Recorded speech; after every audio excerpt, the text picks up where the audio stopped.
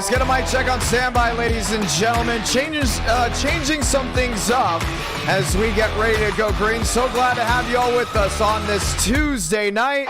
It's at our night in America.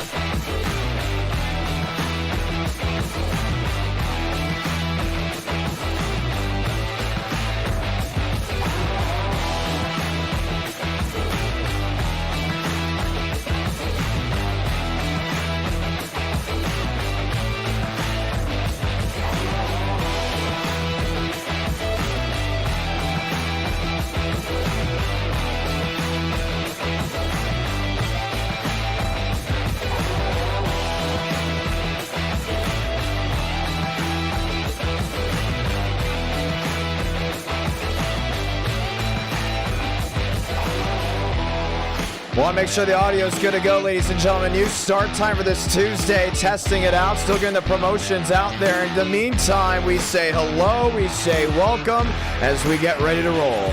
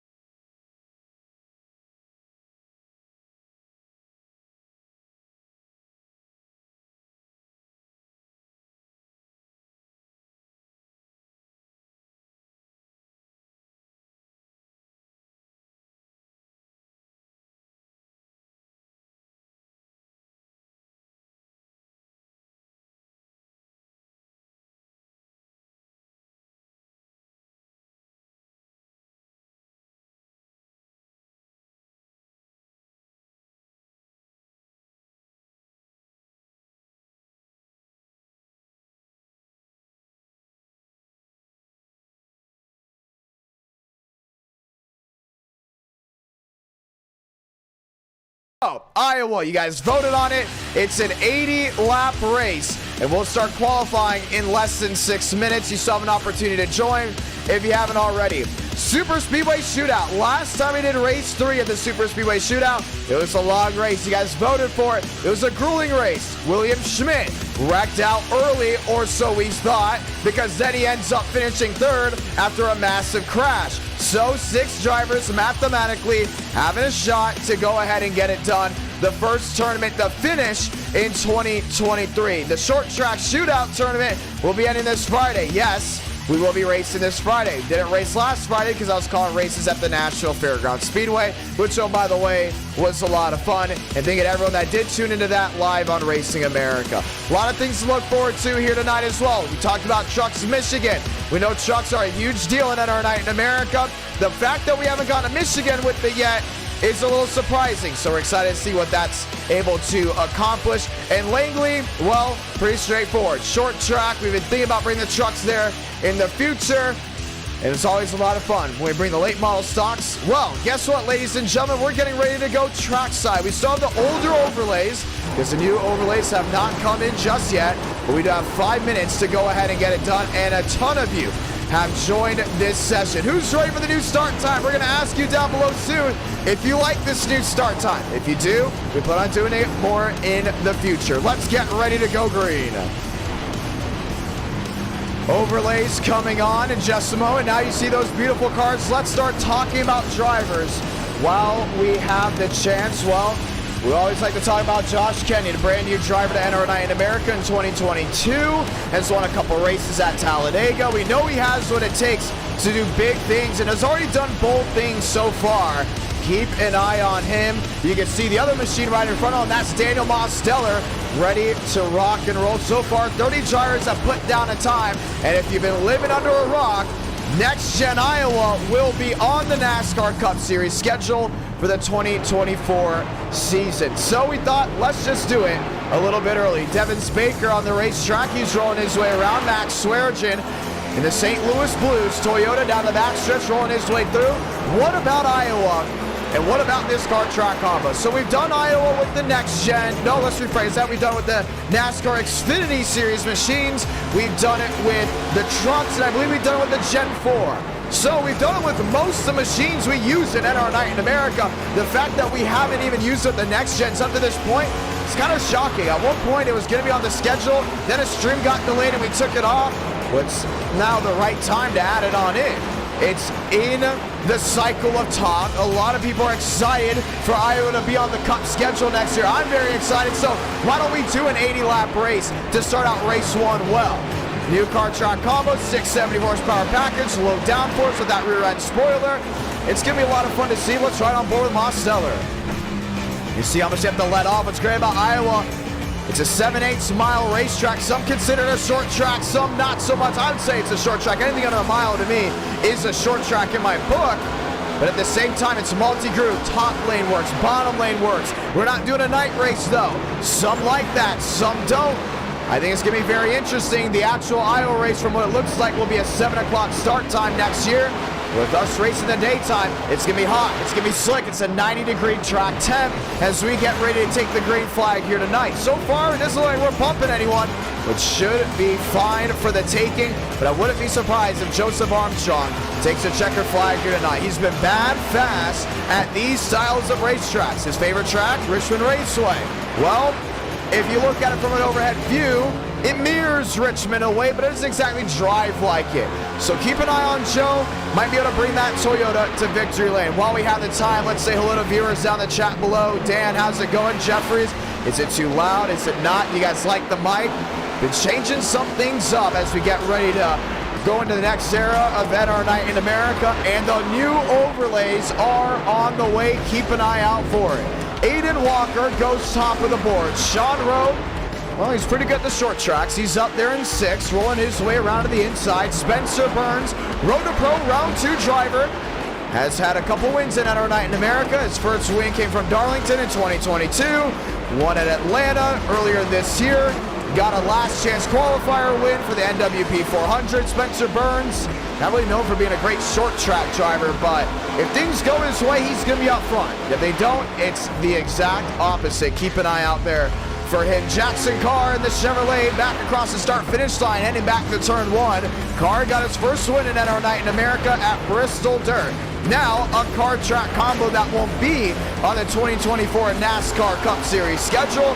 And then he backed up with a win at Daytona. Keep an eye on Jackson Carr, looking for his 3rd win in NASCAR Night in America. Well, we're getting ready to go green. A lot of fun to have you all with us. 32 stock cars will go ahead and take the green flag as of now. Might get upwards of 36. And we're so glad to have you all with us just one more time. This is race 1 of 4 that's guaranteed tonight. And to the 112 that have tuned in thus far, we say hello, we say welcome. And if you already enjoy the broadcast, feel free to drop a like on tonight's stream. 350 likes, we'll go ahead and get race number 5. We know it's been tough to get 400 in the fall season, so we'll go and lower it to 350. We get 350, we will get a race number 5. What car track combo are you the most excited for tonight as we get ready to start qualifying from Iowa Speedway?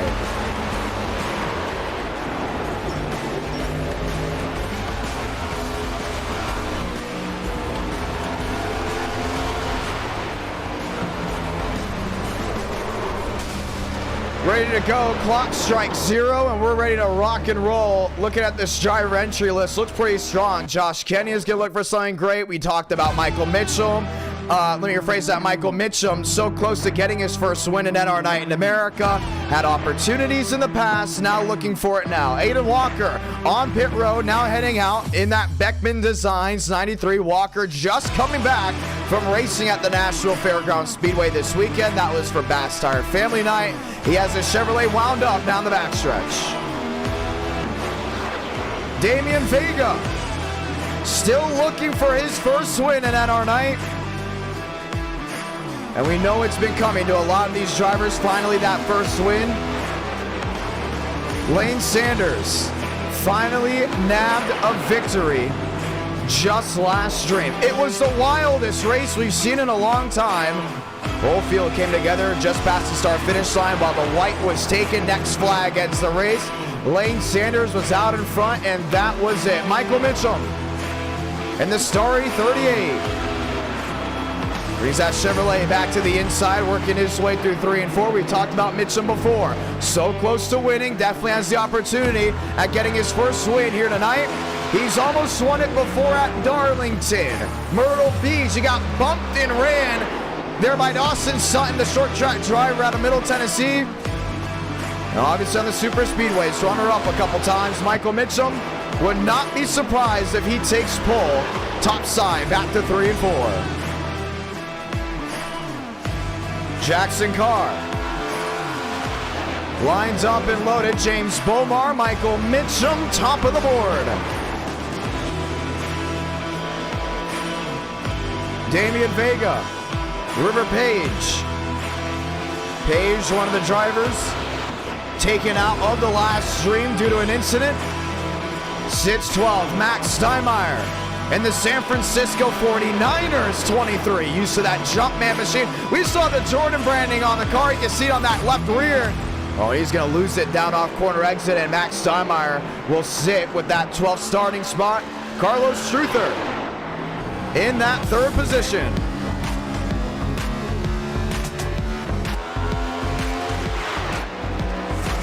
Lined up, ready to go green.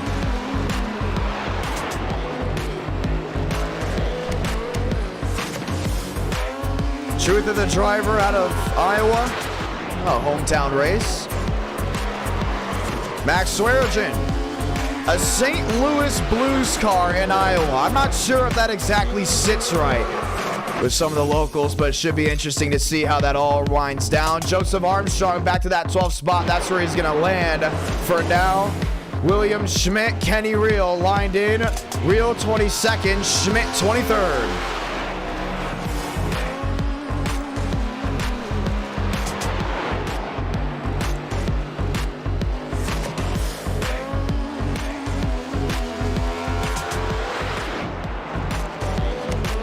Devins Baker, 26. How about Kyle Terzak? No scheme on that 34, but a short track driver out of the Virginia area. Looking to show that short track strength. Not really the best on the intermediates and the super speedways in NR Night in America, let alone the road courses. When you get a track under a mile, Kyle Terzak will be up front. No doubt about it.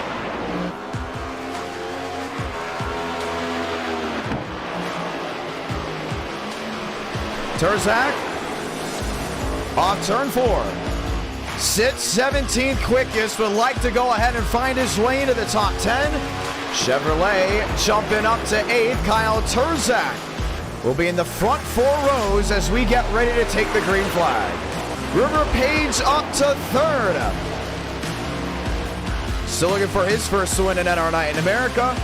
Aiden Walker there in 2nd, just one back to Michael Mitchum. So it's the young guns in the top 3. Truther back there in 4th. Carlos Truther, another one, still looking for his first win. And it's almost like clockwork in NR Night. Once we roll into that fall area, early fall, late fall, first time winners just come up out of nowhere. It just pops in. And all of a sudden we get new drivers that pop in. Drivers also come and go. Then all of a sudden, it's a huge influx for the winter months. And that's when we have a big e-ticket usually to see who's the best of the new drivers coming in, the drivers returning, and the veterans that have stuck with us for oh so long. Keep an eye out for it, because come December, we're looking at having a Talladega e-ticket event And also a November event with possibly Homestead Miami Speedway if we get the new overlays ready and rolling. Qualifying comes to a close. Mitchum, Walker, all lined in. And we have 80 laps on Thunder. That's what you voted for. That's what we're going green with. Michael Mitchum nabs the pole as we get ready to go 2x2. Iowa Speedway, one of the greatest tracks on the iRacing simulator. Ready to go ahead and have it on center stage. First time having it as race 1. First time having it with the NASCAR Next Gens. Michael Mitchum downstairs. Chevy on Chevy, row 1. Ford Toyota back to row number 2. We go back to Sean Rowe. That silver bullet machine, the Coors Light Toyota. With a Chevrolet on the outside. That being Kyle Terzak. Terzak actually tested with Dale Jr. with the Miatas back in August. Excited to see what his future is in racing. You never know, ladies and gentlemen. I say this when I commentate in person as well. The drivers that you could be watching right now could be the next one in ARCA, Trucks, Xfinity, maybe even the Cup Series. Josh Berry's race center night in America, and he's driving the number 4 machine next year for the NASCAR Cup Series. Going to be a lot of fun to see who is next on that line. We also know there's a lot of pro late model drivers, super late model drivers that join us. And how about some modified drivers up in the Northeast? Keep an eye out for it because you have your warriors that are mainly sticking to the simulator, and then you have the drivers that do double duty. Let's get ready to go green. Justin Champagne saying he loves the early start time, and so far 86% of you saying you love it as well. So 34 drivers will take the green flag. Some drivers making their first ever start in NR Night in America. I believe I counted 7. Nate Dew, one of those drivers, starting all the way back in the 27th position. Now he's working his way back to the rear, but we get ready to go green. Michael Mitchum on the inside 2x2. We get ready to fire them all off. Ladies and gentlemen, in a couple laps time, we will see the one to go. The first time since Bristol, we have a short track as race 1. To everyone filing on in, we say hello, we say welcome. We're so glad to have you all with us as we get ready to go green flag racing.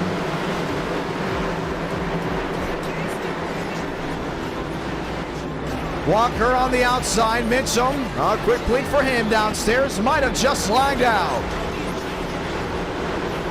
River Page lined up. Let's go and say those magical words. You know them oh so well. God speed drivers. You are go for a throttle up. Mitchum Chevy, Walker Chevy, Truther, the lone Toyota up inside the Fast 4. As we get ready to go green, and next time by, we'll go ahead and get that one to go as they all slot in 2x2. A new car track combo to start out the night, then it's super speedway racing down south at Daytona Beach. Let's go back north to the Irish Hills of Michigan, where we're trucking back 3 wide into turn 1, and let's send it off in Virginia as we go late model racing. Ladies and gentlemen, next time by, lights off, and we get ready to go green. David Bell dropping down the VIP membership. So glad and thankful for that one as we get ready to roll. Let's get the one to go.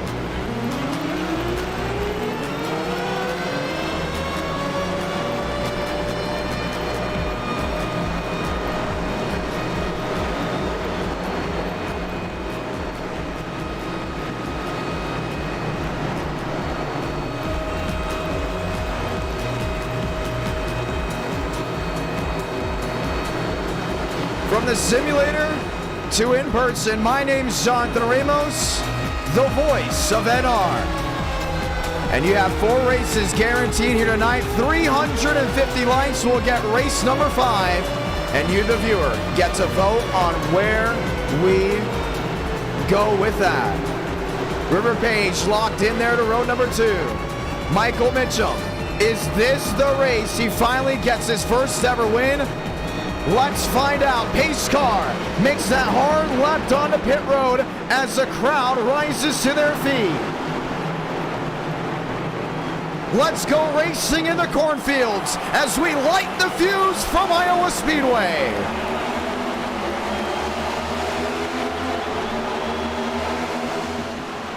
Mitchum into turn one, a lot of daylight downstairs. River Page would like to nab that back. Chevrolet leads down on turn number 2. Saw Kyle Turzak get up into that outside wall.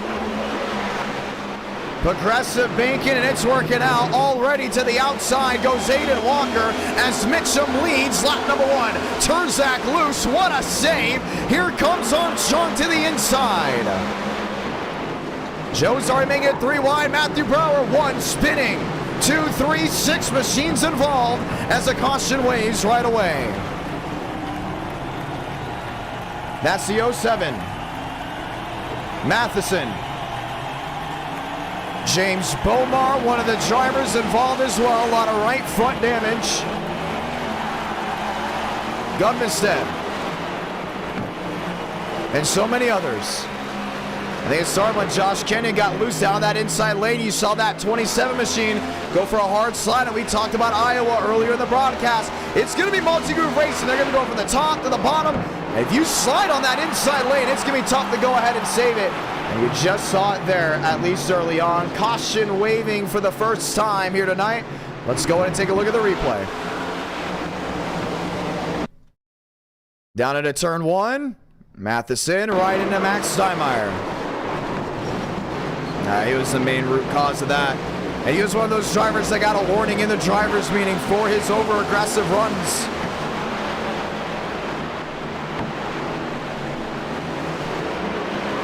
And Matheson will most definitely have to serve a penalty for that. Watch it again. The 07 to the inside. Everyone's really minding their own business here. They're saving their stuff. They know it's an older surface. Some drivers racing this car track combo for the first time, and he just barreled on in to the left rear there of Max Steinmeier. Josh Kenyon, a great job to avoid it down that inside lane. Let's watch his view.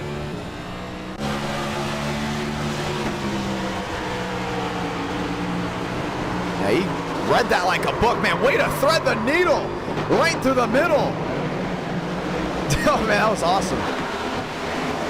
Found his way through, and Josh Kenyon will trying to see another lap. So Michael Mitchum, River Page, Aiden Walker, Matthew Brower, that's your fast 4. They're going to line up back nose to tail in 2x2 in a moment as the pace car will give them the 1 to go here. So it'll be Chevy on the inside, Ford on the outside. Walker, Brower lined it up as we get ready to go green.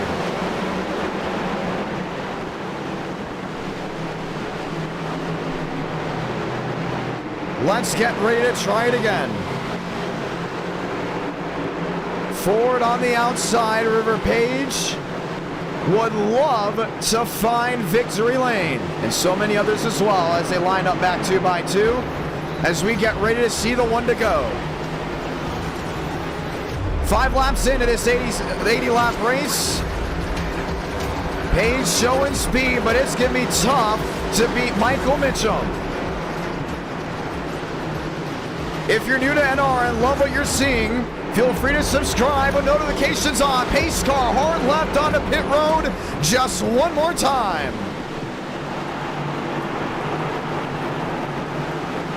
Mitchum on the inside, Page on the outside. Ford, Chevrolet, grab a gear just one more time. 75 laps to go from Iowa Speedway.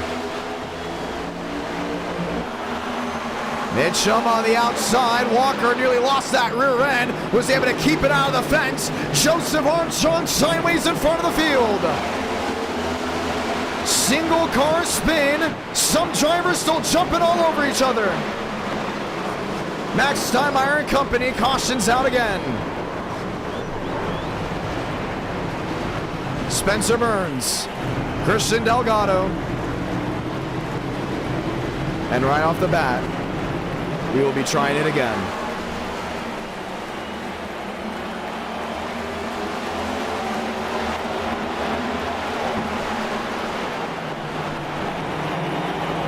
Well, 2 cautions early on. And you kind of see this in these new car track combos, which is why we're making an 80-lap race. You just never know what can happen at any point. Joe, first driver to truly go ahead and make that mistake. And pit road will be back to being wide open. Let's go ahead and watch back to it. Watch Armstrong on the inside, the big drive. And that's the thing about the next gens. You can't really lay on too much side force like you will with the Gen 6. Very sketchy, but it's always been a sketchy stock car. Including early into NR9. I remember the first time they released the 670 package, and everyone was talking about how sketchy it was. It was tough to drive. And Iowa Speedway, a very unknown track with this car, shown to be an issue. You can see Josh Kenny went down the flat to avoid. Not caught up with it. Justin Champagne finds his way through, and Spencer Burns will find the outside wall. Mitchum, Page, Max Swearingen, William Schmidt. After this, we go Super Speedway Racing. That with the NASCAR Xfinity Series stock car. Truck Series Racing round 3. And round 4, we'll be back at the short tracks, grassroots racing. So glad to have you all with us. Working lap 8 out of 82. Early cautions. Taking some drivers out. Gonna go ahead and thin this herd out just for a tad. But what's changed? Not a lot up front. You still got Max Swearingen, you still got William Schmidt, you still got River Page, and you still got Michael Mitchell. So the fastest drivers really haven't been involved in any issues so far tonight. But while we have the time, let's say hello and thank you again to David Bell, dropping down the VIP Pass membership. We look at the live chat. We want to say hello to some viewers sticking around with us. How's Jeff doing? How's WA going? How about Ethan W? We talked about this new start time, a little bit different than what we're used to. But the Iowa Speedway on full support as we get ready to go green. What is your opinion about the NASCAR Cup Series making its way to Iowa Speedway in 2024? Personally, I absolutely love it. I think it's going to be a lot of fun to see that track, that area. So deserving of a NASCAR Cup Series date. Hy-Vee has done a great job renovating that track. And we get to see what it could be like in the sim before it's put to the test come June of 2024. Lights off, ladies and gentlemen, we get the one to go. Lining it up, back 2 by 2. It's going to be Mitchum, Page. Mitchum choosing the inside lane. River Page choosing the outside lane. Walker, Truther, Terzak, Joseph Armstrong. Just some of the drivers up inside the top 20. Let's try this again.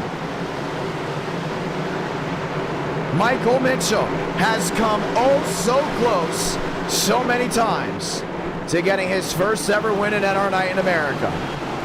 A second place here, a second place there. Just wants to find the checkered flag.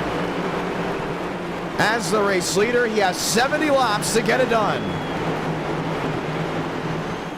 Pace car hard left onto pit road. Mitchum, Page, Swearingen, William Schmidt back underway. Gets away cleanly. Swearingen on the outside might have just taken the air off the right rear. Max on the move. River Page to the inside, wheel to wheel.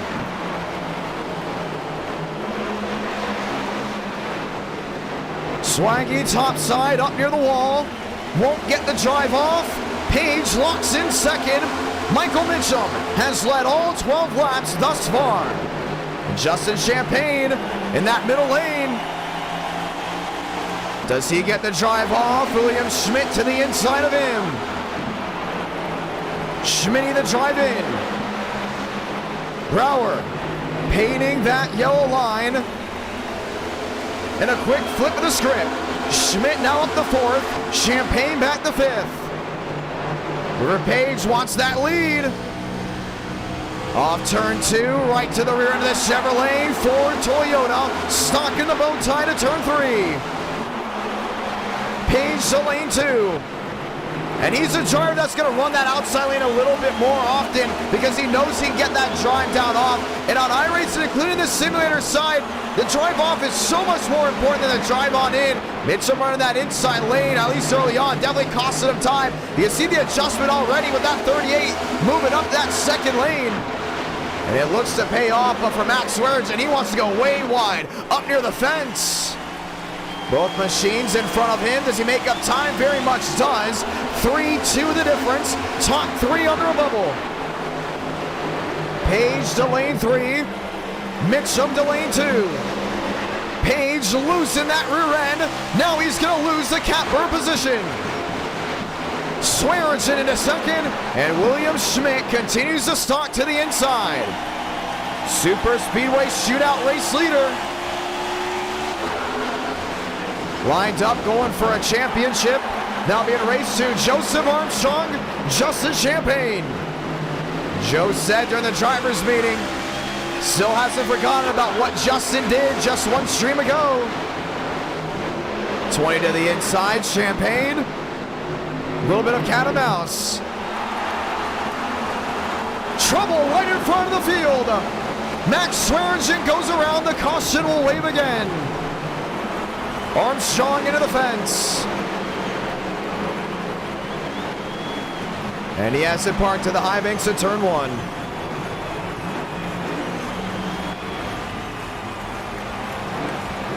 Well, a new car track combo. If you want to find the limit, I think Max Swearingen just did. And the crowd got on their feet once that 15 machine went around. And the caution will wave for the 3rd time.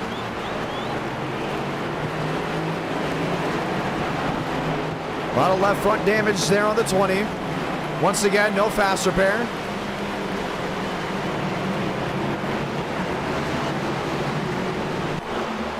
Let's take a peek to see what happened.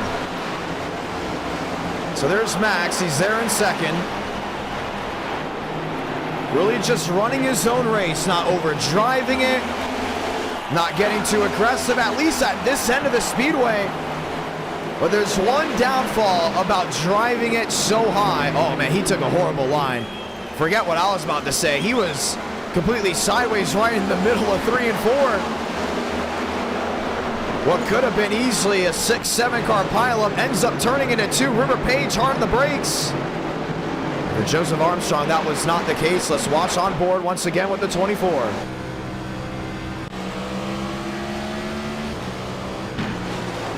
Oh, he did get damaged. That was on the right front. There's no stability out of that 15. The Adidas Toyota goes for a whirl. And River Page may have to come in and get that one fixed. So what are we seeing that's so similar in the simulator that's, I guess you could say, similar to how it was with the next gen at one point? Well, a lot of these drivers are having to get used to a new car track combo. We bring the next gens to Charlotte, they already know how to drive it. Same with Kansas, same with Las Vegas, any intermediate, even Richmond to a point. But with us racing here for the first time, drivers are struggling to figure out what line actually works. Brower, Hibbs, Mitchum, Walker all line back up, and we get ready to see the green flag soon.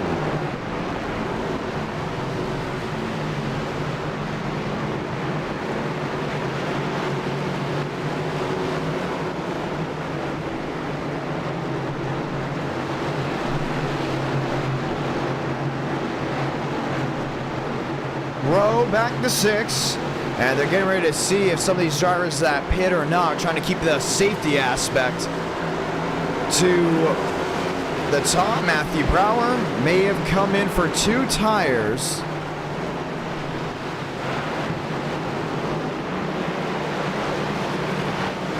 And they're going to go ahead and keep it this way. So it will be Hibbs, Gavin Hibbs, Matthew Brower, as we get ready to go green. Lights back off, top of the pace car. We line it up back 2 by 2. 3 cautions early on. It might be a little scary for some drivers knowing that this might not be the endurance race they were looking for. 60 laps to go in race 1.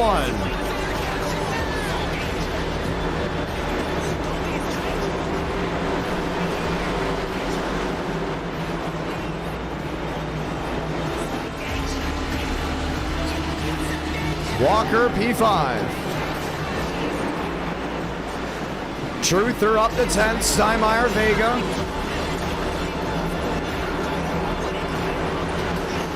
And Chevrolets will take the front row.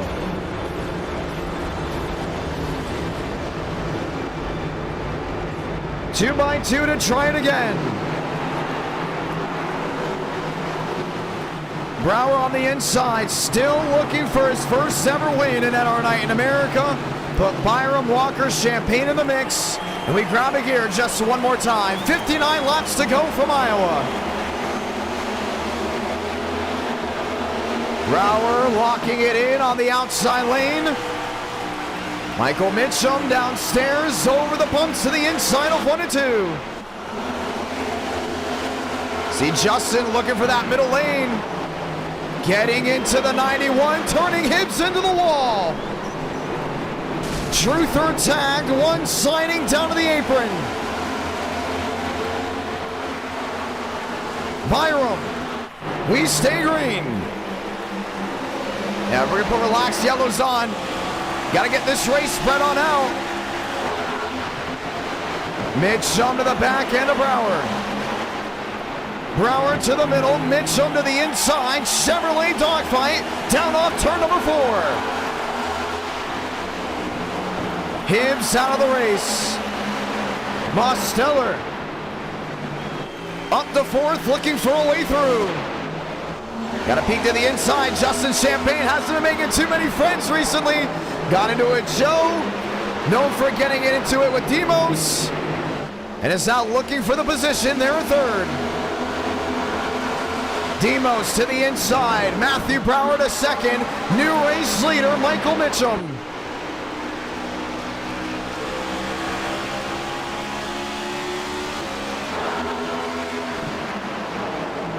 And Mitchum, probably one of the only drivers that have figured this car track combo out. Absolutely near perfect race. Most in the 4, trying to find his way around Justin. Champagne's got rolled in the middle, then he gets all the way down that middle lane.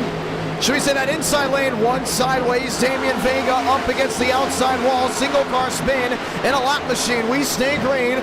And they're still trying to figure this one out. Some originally were driving it like Richmond, committing to a lane. Now they've gone ahead and started playing with different areas of the track.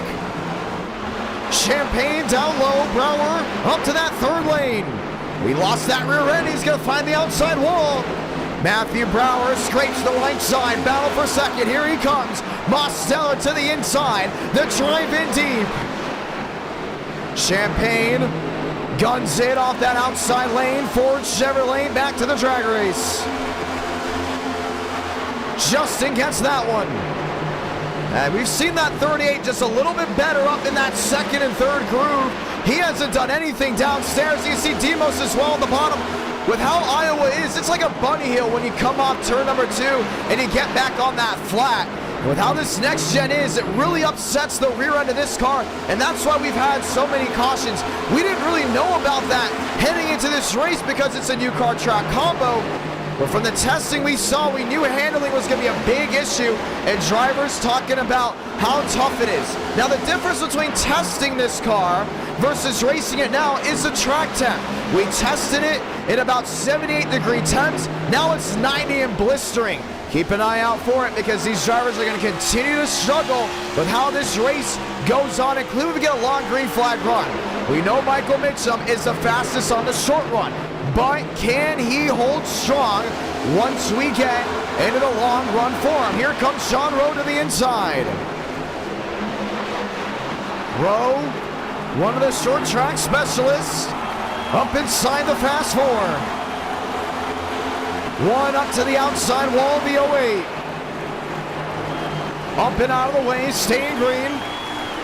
Demos under pressure, that's Champagne to the inside.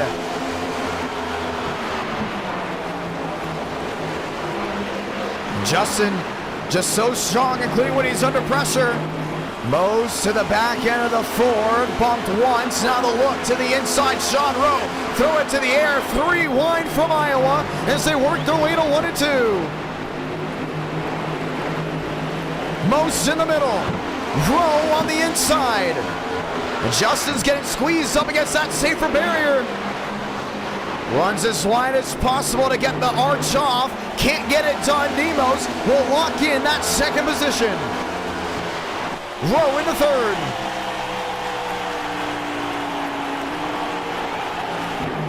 Trying to find his, oh, he's going to lose the rear end. Mosteller out of the groove. Sean Rowe into second. And it's just how quick a week can make a difference. Demos, the strongest driver last Tuesday, won by 10 seconds at the Charlotte Roval.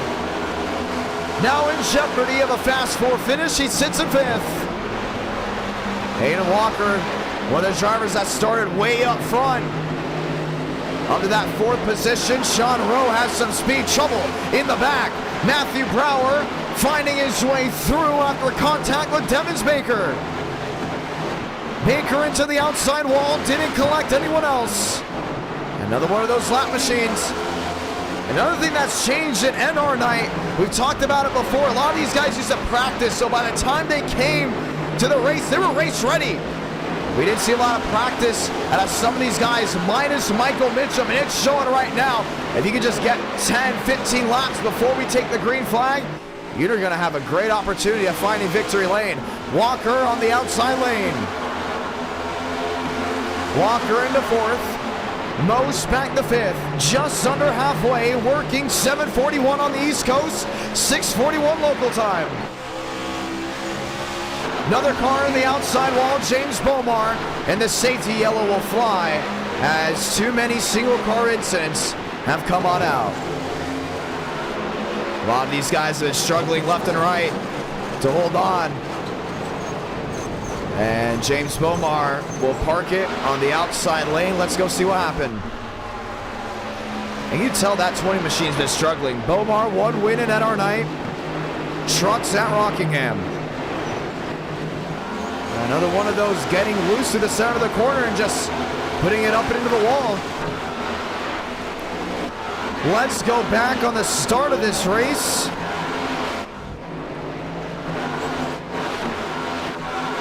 To go see what happened. We had a good amount of laps underway. That was Damian Vega. So what happened on the exact start that changed things for Hibbs? You see Hibbs on the outside, driving it hard down into turn one. Champagne in the middle. Hibbs, new to NR, still trying to make a name for himself. I did have that blink on when Justin committed to driving in deep. That's when the 91 came back online. And just a huge lick into the outside wall. Carlos Truther getting tagged as well. Serious right front damage. And that originally spread this herd on out. Now we get ready to try it again. Pit road, it's wide open. Mitchum winning the race off pit road. Sean Rowe in second. And Michael Mitchum is on track to get his first ever win at NR.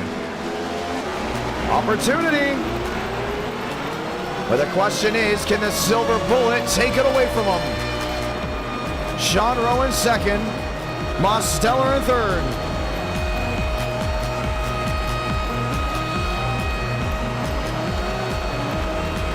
Next time by, we will see the one to go. Already halfway through this race, you got Super Speedway race for race 2 coming up. As things continue to change, we're so glad to have y'all with us. NR Night in America, feeling victories all year long.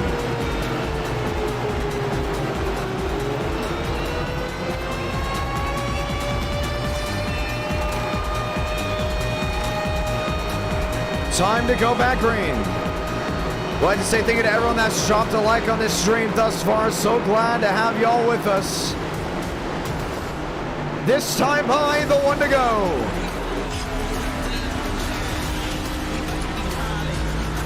River Page getting some of his laps back. And we'll be halfway through this race. Lights off, Toyota Chevrolet. Row number 1. Justin Champagne on the outside of row number 2. Mosteller on the inside as they get 2 by 2.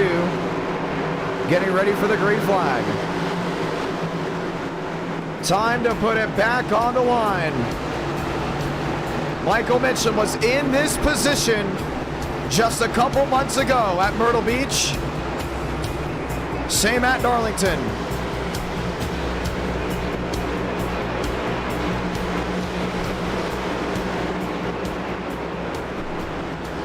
Time to go back green. The first time bringing the Cup Series to Iowa. Mitchum inside, Sean Rowe outside. Champagne, Mosteller, 2 by 2. Pace car, the hard left on a pit road. Chevrolet, Toyota, grab a gear one more time, halfway from Iowa.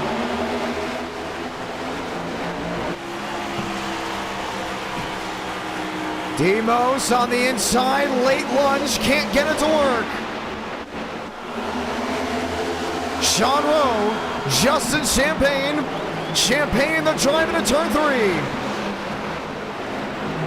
Overdrove AC Rowe, trying that crossover back to the inside. Demos, Byram sliding downstairs, able to hold on to it.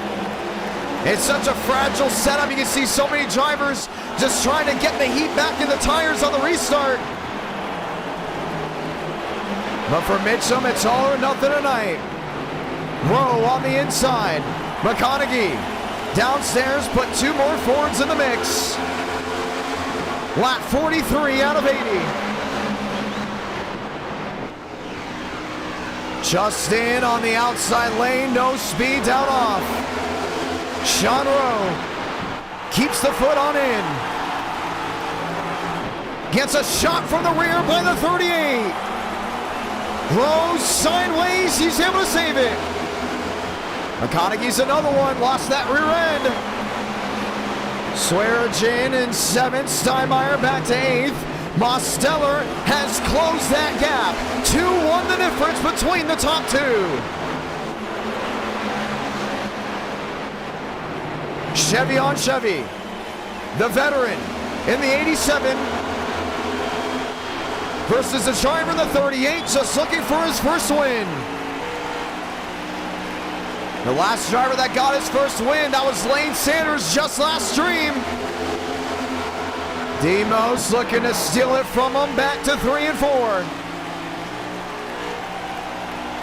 Mitchum on the gas earlier. Gets the speed down off, 24 the difference. Sean Rowe throws it in deep to turn 1. And Justin's been bumping a lot of these guys out of the way. Not scared to use the nose of the Mustang. To 3 and 4, Sean Rowe unfazed, and the Toyota keeps the run alive, back in that 3rd position. Swearigan trying to find a way around Walker. Aiden's just so good at running that middle lane we've talked about before. If he can just get the heat in the tires and the consistency for a long run, it's an easy, fast 4 night for that 93. And Max is back to ripping the wall. Up against the outside safer barrier. Lap 48 out of 80. Just past halfway. Are the tides going to turn up front? And Matthew Brower has already led a portion of this race, but he's outside this top 6. And Demos showing race-winning pace. 3-3, 3-0, into the outside wall.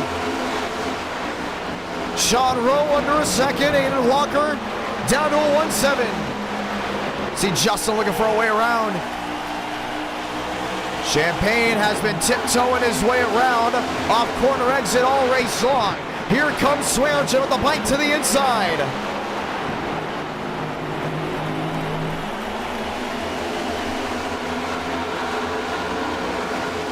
Half a second between the top 2.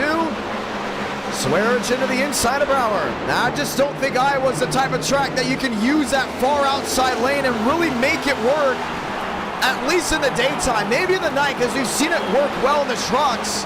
Right now, it's not working at all as the sun continues to beam on this hot, slick racetrack. You see Demos just hand over fist, trying to go ahead and figure out how to get that drive down off as he continues to lose time off turn number 4 of the gap, back to a 7-1. Sean Rowe, 1:11 the difference. Top 3 have been the fastest all night. Champagne in 6th.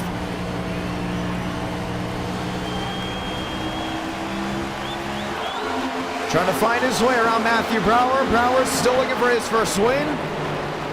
Demos in the middle lane. Sean Rowe tagging the paint. To 3 and 4. Just see how strong that Toyota really is. And Michael Mitchum may have to worry about someone else, and it's not the red 87. The silver bullet of the 99 has caught up to the driver in second. Most even making up time, but Rowe just so strong down off corner exit. To 3 and 4. Rowe to the inside, the tag of the bumper. One sliding down to the apron. Demos holds on. That's Dale Greenwood, that 08 machine. Not too strong of a day for him. Here's the switch for second. Rowe downstairs. Drives it in deep. Sean Rowe will lock in that second spot. Next up, your race leader. Only thing is, laps are fading away and Demos is really fighting them downstairs. Losing that rear end. The hot, slick racetrack. Tough for these machines. Mitchum running away. Rowe on the outside. Most contact sideways. He's gonna save it, but he will lose that second spot. He's got to stop fighting Rowe. His best shot at winning this race is allowing Sean Rowe to get up there and catch Michael Mitchum. It's the only way up to this point. And already the tides turn to Toyota. 25 laps to go. Mitchum, 1-2-6 the difference out in front. Down to 114. He's lost that rear end. We talked about Michael Mitchum being so strong in the short runs. But if you get a medium long run, or a medium run, should we say, someone's going to go ahead and rise to the occasion. I believe that's going to come in the form of Sean Rowe. 1-3, back to the difference. Mitchum, better in sector 2. AK turns 3 and 4, then turns 1 and 2. As he continues to run that middle groove. Rowe mirroring what the 38 is doing. He's just so confident back to the gas. That's what's making a difference also between him and the 38 machine. Another machine sliding up in front of him. 22 laps to go. Battle's on track. Matthew Brower. Max Swearigan to the inside. That's a Devins Baker. Look even farther back, Josh Kenny to 9th. Had a great wreck avoidance early in this race. Has now been able to fight and claw his way back up inside the top 10. We're going to see if Sean Rowe has that speed. Mitchum navigating the lap traffic. Shown to not work out. I believe I see right front damage to that 38 machine. Might have gone into the wall at least once tonight. Dale Greenwood up and into the fence. I think he's got to park it. That race is completely done for him. Champagne back in 13th, going around. Single car spin down to the apron. Loops it, gets out of the way. We stay green. Rowe lost that speed. Here comes Mosteller. Demos closing on in, damage on the nose. Just a paint scratch there on the 87. 19 laps remaining from Iowa.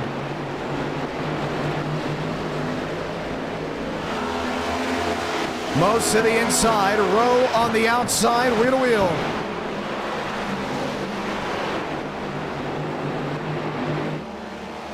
Demos losing that rear end once again. Hey, they're just struggling with the power off. And Mitchum not really worried about machines in front of him. 18 laps to go. We'll see 17 this time by Matthew Brower. Was looking to the inside there of Aiden Walker. Trying to get it to work.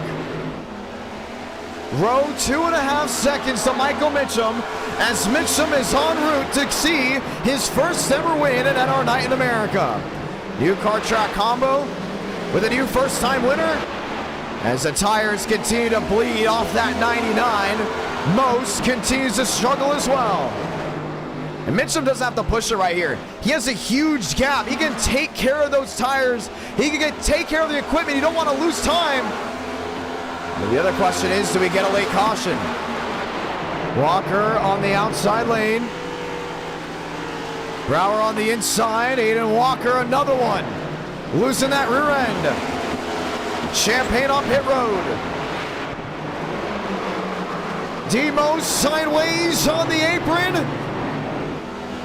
Tried to get the pit road, couldn't with 15 laps to go, and he's going to lose all that time.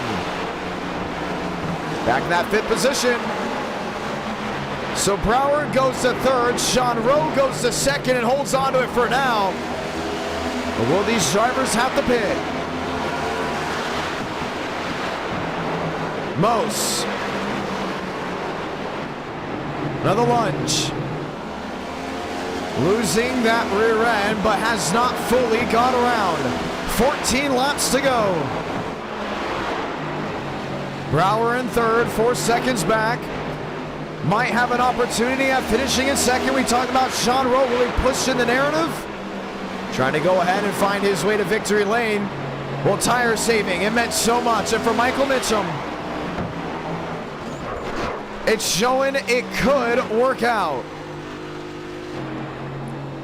And he's just feathering it to the inside. You just see how much speed has been lost on these machines. Tire issues. Max Steinmeier up into the wall. Aiden McConaughey, Josh Kenyon. Kenny Reel. Hot, slick racetrack. Handling the problem. Matthew Brower there in 3rd. Closing in on Sean Rowe.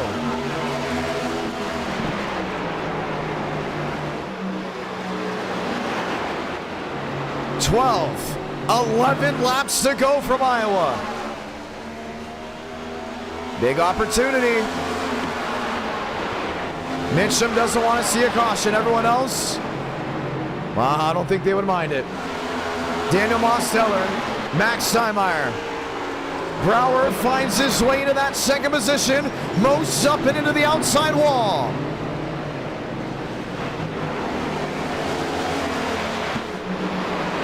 Loses the rear end, Matthew Brower. Holds on to the 2nd position. 10 laps to go. He was actually making up time at one point on entry.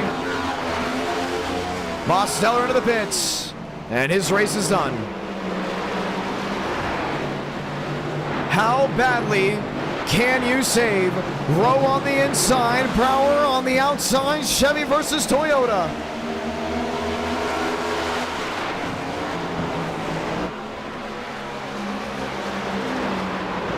Five seconds the difference. Aiden Walker, Byram, Steinmeier. Line back up, nose to tail. Champagne to the back end of Mitchum. 8 to go from Iowa. On that 38, I get out of the way, let that 38 on by. The other 38, should we say, it's the battle of the 38s.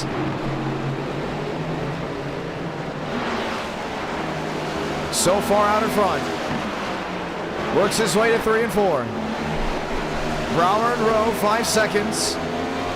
Walker, Byram, Max Steinmeier. Back in that 6th position. There's no better feeling than watching an NR Night in America race live and watching a driver that has come oh so trouble one into the outside wall. That's Max Swearinger. Can't get down. Too many incidents. The caution's gonna wave. And that's the second time Swaggy has brought out a yellow. At one point was running on the lead lap. And now Michael Mitchum will have a shootout for the win. Talking about a lot of these guys struggling. Someone was due to hit that wall. Multiple slides and single car spins, didn't call it. But Max Swearingen couldn't get down off that outside wall safely, which means we will have a dash. The question is, who wins the race off pit road? Let's find out in a moment.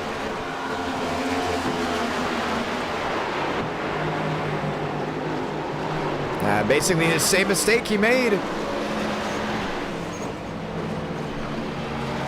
The exact mistake he made, actually, coming off turn 4. And that will go ahead and open pit road. They're rolling their way through. Can't make a mistake with 5 laps to go. Money stop time. Nonetheless, will be the final stop of the race. Mitchum, Brower, Rowe, Walker, all down and in.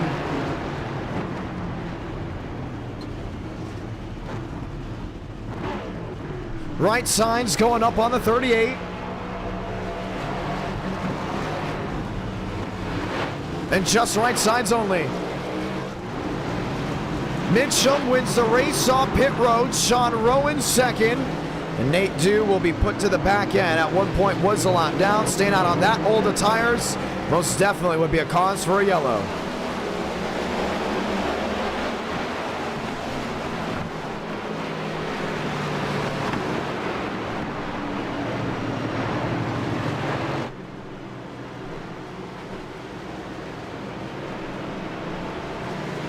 So Mitchum, lined on in.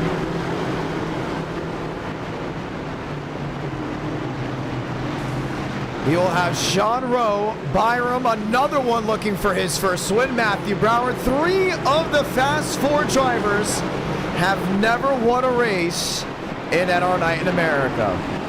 Next time by, we look to get the one to go. It will be a 2-lap dash, no overtime. Mitchum's gonna win. He's got to do it now in style. Sean Rowe P2, Byram P3, Brower P4, Aiden McConaughey, Aiden Walker, Max Steinmeier, Josh Kenyon, Kenny Real, Max Swearingen. Lined on up. The race of attrition. Dialed to 11.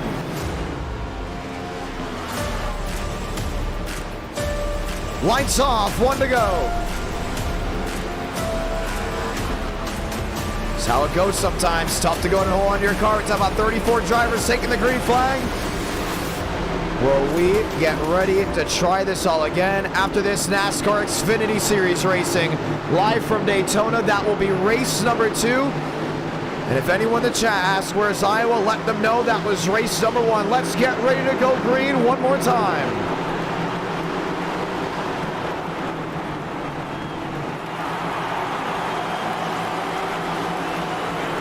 Michael Mitchum, Sean Rowe, Byram and Brower.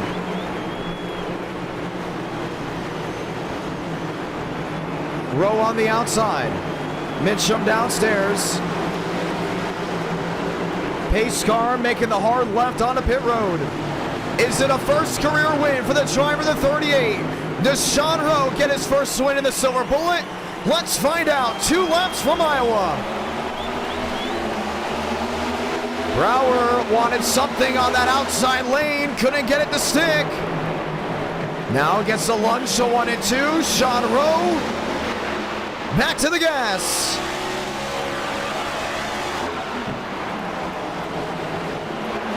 Mitchum defends downstairs. Rowe to the outside lane. Son of a gun. 1 to go from Iowa. Mitchum. Mirror driving back to 1 and 2. Rowe's on that outside lane. He can get that drive down off. Last shoot the 3 and 4. Mitchum on the drive. Rowe on the outside. He's gonna do it. He's gonna get his first ever win in our night in America. Michael Mitchell victorious from Iowa Speedway. Sean Rowe, Matthew Brower, Ricker Byram, Aiden Walker, Max Steinmeier, Mosteller, and Gucci, your Fast Four. Finally is able to get it done.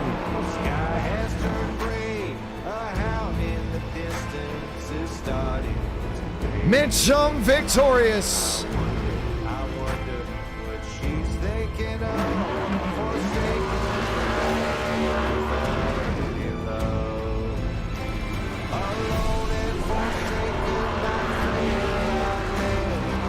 NR Night in America, fueling victories all year long, and he was due, and he got it done. I can't think of a more deserving winner at Iowa right now. I mean, he went out there and just held on to it all the way through. A late race caution, then became the worry of so many of what was going to happen next. But for Michael Mitchum, it was just enough to find victory lane. Mitchum victorious.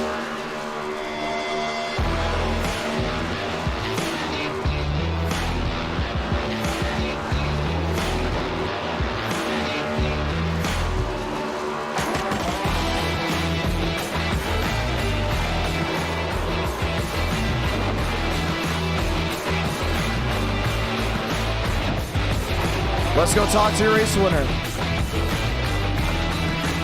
Burns it down the front stretch, ladies and gentlemen. Race 2 in just a moment will be live. Brower, Rowe, Byram, Walker, Steinmeier, so many others had a shot at winning this race. We're able to get it done, and we get ready to talk to your race winner just one more time. Race 1 of 4 in the books that are guaranteed tonight. We will have a race 5 if we get 350 likes. Keep an eye on that. As Michael Mitchum finds victory lane for the first time. Mitchum, Mr. John, you got a copy. What's up, man? Finally, you're able to go ahead and get it done. Oh my god, man. Yeah. I don't even know what to say. Like, I've been wanting a win in the night literally 2 years now, I'm pretty sure. Man, this setup, honestly, like, I hated it in practice, but like, it really gave in. Talk about that. I was reading the live chat, and you had Max Swearigan saying the setup wasn't good, but they tested it. Is it because we changed the temperature from 78 to 90? Was it because, you know, nobody was used to it? Because it looked like a 2022 next gen race with drivers losing that rear end way too often. Yeah, it was just super loose. I don't know if it had to do with temps or what, but I mean, in the long run, it was fine. Car just, it felt great in the long run. I was able to run away pretty well. And they are taking 2. That definitely scared me, that caution. Like, that definitely made my heart drop. Why did you take 2? Because they were going to take 2, or? I so expected more people to take 2. Like, looking back, I probably should have taken 4, but it didn't matter. We got it done. Well, we're looking over this race, looking at some things. Long green flag run, the tires started going away. Why was the tire wear such a big problem in this race? Well, I mean, the fact that it was so loose to begin with and having that extra wear on your tires, I mean, that made it super loose. But I mean, saving wasn't terribly hard, at least for me. And I don't know, we were able to keep the Starry Camaro out front. Wow. It was great to see you go to victory lane. We get ready for race 2 here in just a moment. Congratulations on your first ever win in NR Night in America. Do you want to say anything to anyone back at home as we get ready for the Super Speedway shootout? I gotta say thank you to my dad and my mom. Couldn't do it without them. I mean, it's all them. Gotta love the fam. Without them. Yeah, so I mean, just them. What about the viewers, man? There's so many people rooting for you back at home. Oh yeah, them too, of course. Well, man, it was a lot of fun to see what you were able to do here. And this isn't a win that people would say, oh, it was luck-based. Oh, he didn't deserve it. It was hand on a silver platter. No, this was a race that she just went out and just spanked the field. I'm going to say it like that. I know that's so unprofessional to say, but I'm excited for you to finally get your first win. I mean, Myrtle Beach, you got slammed in the back of by Dawson Sutton, the Yeah. Rackley Ward driver from Middle Tennessee. Yeah, Kyle Turzak breathing down your neck. You go into Darlington, you had a shot. Same thing with other tracks. You didn't lose some of these races because of luck, should we say. Or you didn't come close to winning some of these races because of luck. You lost these races to real-life drivers. How does that make you feel that you're able to finally get it done on this stage in NR? I mean, it's absolutely awesome. I mean, that was a blast of a race. It was amazing. Absolutely awesome. Well, now that you're here, you have an opportunity to vote the laps for the Super Speedway Shootout and help people either sway it one way or other. 50 or 60 laps, and why? That's a hard one. I'm probably saying 60. Just Now, for if we that do 60, extra. we're going for a smaller fuel cell in the Xfinity Series stock car. So I want to see green flag pit stops. So I do want to point Okay. that out. Those are fun. I will say that. We go 50, we're not. Yeah, I say 60 if we're doing green flag pit stop. This is a championship race. As a Super Speedway Shootout, you're going in mainly just to go ahead and get a win. Your trophy on here because you're out of points. But are you going to drive any of these championship contenders a little bit different? I mean, yeah, I'm not going for a championship, so definitely give them room, not try to squeeze them, wreck them, all that. I mean, yeah, most likely. I got to ask you this as well. What do you think of the tournaments? We still got to get the short track tournament to close out here in a moment. That'll be Friday from Five Flag Speedway. Super Speedway tournament has been given a lot of praise for how it's done. What is your opinion on the whole thing? Yeah, I'm a big fan of short tracks, so I mean, I like the short track shootout a lot. Trucks are a lot of fun at short tracks. I don't have a ton to say about super speedways because I'm personally not a big super speedway guy. I'm not great at them, and I don't enjoy them very much. But I mean, I can definitely upvote the short track shootout because I enjoy those a Well, lot. you get to vote. Is this a day race, a night race, or a day and a night race? I didn't announce that, but the driver that did win Iowa gets to vote either day or night. Oh God. I know I'm putting you on the spot. You got your first win, though. I'm excited for you to finally get your win. I was so nervous to throw that caution because I was like, oh no. Because it was like, oh, how is he going to lose this one? And then you came out with it, but what do you want right here? That's the big question now. I'll do a little bit of both. Let's do day and a night. Let's do day and a night. I like that idea. I was going to say, like, you know, we might as well try a day and a night. And guess what? That's exactly what we're doing. Michael Mitchum, ladies and gentlemen, victorious, my man, in race number 1. And we'll talk to you, hopefully, some more in the future. Heck yeah. He already changed his Discord bio to the 1X. If you guys haven't already, join the Discord.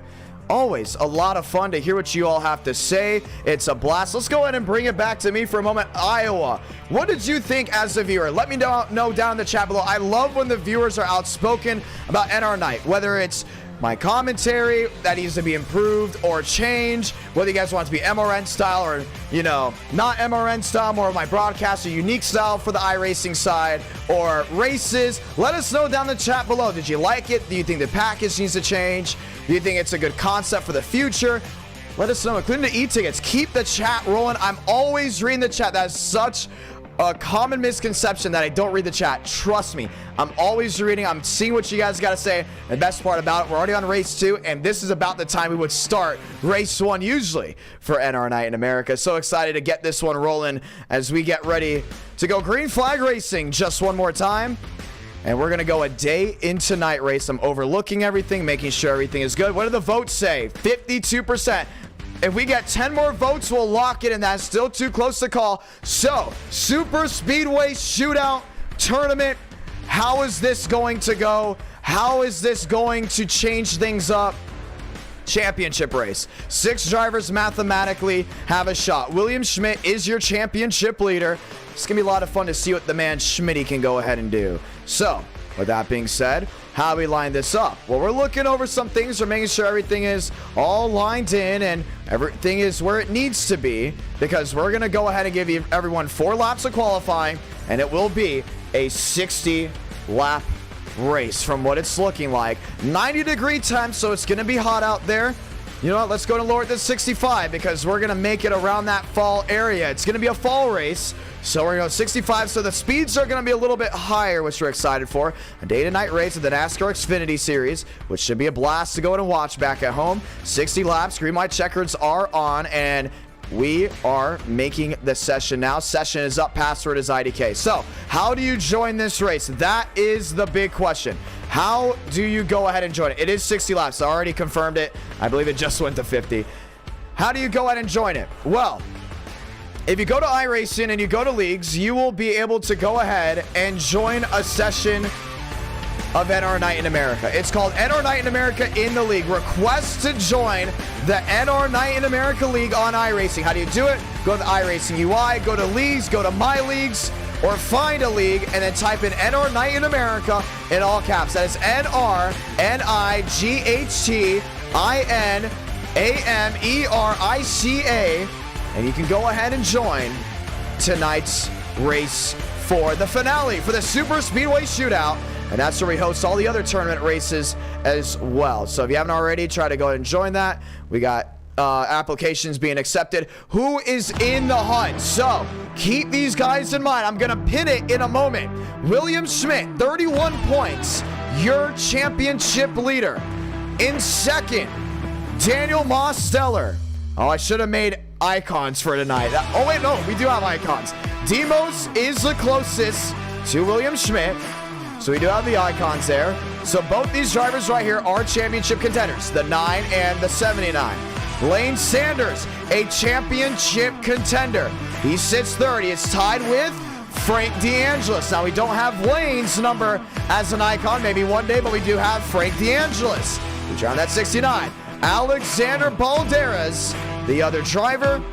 And I believe, actually, let's rephrase it. It's 5 drivers that are mathematically in position to win a title. So Alexander Balderas, we'll just give him the number 40. Lane Sanders, Frank DeAngelis, Daniel Mosteller, William Schmidt. So, Schmitty, I'm going to give you the points rundown on him. He has 31. I'm going to type it in chat. 31 points for Lane Sanders. Demos, back. He has 22 points. Lane Sanders, let's just give him a random number. We're going to give Lane the 21 here. Lane Sanders has 16 points. Frank DeAngelis has 16 points as well. Balderas has 16 points. For Balderas, DeAngelis, and Lane Sanders to win this tournament, they have to win out and have William Schmidt finish 13th or worse. For Demos, well, it's going to come down to some calculations. As you know, if you win, you get 15 points. You finish second, you get 12. Finish third, you get none other than that great, old, beautiful 9 points. So, for Demos to win the tournament, you have to win the race and have Schmitty finish 4th or worse. As you know, 13th on back, they don't get any points. Keep that in mind as we get ready to roll into the final race of the Super Speedway Tournament. Gonna be a lot of fun to see how this all goes down as we get ready to roll. So glad to have you all with us. Who's excited for this final race? I am ready to go ahead and see how this one all goes down. League sessions are up. Password is IDK. We are still accepting drivers into the league. And as we continue that along, we get ready to roll. So 45 drivers have registered for this session. We will have Bump Day. 40 drivers will be allowed to take the green flag. Bump Day back in NR Night in America. Always a lot of fun to see what they are able to do as we get ready to rock and roll just one more time. iRacing running on, and we are ready to roll. So the question goes to you. Who do you think is going to win the tournament? Frank DeAngelis, Alexander Balderas, William Schmidt, Daniel Mosteller, and Lane Sanders. Your final 5 drivers that have a shot to go ahead and get it done. It'll be a lot of fun. Gonna be exciting. That's the big thing. It's gonna be an exciting night. We know it's gonna be exciting. We know it's gonna be fun. And we are so glad to have you all with us on this beautiful night. Let's get ready to go green. iRacing loading on in. Overlays ready to load in as well. Oh, there's no day in the night cycle. But Schmidt says that 6:30 looks cool. You know what? Sunset. It's a night out. It's night out already. It should have been a night race. I'm sorry about that. Well, it is a sunset race, but they're saying it looks good with the fall yellow. That's the big thing. We were originally having the time of day in the sim around May, you know, like the May dates, and it would like always be sunset at like 8:30. Well, the sunset's a lot earlier, but it's gonna have that fall look, which is gonna be a lot of fun. I'm excited for that. A sunset race, which means, if I'm not mistaken, we might do the same thing for Michigan, having a sunset race. And then race 4 we have at the beautiful Langley Raceway, might also be a day race. But NR Night in America, fueling victories all year long. Ladies and gentlemen, let's get ready to go green just one more time. I'm excited. Who's excited for Daytona? It's going to be an absolute blast. We're loading into the session now. Things are ready to go at, and we are ready to go green. It does look beautiful. You are right, William Schmidt. Wow. This is what it's stuck at? I don't see this as a problem. I see this as a great thing. So the sessions are still rolling on. Drivers still loading on in. And we will get ready to try this all one more time. Trading paints loading on. Overlays loading in. And in a moment, we'll be trackside, ladies and gentlemen. William Schmidt in his 79. This is a beautiful time for a race. It looks awesome. Why haven't we done this time slot a lot more? Another thing about NR Night in America, we're trying to time the weather with how it actually is in person, which some people like, some people find kind of as a nuisance. For me, I don't mind at all. I think it's pretty cool. But at the same time, we should also make the seasons look different. So if you watch an NR Night in May versus watching an NR Night in October, it looks different, which would be pretty sweet to go ahead and watch. We are re-updating some things, getting things rolling as we get ready to go green. Once again, NR Night in America, fueling victories all year long. Let's get ready to go green. So overlays coming back on. We're not using the old school overlays. We are using still our quote-unquote modern-day NR Night in America overlays. And there we go. So, how many drivers have registered? A ton. And only 40 will be taking the green flag. Who's ready to go trackside? Let's go green from Daytona. And this will be it.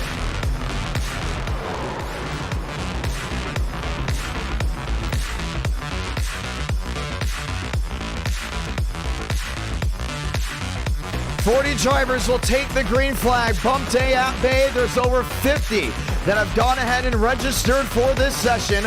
A 60-lap race at Daytona. And we know Iowa was technically the flagship race of the night. But I'm telling you, there's just something about looking forward to Daytona and NR Night in America that makes it oh so unique, oh so fun as we get ready to go green. William Schmidt on the racing surface.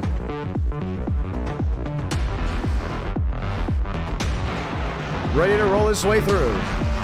He's cheesing, baby. He's cheesing. William Schmidt with the cheese. He knows how important it is to qualify for this race. If he doesn't qualify in, once again, championship provisional, we do not have it at all. So if you don't qualify, you're out. Garrett Lucas, Matthew Brower, the beautiful jockey number 10. This is probably the nicest lighting we've ever had at NR Night, period. This is beautiful. Let your friends know, ladies and gentlemen, we're getting ready to go back green. Spencer Burns in the number 39 machine. And I've always been an advocate. Here's a hot take. If Daytona's not going to be the regular season finale long term, which I'm guessing they will, the only reason it's not this time around is because of the Olympics. We all know about that as the drivers continue to cheese. We'll tell you the cheese in a moment. And it's not going to be the July race. I have no problem with it being an October race. I'd love for a Daytona October race. I think it'd be so cool. It's been done before back in the 90s. The first ever night race was in October. It just looks great. You can look at the grass. Look how the grass looks a little bit dead. That's done by design to capture that fall feel. Here's your championship leader to the high banks of 1 and 2, William Schmidt. looking to become the first ever driver to win the Super Speedway Shootout. Kenyon, a 5. 0, Thornquist locked that in as well. Bomar, Wayman. So what's the cheese at Daytona? Well, save the tires on the outlap. You go very slow and then you punch it off turn 4. You'll have just enough grip and momentum to get a little bit of a faster lap than some of these drivers that just gas it down off corner exit. So something very interesting to watch as time rolls on. Schmitty across the line as your championship leader, go top of the board. He goes 20th. Joseph Armstrong, new livery for him, and the Redbird 20.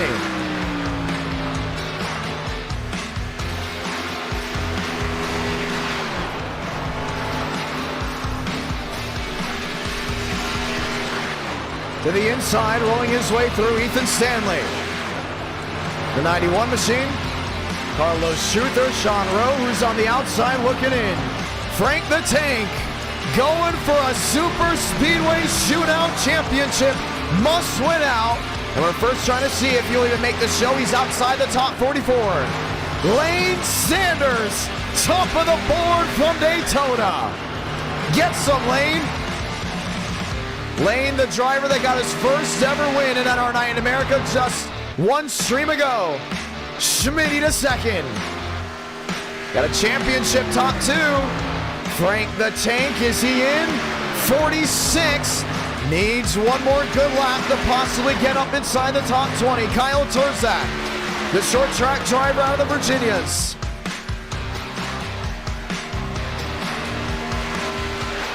Rolling his way around.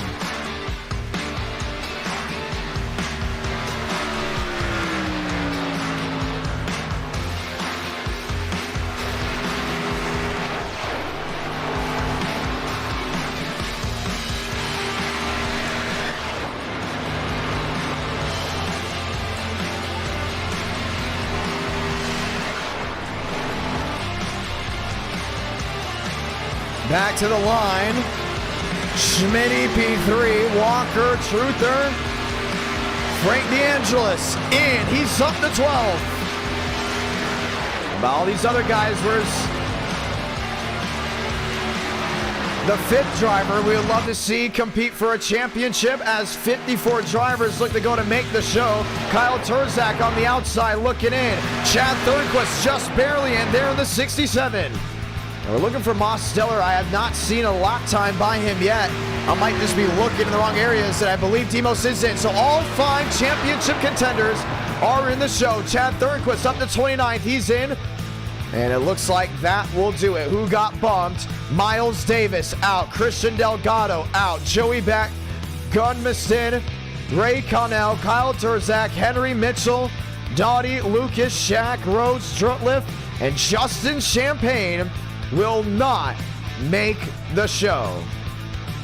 So 40 drivers of the 54 that went ahead and registered will go ahead and take the green flag, and all 5 championship contenders are lined up, ready to see the green flag. This should be a fun race.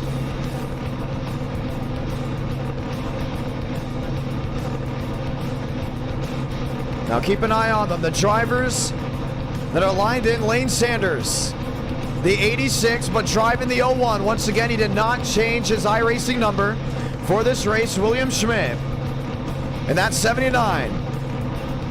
Another championship contender. You look even farther back. Daniel Mosteller, lined in. Frank DeAngelis, all lined in, ready for a championship. The question is, where's Alexander Balderas? And I believe he will not make the show, if I'm not mistaken. So Throttle looks to be one of those drivers now bumped out of the championship contention.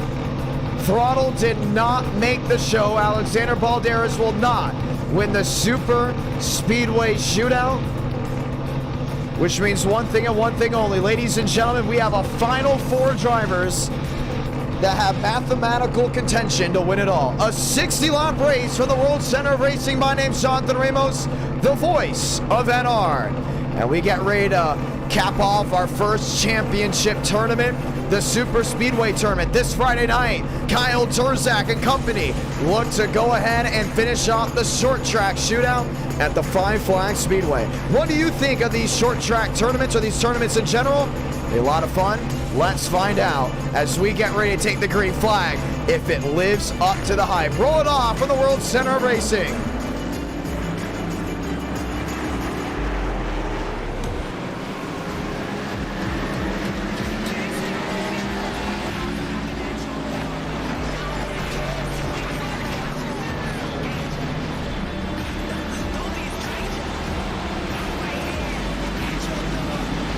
Aiden Walker, lined in, Lane Sanders. 60 laps to get it done. Now the question goes to you, the chat, who do you think's gonna win it? I'm gonna put my vote in. I say that I believe in miracles. I believe in that NR magic. I believe that anything can happen on any given NR night in America. I got Frank DeAngelis winning the Super Speedway Tournament. I have it. I think he's gonna do it. I think he's got a shot. He very much has a shot because he's in mathematical contention, but I believe in the possibility. Ladies and gentlemen, the one to go. Next time by, let's go and say those magical words. God, speed, drivers. You are go for throttle up 200 watching live pre-race. We just got done with Iowa. Time to go green for the World Center of Racing.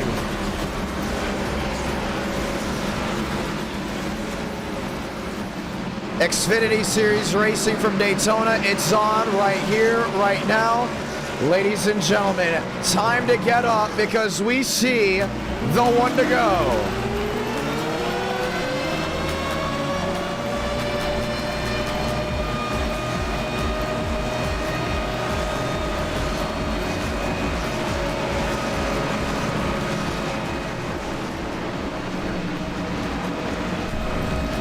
GSD. Sun shining bright from Daytona, USA. 4 drivers come in with a shot at a championship. 1 already mathematically out. Alexander Balderas, Lane Sanders, William Schmidt.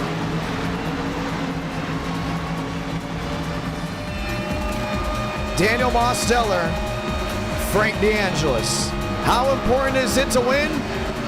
Well, Lane in position because he has 1 race win and scored a single point in another race. That's how important it is to put yourself in position. Ladies and gentlemen, let's get ready to go green. Andrew Cootie lined up back in row number 2.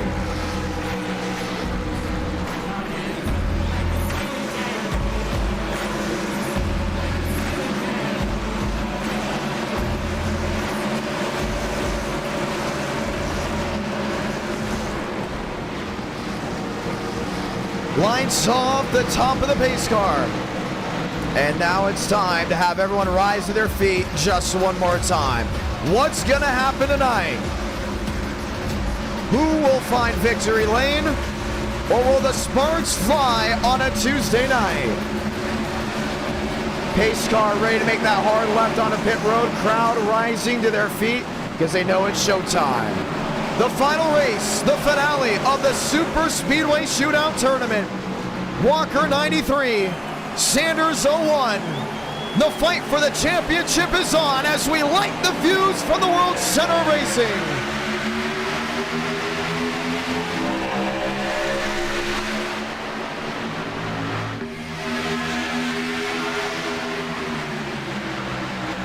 Schmidt locked in with Walker to 1 and 2. See Cootie on that outside lane. They just weren't able to generate enough momentum. There was Sanders. Schmidt going top, gonna get it done, drops back to the bottom. Walker on the outside there at the 0-1, Andrew Cootie in the middle. Lane Sanders already hung out to dry. He's been dropping back big time, already up into the outside wall. Thinking long term, it's a long race, you don't want to tear up your equipment. The battle to lead, lap number 1. Walker 93, Schmidt 79. Aiden Walker and Chevrolet, top of the board. CJ Jeffries, a $5 super chat saying, give him hell, Lane. 2x2 to 1 and 2. Byram trying to lock something in, back towards the rear end. It's a couple rows back. Davis Lewis up to third on the outside lane. Carlos Truther. Near miss scenario. Matthew Brower stuck in the middle.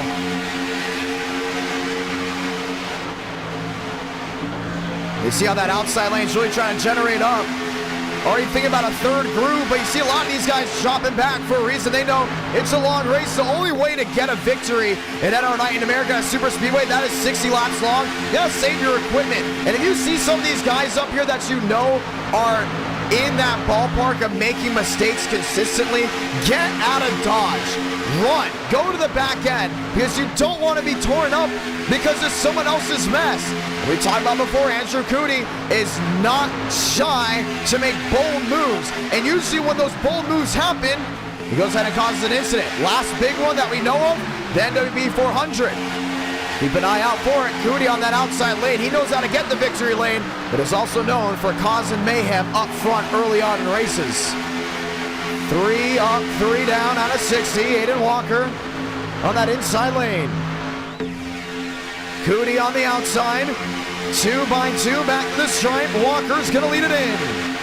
That inside lane's really just full of smart drivers that are in the area of, I want to stay up front, but I don't want to force it 3 wide. When you saw Truther try that 3 wide move, so many drivers just hung him out to dry. They wanted nothing to do with them, but he's able to lock it back into that 2x2. Now Spencer Burns is up that 7th spot.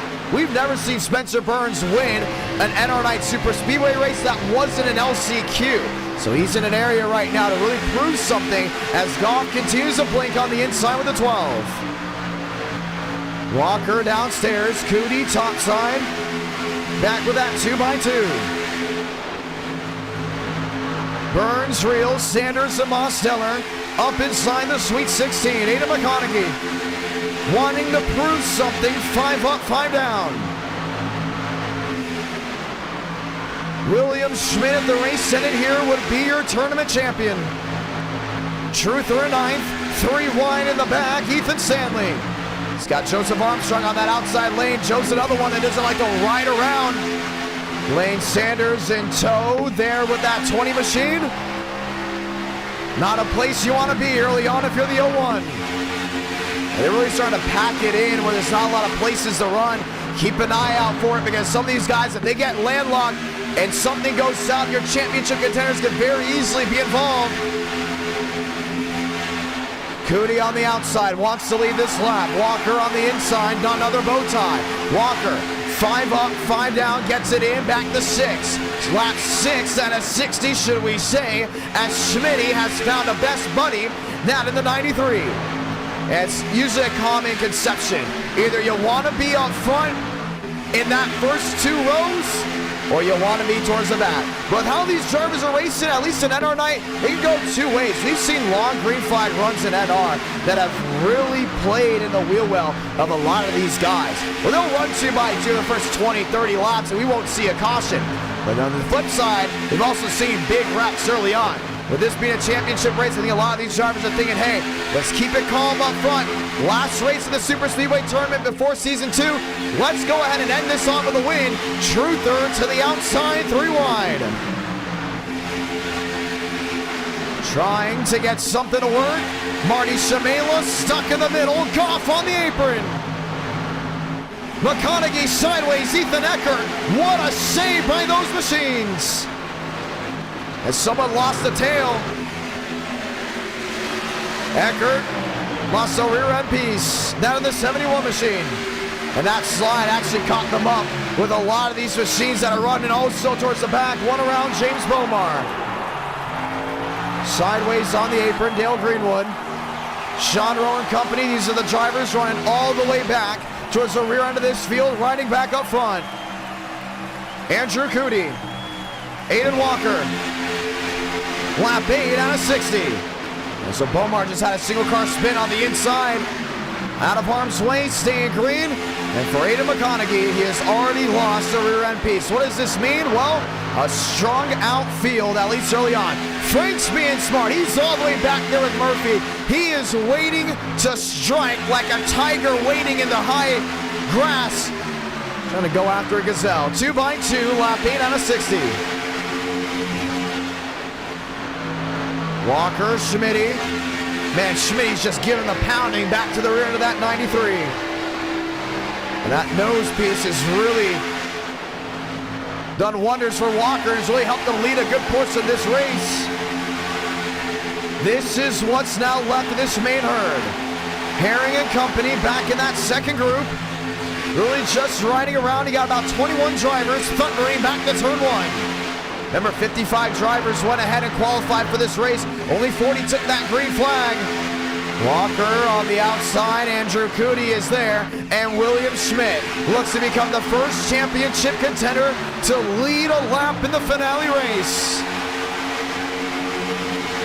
Schmidt on the bottom. Byram in tow. Joseph Armstrong down there in that Redbird Toyota. 3 wide, Sanders in the middle, trying to sneak his way on through as William Schmidt will roll the dice and won't lead this lap.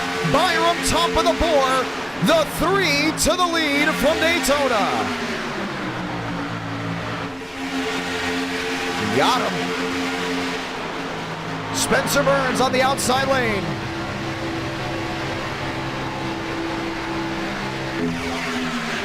Trying to make that third groove work. Has Cootie in tow. Has Truther in tow. Now let's talk about Carlos Truther. Look back to the NWP 400 duels. Accidentally downshifted and took a lot of guys out because of it. What does this do now for his reputation? Well, it hurt it until he started running up front again, and drivers like, okay, I can trust him. See it right now, Truther looking for his first ever win in NR. In the middle lane, working 50 laps to go.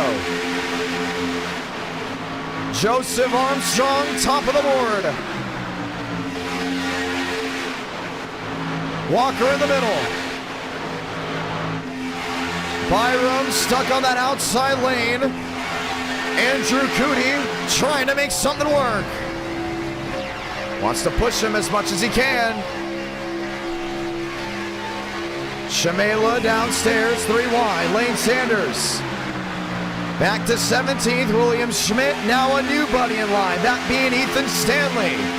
Toyota Chevy working together on the bottom.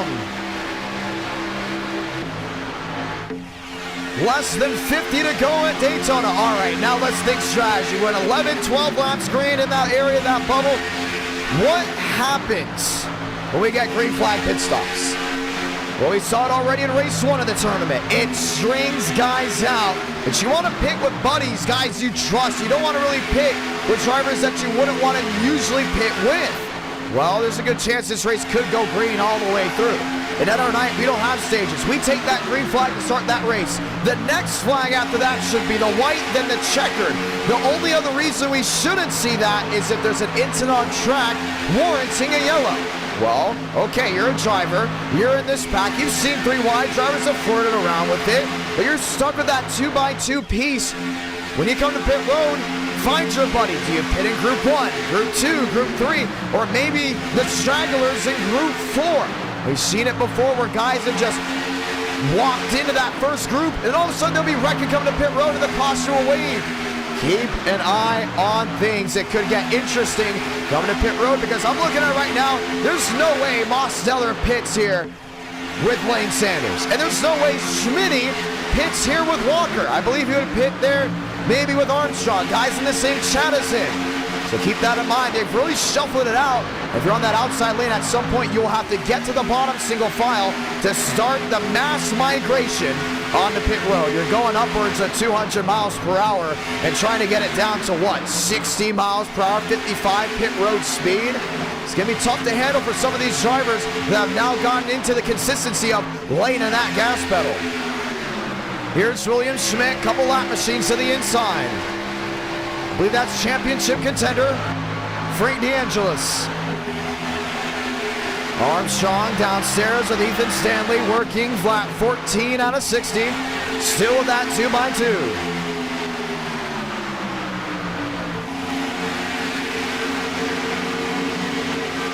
And no, that is not Frank DeAngelis, but that is James Bomar on the inside lane. Remember, he got involved in an incident. It's going to force a lot of these guys to the outside. Might be Dale Greenwood in that 32. Lap machines going below the yellow line, minus Greenwood.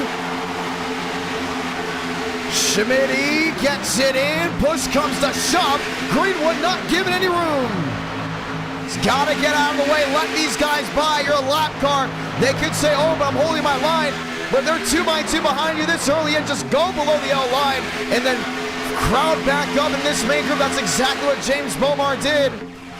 Race etiquette not to the max there for the Greenwood machine. Everyone else 2x2 working their way down the back. Yeah, it gets to that hold your breath moment because you know something can strike at any point. You know things could go south. But you continue to watch on as Ethan Stanley has now worked his way up to that 5th position. Beckman and Burns. Beckman looking for his first win in NR Night in America. New livery on that number 14. Walker on the outside, Schmidt on the inside, battling back to 1 and 2. Got Kenny Reel back there in 8. Another one looking for his first win. Came oh so close to getting it done in the NWP. Walker top side. You still got the Marty Shamela machine lined in with that 93. Well, we've shuffled this deck, haven't we? There's Josh Kenyon, but who has really been the biggest movers thus far? Well, you see it here. Beckman up 32 spots since the drop of this green flag. Burns up 12, and so many others have all lined back in. We've already lapped 28th on back out of the 40 drivers that have taken the green flag. Well, guess who's next? We're looking at Frank DeAngelis, championship contender, might be next to get swallowed up here.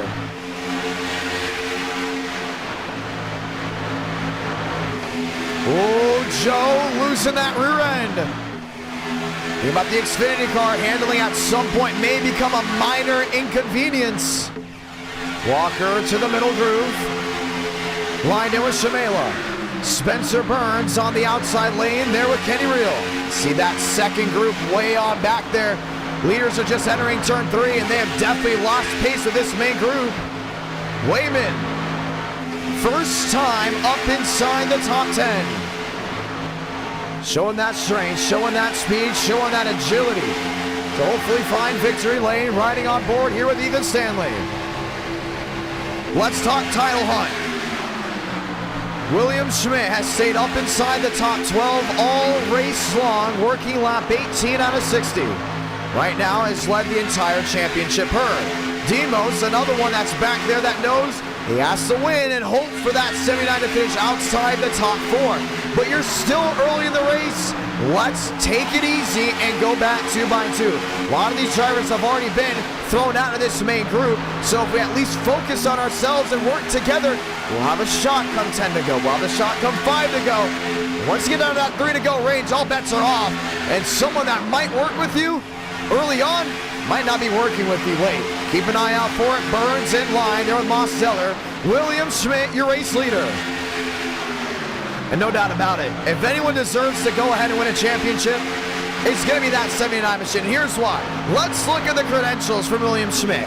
1, he's an eTicket event winner. Won the 2011 Ford 400. That was the last year eTicket event. Number 2 is a monthly champion. The highest viewed monthly championship ever. The finale came down from Homestead, and he got it done. So he knows how to win in Florida. That's great. Let's look at now the tournament. Scored points early on in race 1 and race 2. Go into race number 3. What happens? Big incident. Goes into that outside wall. Junks it up, but still finishes up inside the top 5 because the entire herd dismantled coming to the white flag. What did he do? He didn't give up. Was down on RPMs and scored points. So As long as you're still in the race, you're going to have a shot. But the question is, does the luck at some point run out for that 79? Looking back, Carlos Truther. This is what it looks like at the tail end of this main pack. 40 laps to go. Next time by, they have flown on through this race. Spencer Burns. Lined in 2x2. Davis Lewis in tow. Really just watching and waiting. Andrew Cooney at one point was leading this main group. Now just stalking and waiting as well. Watching to see what he can do. John Connor. Very interesting driver as well. Keeping an eye on things up front. William Schmidt leads, 40 to go from Daytona. 3 more lap machines, Sean Rowe, Frank DeAngelis. Those are the drivers that got in line and expecting a caution early. They'll be 1 lap down, which means if the caution flies late, Frank DeAngelis will be at the tail end of the longest line. Stanley's looking for that middle. Rowe down the pit road, Frank. Got caught in the tri-oval, holds that yellow line. 3 wide, trying to make it work. Now Rowe went all the way down to pit road to let these guys on by. The 10 in front of DeAngelis, struggling to hold that line. William Schmidt holds on to the race lead down off turn number 2. Wayman, Brower, Real and Byram. Locked into that 2x2 dogfight. Davis Lewis has now got it gunned down to the inside lane. We haven't seen a lot of movement out of what looks to be the Mosteller machine. He's been stuck in this second group area outside the top 10 for a very long time. And I know some of these guys are now getting formed on the inside because they know pit road is about to be open. You got to go to make your way down in. But for Demos, outside that top 10, with how clean this race is gone, you may want to work your way forward at some point just in case we have a caution-free Daytona race. Joseph Armstrong, the race leader. William Schmidt in tow. Aiden Walker on the outside lane, 2x2. Byram, Beckman, Burns and company. Matthew Brower watching on downstairs as they've all locked into the 2x2 battle. At 3 wide. It's going to work later in this race, but you definitely don't want to do it now. And we already had your hold your breath moments in the early portions of this running. They went 3 wide, 3-4 rows deep. You're just worried if something was going to snap. Armstrong into the side of Schmidt, and that's going to put a donut on the right side of the 79. They're swaying a lot, trying to hold on to that car. Now the temperatures are lower for this race. We did go to Iowa at 90-degree temps. Now they're 65 at Daytona to really get to that fall feel.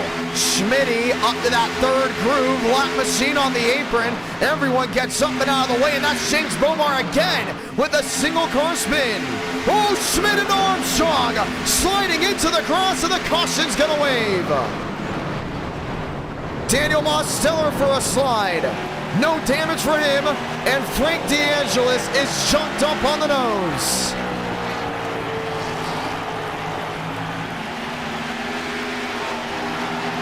First caution, working lap 25. And start with the 79, might have gotten turned. We'll watch the replay in a moment. I believe he just came right down. No, he did, he got tagged. Spencer Burns. And Frank DeAngelis. The idea of running in the back, I don't think it's going to work out too well for him, as he's going to have to hope for a miracle to make things work. Spencer just got right in the back of him. That's what caused it. Watch it again from this view. Spencer Burns, the driver of the number 39. And swipes Schmidt right here. You see Schmidt counteract that. Tried hand over fist, didn't work out, and Joe just goes for a slide in the grass. I don't see the 20 with too much damage, but look at the lick the 91 Ethan Stanley got. Watch the 10 machine right here. Nose to tail, just lifts it off the ground. And there is nowhere for other machines behind to go. John Connor gets through without any issues. The hood from the 10 went up and into the catch fence. And just like that, the caution will wave. Working lap 25. A lot of damage for other machines. Nail-biting moment if you're Daniel Mostello. Let's watch this view. And so he sees the wreck occurring right away. You can see the smoke in the tri-oval. So he had a lot of time to react right here.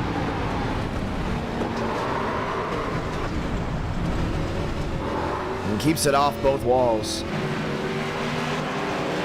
So most will drive to see another lap. But for others that were not so fortunate, it will be the end of their tournament run. Schmitty, Walker, Beckman, Marty Shamela. Pit road is open. Definitely wasn't on William Schmidt. Definitely on Spencer Burns. Burns got right in the back of him. Beckman overshoots the stall. Schmidt is in, Walker is in, and Spencer Burns brings the caution out for the first time tonight. Lane Sanders, one of the drivers that were kind of just driving back towards the rear end of this herd. Not looking to cause any issues. Was the fact that he was able to avoid that caution before making it to halfway.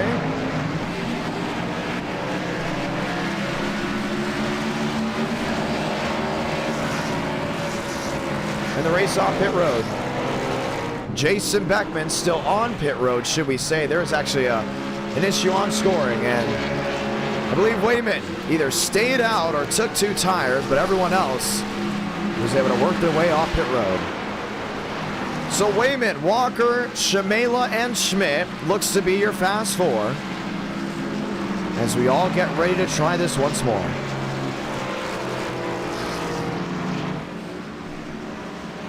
Burns in 5th. Real in 6th.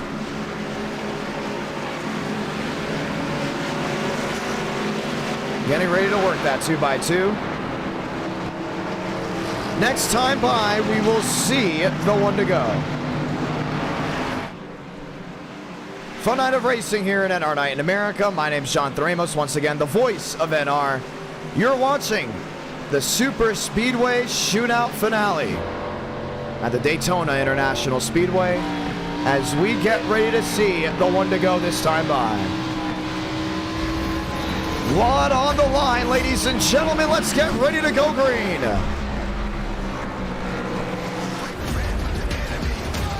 Walker and Shamela, Schmitty and Burns.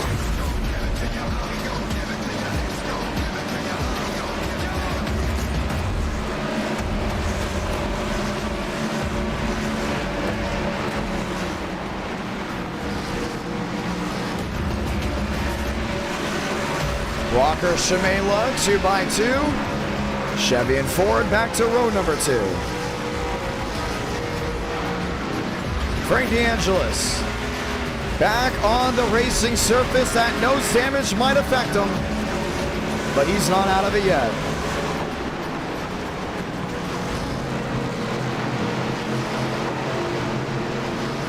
Time to get ready to rock and roll, ladies and gentlemen. Time to go back green.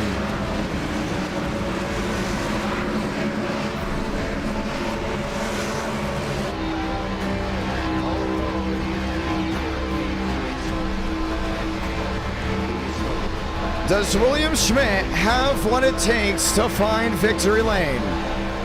Does Spencer Burns rally back after that incident? No penalties out due to it being a racing incident. Nonetheless, definitely rubbing some drivers the wrong way. Let's go green just one more time.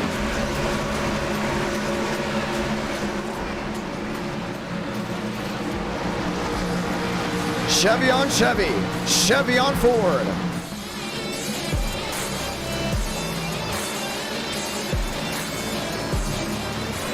Kenny Reel. Looking for his first win, one of the trophy hunters.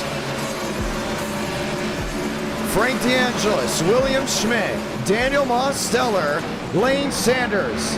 Those are your 4 title contenders. Ready to rock and roll just one more time. Pace car on the pit road, Pat Green from Daytona.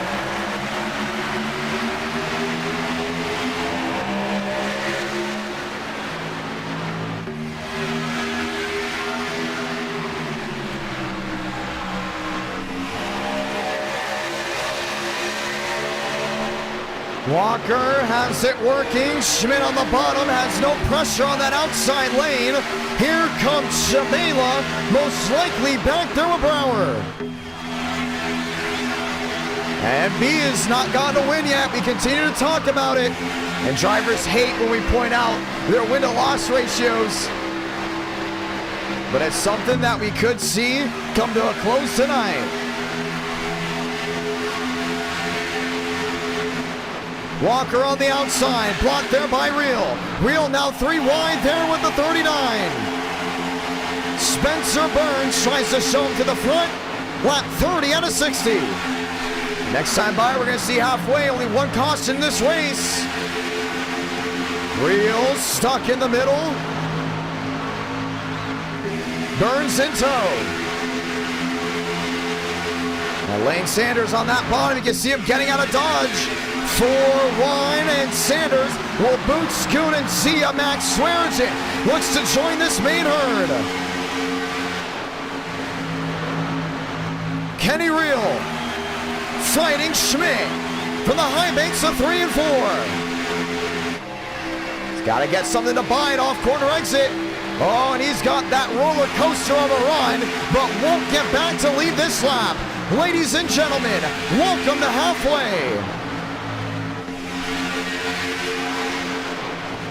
Davis Lewis, 2x2, Josh Kenyon.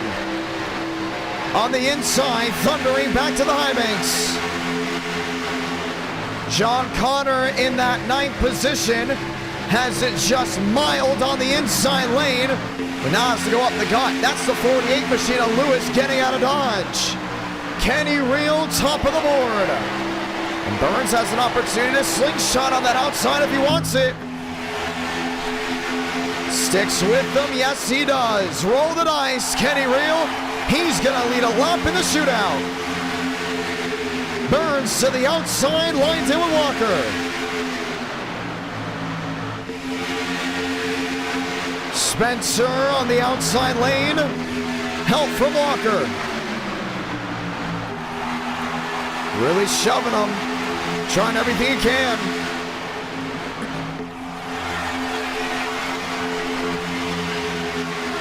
Spencer Burns, Aiden Walker. Schmitty downstairs with Real. 3 wide, Carlos Truther. That's way in the back. And there's Mosteller, back in that 8th spot. He finally was able to crack up inside the elite. Now he's got to go for the lead at some point and show that he has what it takes to take this tournament championship. Burns on the outside, race leader.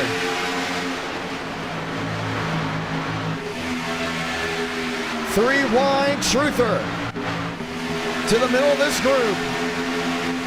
CJ Ullman, the drive off corner exit.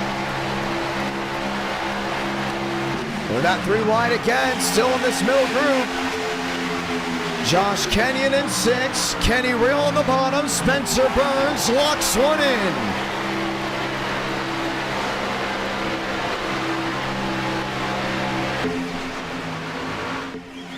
Lap machines, Kenny Real on the pit road. And he's gonna go ahead and possibly run into a stall. He does. I don't understand the idea of pitting. Kenny Real pitting because he thinks he can go all the way from here. I mean, he came with nobody. Aiden Walker, race leader in the middle. Carlos Truther, help with Swearengin. No, that might be the machine behind there, the 16. It's probably Richard. Richard pushing that 39.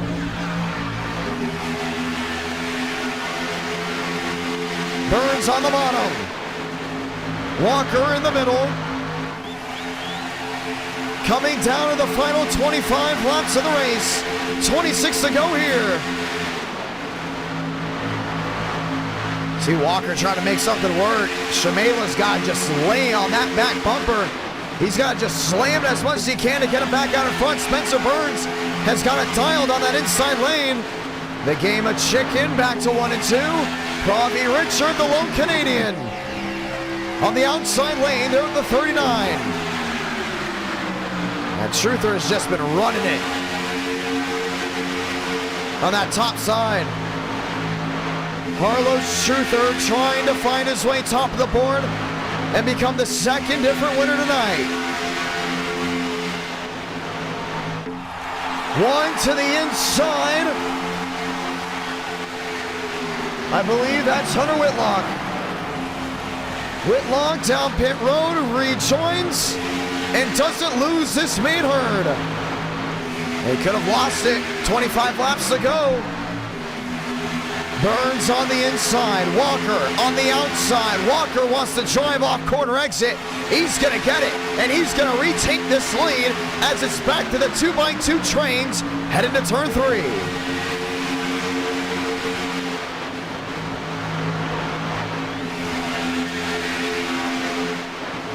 Shamela, Kenyon, Pravi Richard at 11th. Daniel Mosteller. Demos on the outside lane. Trying oh so hard to get that thing to work. Schmitty back in third, 2x2. 24 laps to go.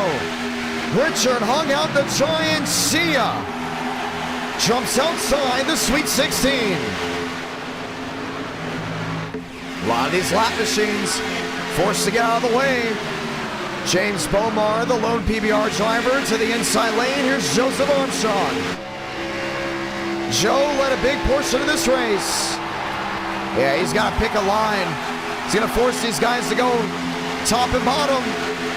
And the seas will part as Joseph Armstrong gets swallowed up 1 lap down. 23 laps to do it. A mostly tame Daytona race, just 1 caution in its name. 23 laps remaining. Walker in second. Shamela in the middle. Josh Kenyon there in 6th.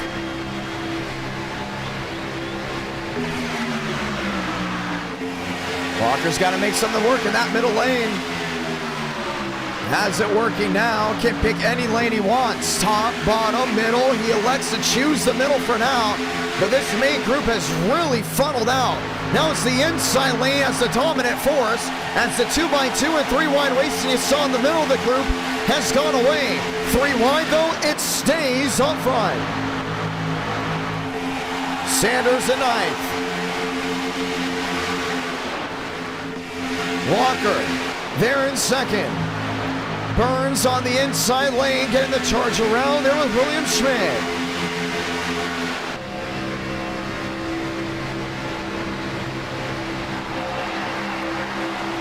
Kenyon. In tow, DeAngelis on the outside. No, let's rephrase that. That's Max Swearza on the outside. Frank DeAngelis 1 lap down. And Demos is going to wait to that last moment to try to make something work. A blink here, a blink there. Lane Sanders. 3 of the 4 championship contenders up inside the top 10. Burns on the bottom, Walker in the middle. Lap traffic is just scattered around this racetrack. Goff on the apron, getting out of the way. 3 wide, Josh Kenyon. Now 3 wide, there with Mosteller. 21 laps to go. Spencer Burns. Down on the bottom, William Schmidt. Right with them, William Schmidt drops to 5th, Mosteller to 2nd, Mosteller to the lead. New championship leader from Daytona, Demos top of the board. See Lane getting a little aggressive. Oh, it's go time. 20 left in this race. If Most wins and Schmidt finishes 5th, Demos will win the title. He's got it working on that outside lane. Lane Sanders lined in, nose to tail. Byram in tow, there with the 3 machine. Walker up to block, locks in lane 2. 19 to go from Daytona. All right, you found your way to the teens. How does the rest of this race work? Walker to the inside, 2 by 2, lined in with Burns. Demos on the outside, lined in with Sanders.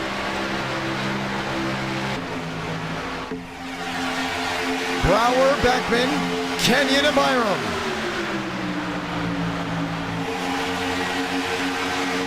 Demos holding on, now has a 2-point lead over Schmidt.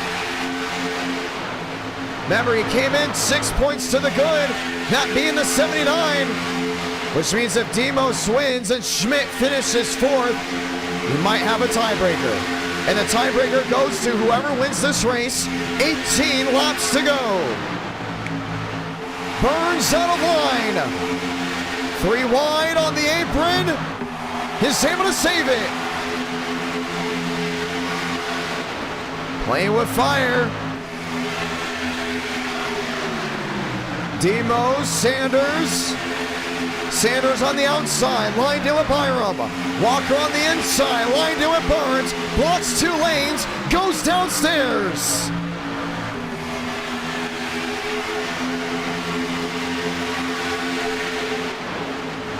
$17 laps to go in this race, this time by.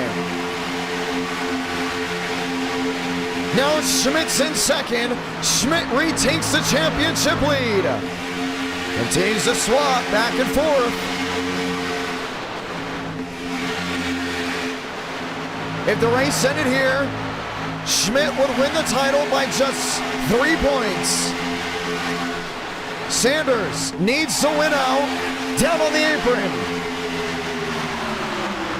And that nationwide Ford kicking that dust up. Oh, and he's gonna drop way back. Lane Sanders out of contention for now, should we say. Burns on the outside. Schmidt lined in with Demos, and he knows if he just stays in line with this 87, he wins the championship. That's what it comes down to, if they finish 1-2. But if he finishes 4th, that's a different story. He would win it by 1 point if he finishes in 3rd. 16 laps to go.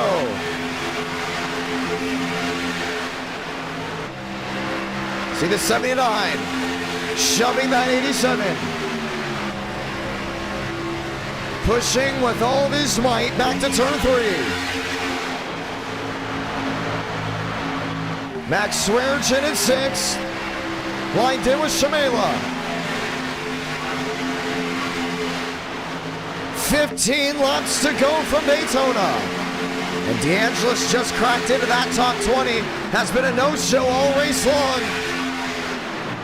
After this, truck racing from Michigan, James Bomar down on the flat. Lap machines getting out of the way.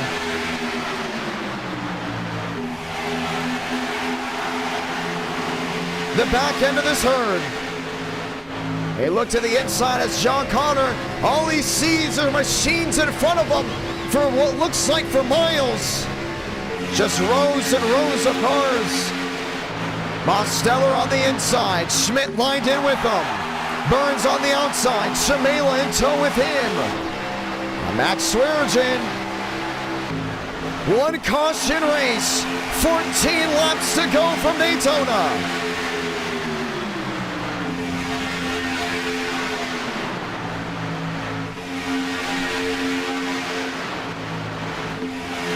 Burns Burns on the outside. Needing help, not a lot of shove. At some point, Max Swearinger going to make it 3 wide on the outside. We know he's going to go. We just don't know when he's going to go. He could go with Beckman. He could go up there with Brower. Someone's got to make that third lane work at some point because the clock is ticking. And you get down to 12 to go and you're back there in row 5 and 6, you're not going anywhere. You're just stuck. Schmitty on the bottom. Walker dials it in. Mosteller, your race leader, 1 point behind the championship spin, 1 to the inside.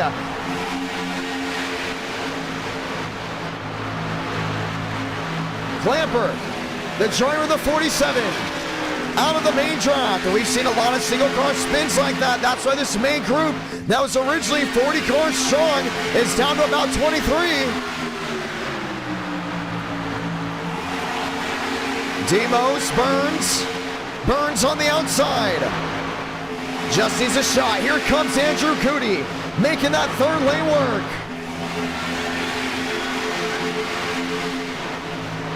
Burns on the outside. Demos on the bottom. 12 laps to go from Daytona.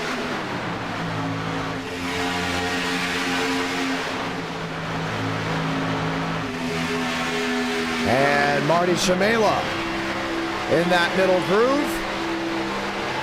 Lined in with Max Swearinger.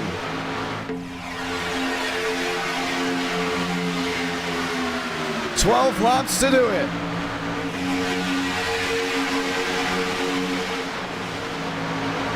Schmitty P3.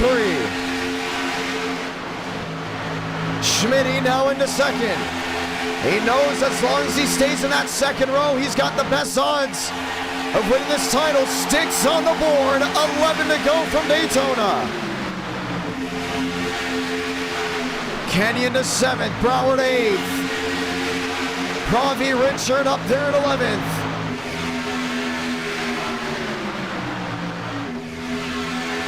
Two by two. Burns on the outside.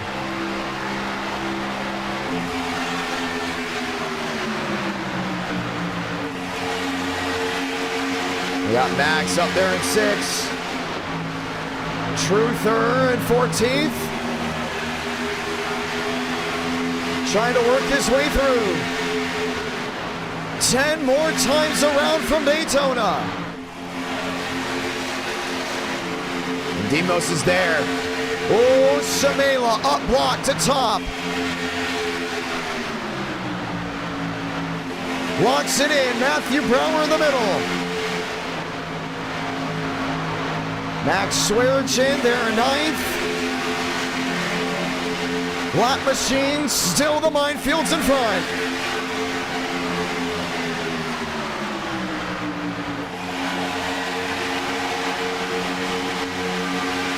You see Cootie trying to make a move. Byram on the outside, 3 wide, doesn't work for him.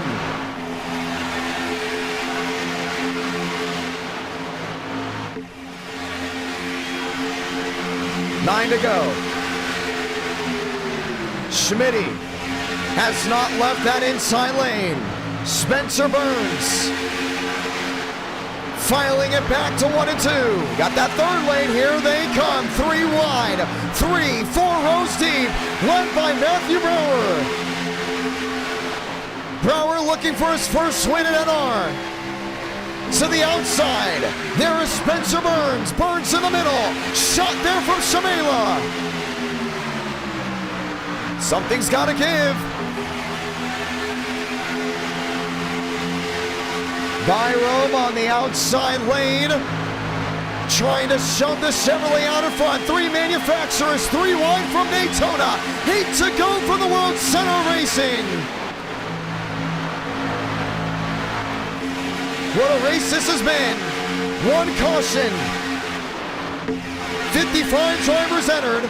40 took the green flag. 15 bumped there from qualifying. A lot of blinking there from Byram. Oh, Mike stack guys up on that outside lane. John Connor and company. Watching, waiting, needing something to strike. Burns to the inside, locks it in. Daniel Mosteller lined it with Burns to the outside.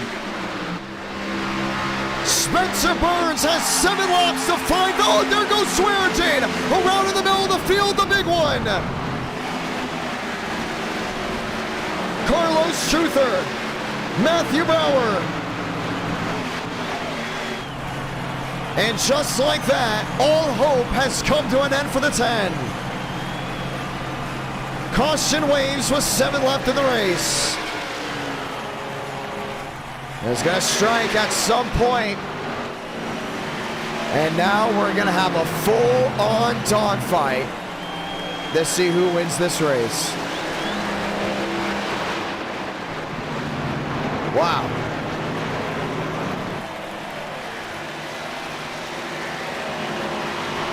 This shuffles things up. And we thought it was the big one, should we say, maybe 2-3 machines. It looked like it was taking everyone out. But it did not happen. We're gonna have a shootout for a championship.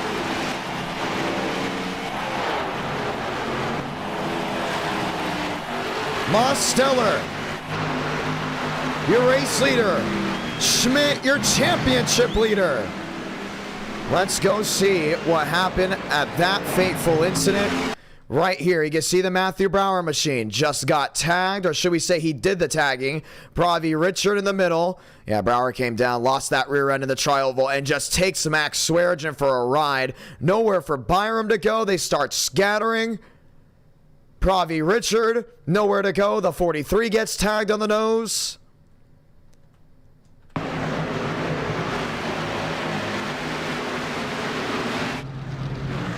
And just like that, we're gonna have a full-on dash to see who goes to victory lane. Pit road, it's wide open. Money stop time nonetheless.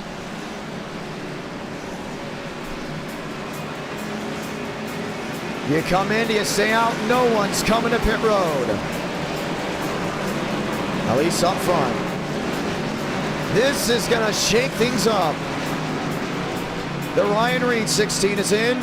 Sean Rowe gonna go in and top off just in case we get an overtime finish. Chad Thornquist. Pravi Richard in as well. And so many others. Joseph Armstrong will get back on the lead lap. A lot of damage to the right side of the 20. This has been a fantastic race. One of the greatest races we've ever had at Daytona. 2 cautions, and we're already down to 5 to go.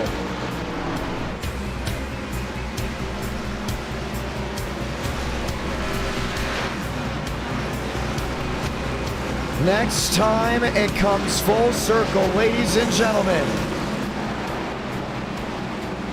Who's ready to get it done? Daniel Mosteller. 2 points away from a title.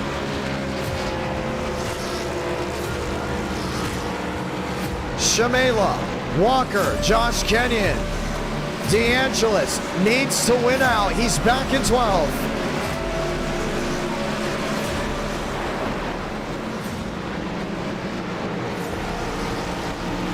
Truther in 8th, looking for his first ever NR Night in America win.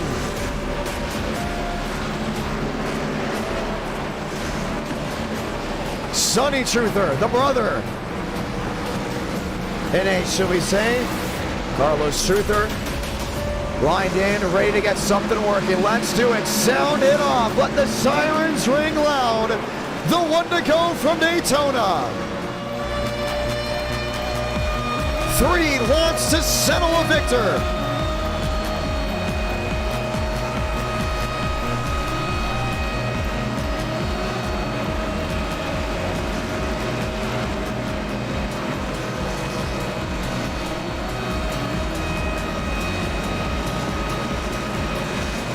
Three laps on a tournament. 3 laps for a championship. It was all about putting yourself in position. Sold out virtual crowd. Back on their feet just one more time. Mosteller might be forced to win the race to win this championship. Schmidt, depending on where the 87 finishes, mathematically just has to finish third or better.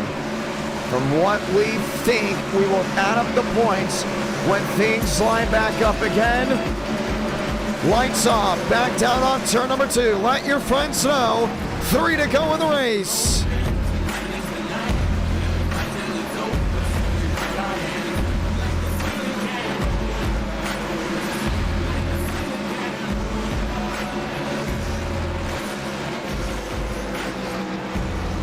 Demos, Burns, Schmidt and Shamela. Lined up, ready to get this thing rolling.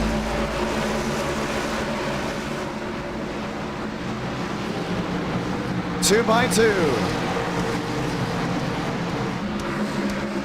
Connor in 7th. Shamela. Ready to get this all going again.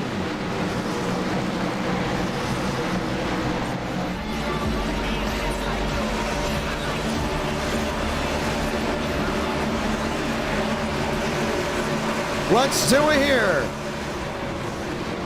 How badly do you want to win? Let's find out. And you can expect the 3 wide to start right away. Pace car down and away. Mosteller 87, Burns 39. Back underway from Daytona.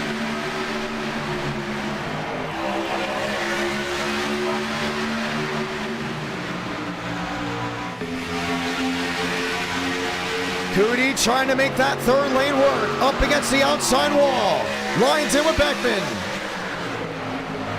Burns is in the middle. Shamela lined in. Spencer Burns. The drive off corner exit. Ford Toyota drag race down the super stretch.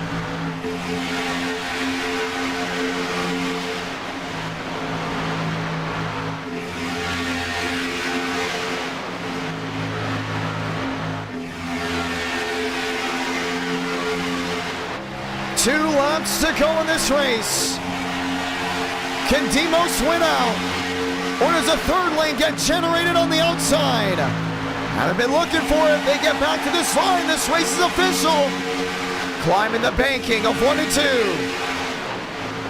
Shamela in the middle. Josh Kenyon lined in with Connor. Schmidt loose on the apron.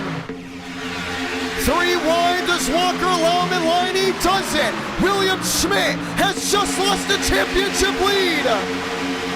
Shamela trying to make something work, wrecking in the rear. Chad Thurquist and company, we will see overtime. Oh, man.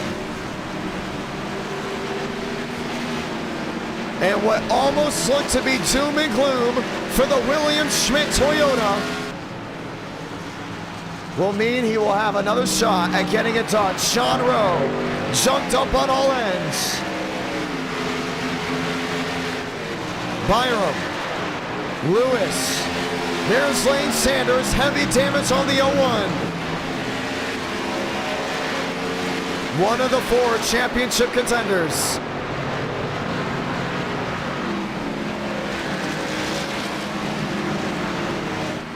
Carlos Truther. Here's Frank DeAngelis now. All good, lined in.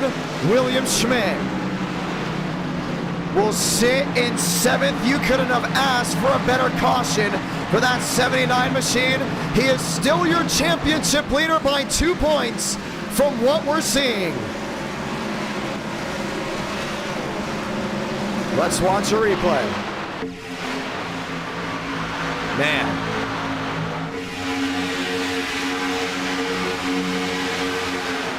And it could have been easily all over. These drivers are swiping back there. Remember, it's a 60-lap race. We're really overdue for a big wreck. And it happened back here. shuffling, swaying. And Sean Rowe just got into the 47. There's just nowhere to go. Nate Dew, a lot of damage on that 53. Chad Thornquist. And for Team Toyota, it's not over. But for William Schmidt, it almost was. Thornquist on pit road. Josh Kenyon, Marty Shamela, John Connor, Demos, Walker, Greenwood. Now we'll see overtime from Daytona. All right, it's going to be anyone's race. Coming down to it. Some of these drivers going around, getting their laps back. Ready to try this all again.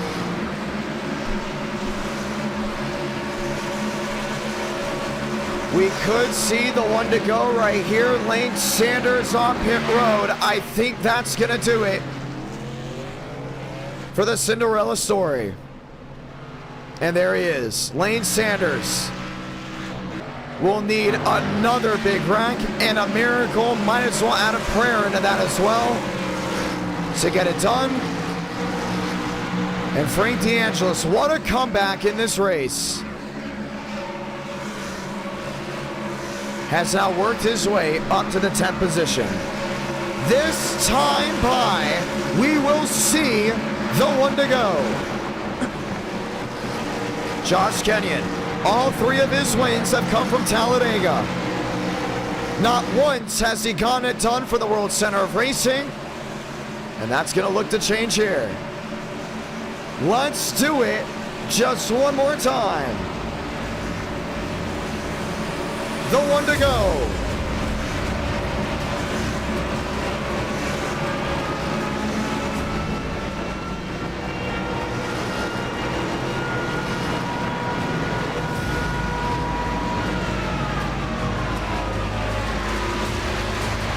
You're looking for drivers streaming? Join the Discord.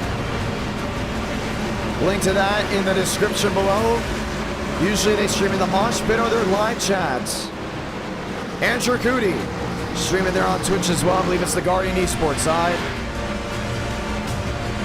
Let's get ready to go green. 2-lap dash for a championship.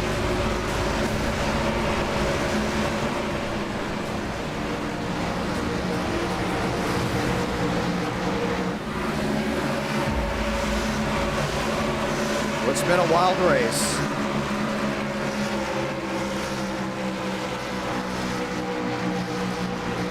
Is ready to line back up and try this all again. Let's get ready to go green.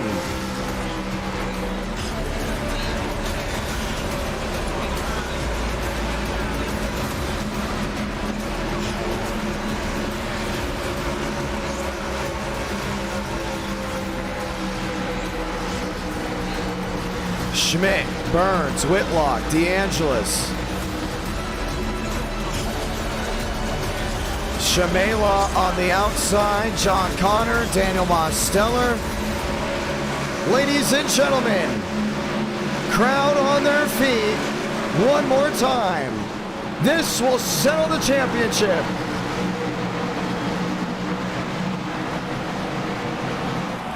Kenyon up top. Kenyon downstairs, Shamela up top.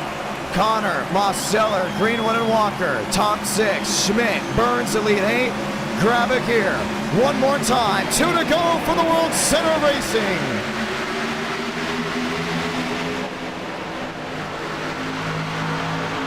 Kenyon way out in front, blocking both lanes. From the top to the bottom. Climbing the banking of 1 and 2.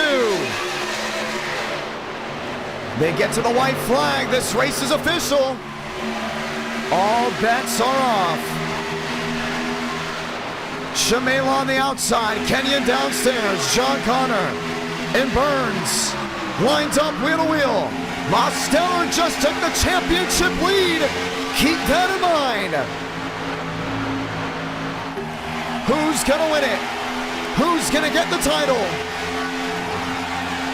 Shimela sliding off turn number 4. Santa Blanca, 1 to go from Daytona. Most in the middle. Burns slide in. Kenyon on the bottom trying to make something work.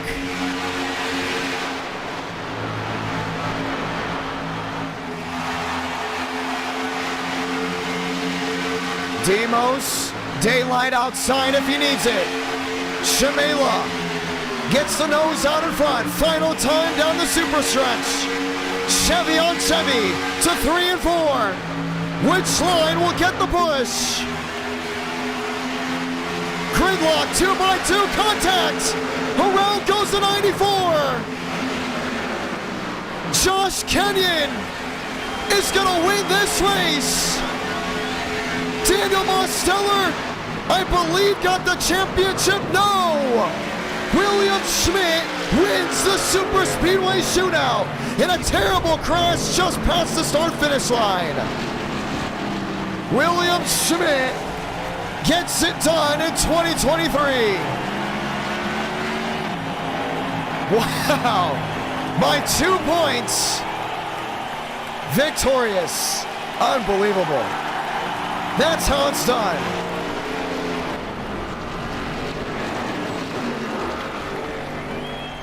And it couldn't be any more electric. Josh Kenyon, 4th win in NR Night in America. And got it done in style. That's how it's done. My man, NR Night in America, fueling victories all year long.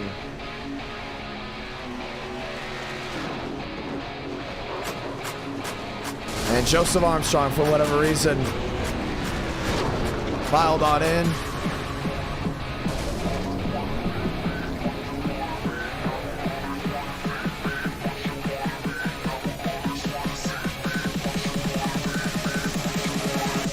And Joseph Armstrong, because he wrecked the race winner at the end of the race, he will not be racing Michigan.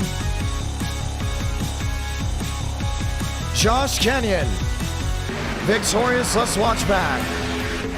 This is the final lap. The top view. See these guys trying to generate a line.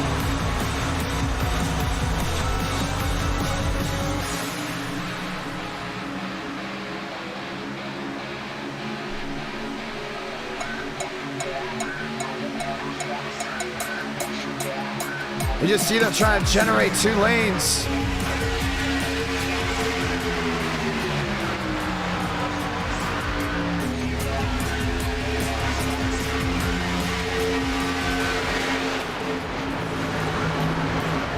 And once one car got sideways in the middle of the field, that was it. Man. Shimela with the look to the inside. I think that was a great call. This might be a YouTube short. I'm sorry, that's just a content creator and me talking. But that was awesome. Josh Kenyon getting it done. Look at this wreck. Just nowhere to go. Sparks and flames scattering about. Let's watch it again. Walker shoving the 94 on the inside lane. Let's rephrase that. Walker shoving the 94 downstairs. Slides up.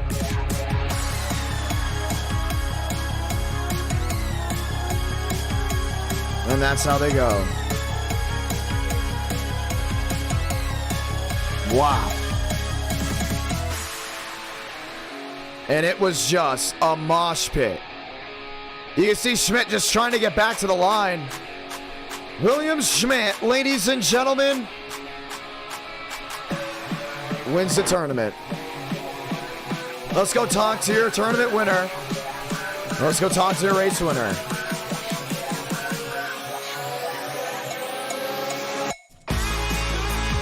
Unbelievable. That was awesome. Totally worth it.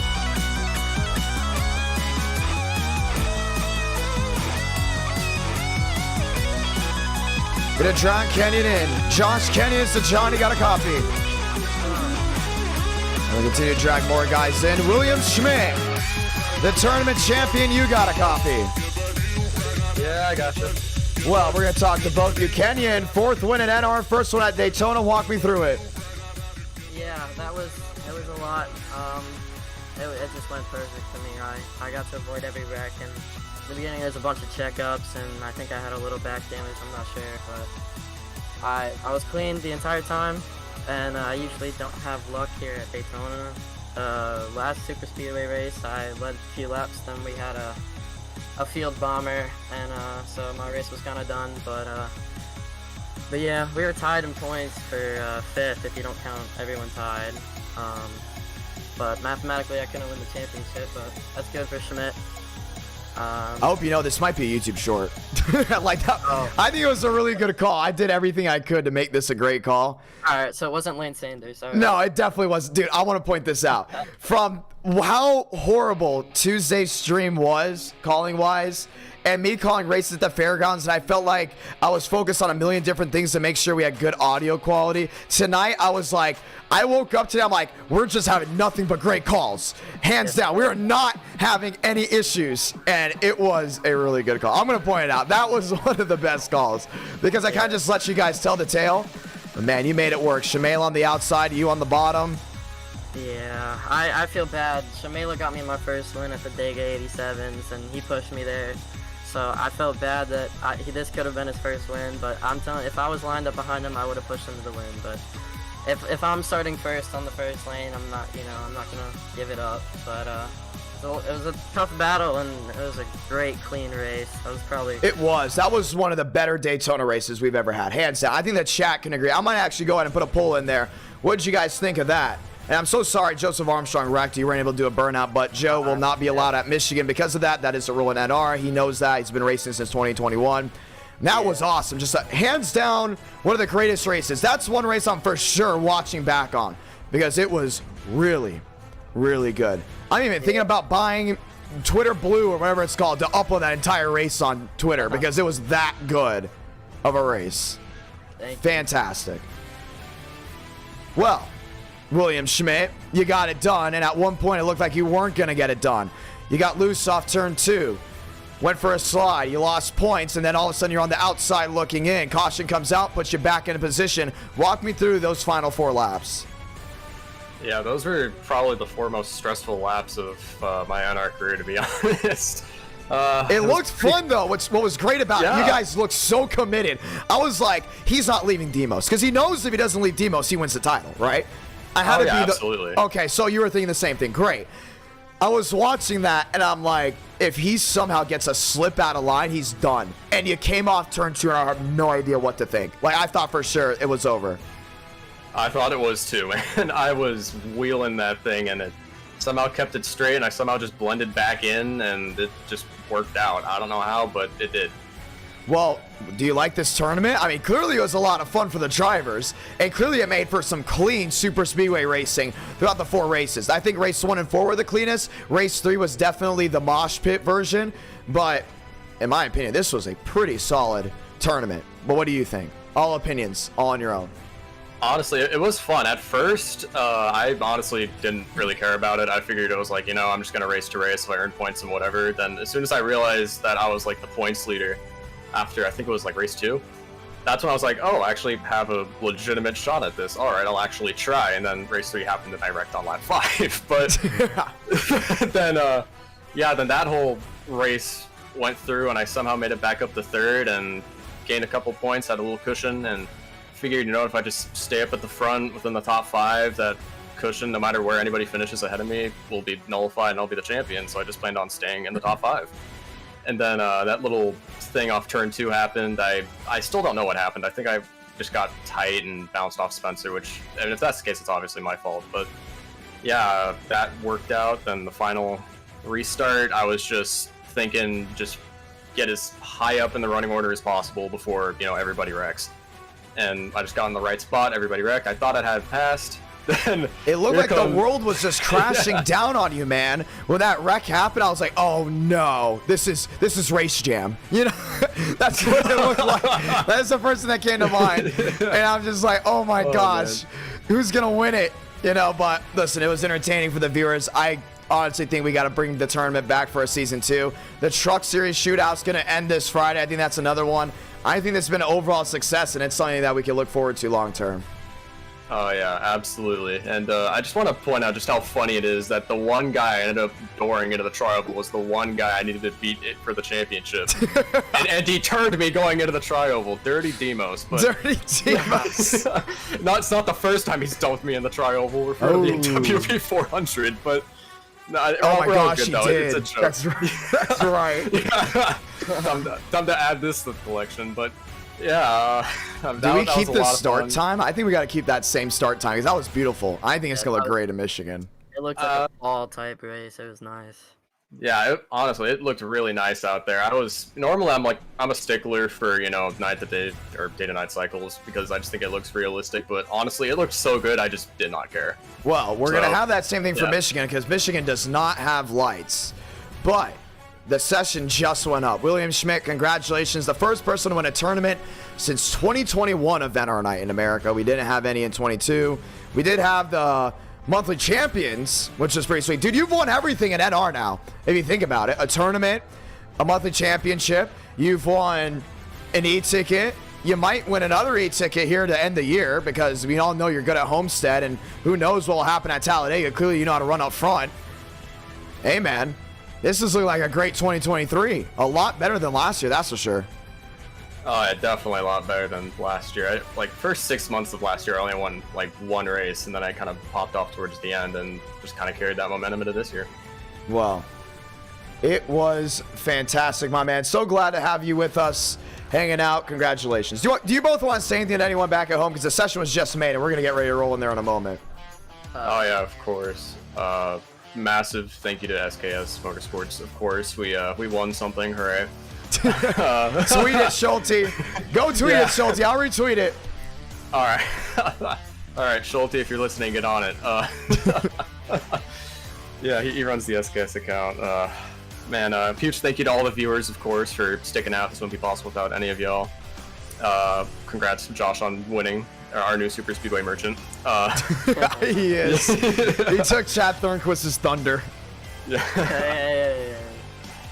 I'd like to thank you for putting up the streams. Oh, thank you. Obviously, congrats to William Schmidt. A lot of fun racing tonight. And I'd like to thank all my friends and family for watching. I know my uncle is watching, so hello. He's the one that got me into NASCAR. So that's for you. Look at that. And, paying off. Yes, sir. And yeah, just really fun stream. And congrats again to Schmidt for winning the championship. Schmitty, the man. Kenyon, congratulations to both of you. We're heading to race 3. Yes, sir. Well, that was a lot of fun. We're not done yet. I know some of you guys are coming in here that were looking for different things, maybe Iowa. Well, guess what? I did see the chat. Some of you guys are still looking for Iowa. That was race number 1. That was race 2 you just watched at Daytona. We want to race 3 at Michigan, and maybe race 4. Well, race 4 will be a late model stock race. Maybe a race 5. I have to think about it. The chat's been pretty entertaining to listen to or read, and we are still working on the earlier start times, so I might just throw a race 5 in there just because. You never know. Let's see. If we definitely get over 250 likes, I'll consider it. But the likes have definitely got to be the main staple. This new start time is going to take some time to work in for our long-term viewers. So that is something that I am watching on, considering. And personally, I love the new start time. I think it's really cool because there's a good opportunity for me to go to bed before midnight, which is amazing. I love it. So glad to have y'all with us as we get ready to enter the race number 3. Trucking, baby. Let's get ready to go truck series action in race number 3. That's a big test. You got to test things out, test new waters.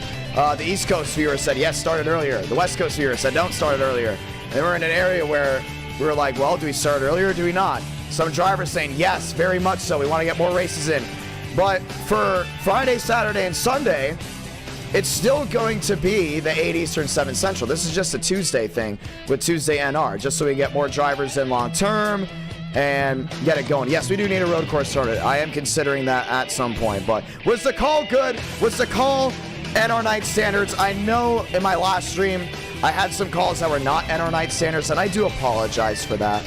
But was that Daytona call NR Night standard? I think it was. I think it was really good. I definitely changed my broadcasting style over the last 6 to 8 months, including in the last year.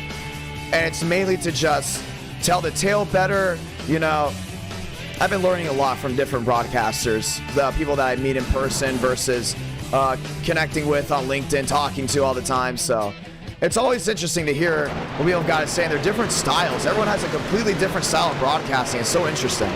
So mainly for me, it's just about making a unique style. I love it. Here we go. Let's get ready to go green.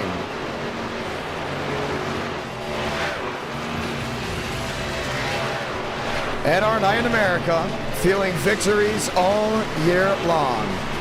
And Throttle will, he could have won that championship, let's be honest. Alexander Balderas could have easily won that title. Well, I do know when we start earlier, we do have more drivers, which is really important.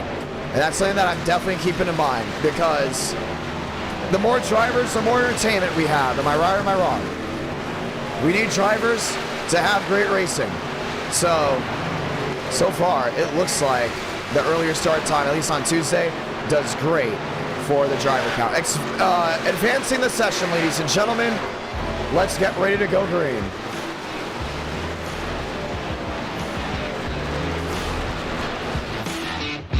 Let's get it done.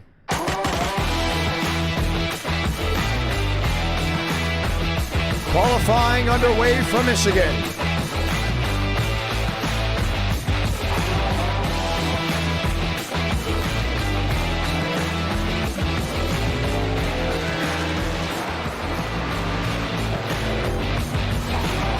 Jordan Herring, one of the younger drivers.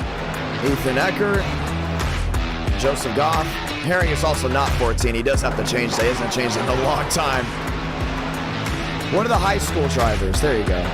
It's a 50-lap race, ladies and gentlemen. And then we go late model stock racing. Oh, thank you so much, Corey. Yeah, I got a bunch of DMs from people, like including over the weekend, because apparently I'm too hard on myself when it comes down to commentating. Like, some people at Nashville were saying how they loved the call that I had for that race. And they said it was like really unique. They loved it, and it was radio style, and they liked it. Because for in-person, if I'm doing in-person and PA, I do radio style. If I'm doing it in-person, it's just on the broadcasting side. I do a different form of broadcasting, like commentary. So you were like, hey, you did great. And I was like, I could have done a lot better in certain areas. I probably could have increased the mic audio. You know, I didn't realize that the car audio was that loud on the broadcast. And I was like, I kind of made a couple mistakes, but they weren't that big. They're like, no, that was amazing. And the same thing with last Tuesday. Like, your calls were fine. You're just, you know, too picky. I am very too picky with how I broadcast races. I don't know why. It's just a thing.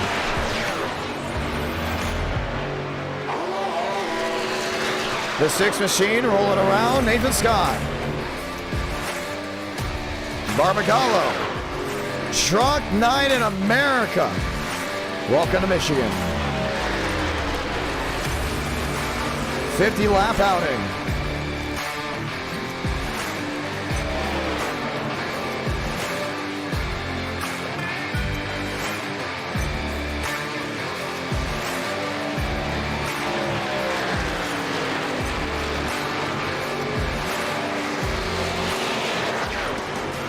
Barbagallo, 4th quickest. Are we bumping drivers? I believe we are. Damian Vega, Ethan Eckert, Michael Mitchum. Look at Mitchum's new Hooters game. Look at that. You know, Mitchum asked me one time, he was like, hey, do my paint schemes look nice? You know what my answer was originally? No. I didn't want to be a yes man. I didn't want to just say, yeah, they look nice. And what that did is it added a spark to him. He told me, he was like, I took that to heart. He's like, I took it personal. And look at how nice his paint schemes are now. They're beautiful. I love them. Carlos Truther. Mose with some really weird rims. I don't know why they're highlighter, but they very much are. How about the Mike Skinner machine? Oh yeah, Drake Berry. Bring on the truck, baby. Love it. I want to point that out. I am my worst critic. I'll watch back in a broadcast, I'll just start taking notes. I always do that. I look back on every broadcast, whether it's in person or it's over the sim, and I just start taking notes. And I'm like, this needs to be improved. This could change. Attack here, lay off here, let the sounds tell the tale here. You know, it's just part of it. But I'm happy I have this knowledge because 2 years ago, I didn't. 2.5 years ago when I started NR9, I didn't. So it's awesome. It's awesome to learn. It's awesome to go ahead and recreate. It's all about that next step forward. Alexander Valderez to the 94. Truther, top of the board. DeAngelis, top of the board. These trucks, man, they're flying. 39.38. Most top of the board. 38 trucks will take the green flag. I love this truck. And that's the big thing about Truck Night in America. Every time they do it, the drivers bring out their best paint schemes. And that's why I wanted that short track shootout tournament so badly. Because I knew if we did it, they were bringing out their best paint schemes hands down. Like, I just knew they were.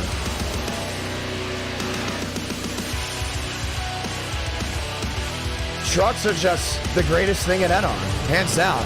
Damian Vega. Looks like the Oregon Ducks logo for the 06. I believe that's what it is, or the 06, depending on how he calls it. Let's get ready to go green. Nathan Scott. One of those drivers that have won at Michigan in the past. Aiden Walker, Barbagallo, and so many others line up 2x2.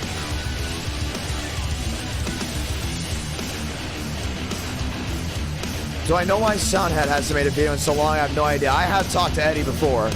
He is a really cool dude. But I am not sure. Maybe a career change? I don't know. Lined up, ready to go racing. Demos, DeAngelis, that'll be your front row. As we get ready to roll with race 3 from Michigan.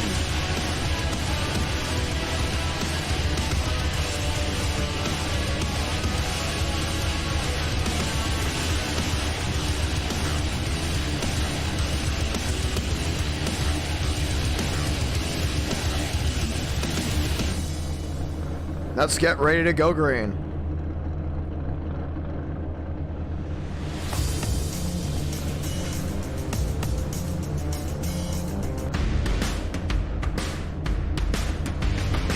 Demos, lined in and ready to go green. I don't know, man. Hey, Carlos Truther starting up front. That's something to prove right there. We might see our second first-time winner in NR Night in America. Frank DeAngelis in the Soprano 69. Could use some work. But that's what makes Frank unique. He always makes his paint schemes in a certain way. Let's get ready to roll. Frank's a big fan of the Sopranos. Always watching it in the Discord. Race number 3.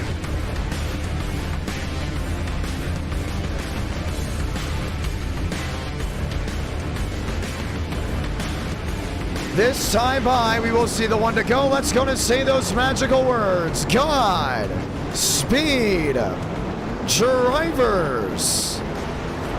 You are go for throttle up. Let's get ready to line them up just one more time.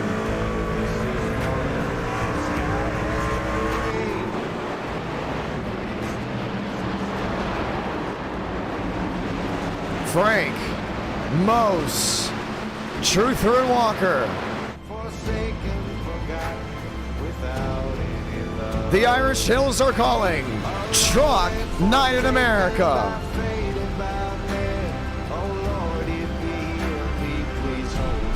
Chevy on Chevy. Toyota on Chevy. Toyota lockout back to row number 3.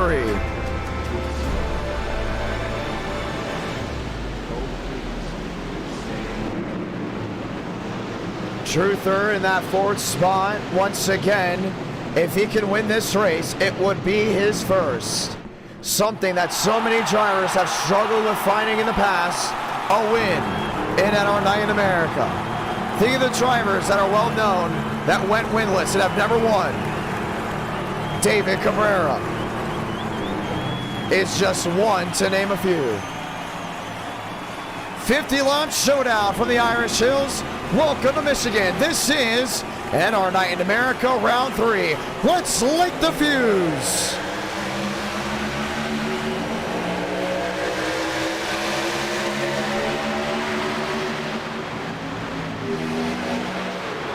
Three wide already on the outside. Barbagallo. Top lane working, lined in with William Schmidt. He's got a shove from behind as well. Spencer Burns. Frank to the lead, back through 3 and 4. Most on the inside. Fighting back and forth. 49 to go. These trucks with low horsepower, man, it's going to be a tight pack race. Walker on the outside. Trying to dial it in. Oh, he's in the wall. Up and into the outside, collecting more machines. The big one strikes early for Michigan. Wow. Talk about a jump scare. Unbelievable. How did that even happen? And statistically, we always have a big wreck at Michigan early. We just had one. Jason Beckman, damage on the right side. I believe that's Ethan Eckert in the 22. It is. Man, what a hit for Aiden Walker. Let's watch back.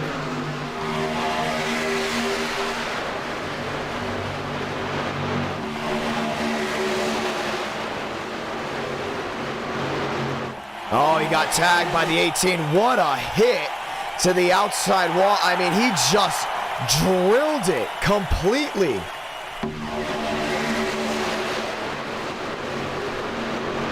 Watch it again here. Man. I mean, it just catapulted. And there was really nowhere else to run. Let's go ahead and ride with him again. So it's Walker in the 93. Truther in the 18. Truther comes up.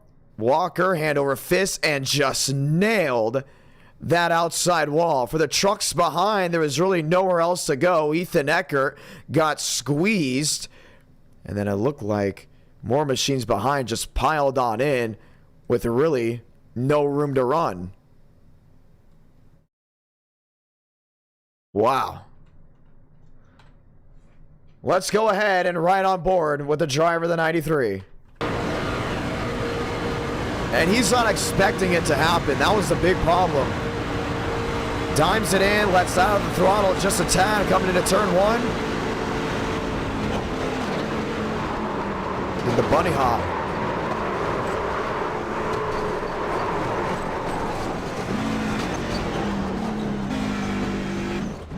Big hit there for Aiden Walker, and that will end his race. Working lap 4 out of 50. And our night in America, feeling victories all year long. I believe that is Byram in that 25 machine. James Bomar, Carlos Truther, Barbagallo, and so many others will line up with the 2x2 back next time by. So glad to have you all with us on this beautiful Tuesday night edition of NR Night in America as mayhem strikes a little early here for Michigan. Let's get ready to go back green next time by. Single file, Frank DeAngelis. You know, we haven't done a mid-race interview in a long time. Let's go ahead and dial a driver. Let us know what driver you would love to go ahead and hear from. You know, I wouldn't mind hearing here from Frank DeAngelis. He is your race leader. Frank, it's a John. You got a copy. Oh, yeah, what's up? Man, well, you saw that entire outing at the back of your mirror. What did you see? Controller players in a controller player. That's what I got from. Well, you did go up in the outside wall. You had a lot of fun there at Daytona. What did you think of the Daytona race? Daytona was pretty fun. I got home from work at about 8:15ish, and I thought the stream was just starting, and then everyone was yelling at me to join the session before qualifying started. I was like, huh? So, almost didn't even make the race, but... That's one thing that we have to do with Tuesdays. We're working on getting, like, the whole community to understand Tuesdays are going to be 7 Eastern, 6 Central now. And it shows even tonight that car count is so much better when we move it up an hour. It's just now about getting the viewers on board, which we can work on. It's very easy to work on. No, so 7 p.m. on weeknights should be a thing, and then keep 8 on the weekends maybe. Yeah, that's exactly what the goal is. 8 Eastern still on Friday and 7 Eastern on Tuesday. Well, you're leading this truck race, the Sopranos truck, 69. Very hard to read that number. Do want to point that out. But, hey, Gimp is your best friend. You got Chevys lined in. You got a Toyota behind. Spencer Burns already caused one wreck tonight. Are you worried? No, he is the self-proclaimed king of Michigan in the trucks, and I 98% believe that. Well, good luck out there. Thanks, bro. Lined up 2 by 2, getting ready to try this all again. Frank DeAngelis looking to go ahead and find victory lane once again at R9 in America. Field comes back to the 2 by 2, back underway.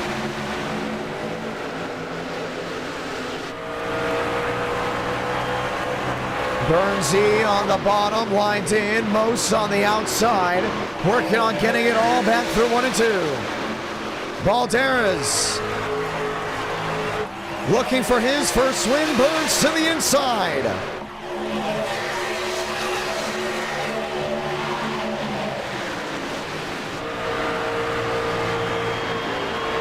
Mose tracking downstairs. 3 wide looking, Toyota in the middle. Daniel Mosteller, top of the board. See Burns doing a great job getting back around that outside. Fighting that wheel, back wheel to wheel. Frank on the outside, trying to get to the quarter panel. Tailgate to nose, down off turn number 2.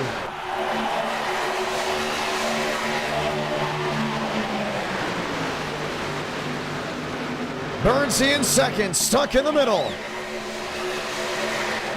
Truther in 6.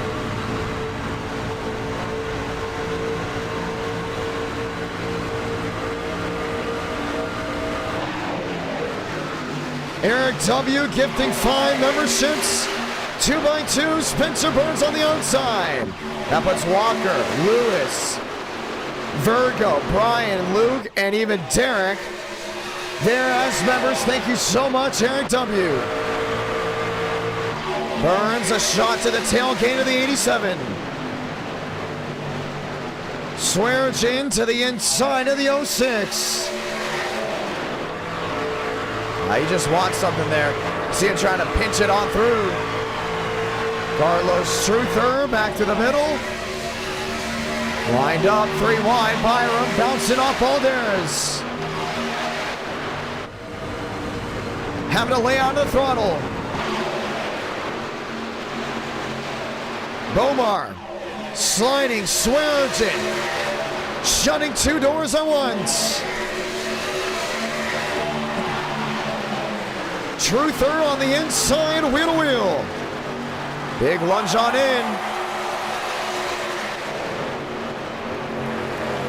Mose, your race leader by a large margin. Should we say not a large margin, maybe 2 truck lengths, maybe 3 at most, as it dials it back down to a truck length at most. Next time by, 40 to go. Frank in 6. Running that second lane, Truther. Slicing and icing.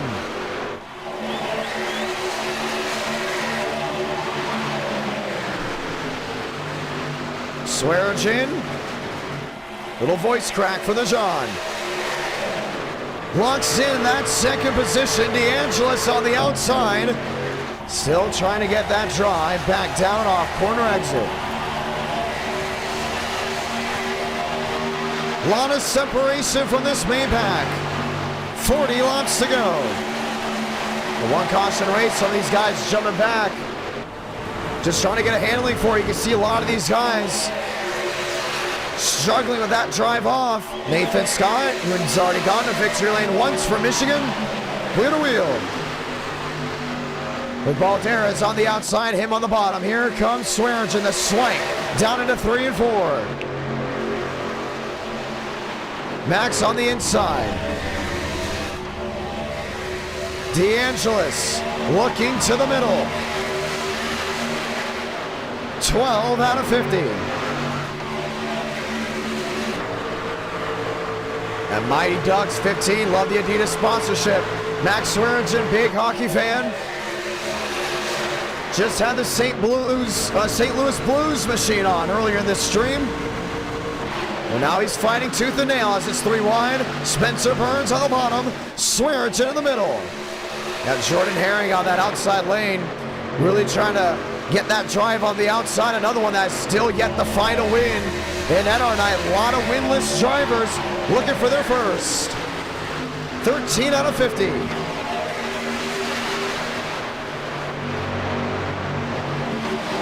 Oh, Barbagallo into Byram, and Byram goes wide. Huge hip check. See the 45 of Steinmeier in that Jumpman machine as usual. Showing off its beautiness.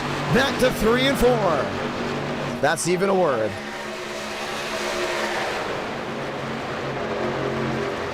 DeAngelis on the outside. Mose on the bottom. Lap 14 out of 50.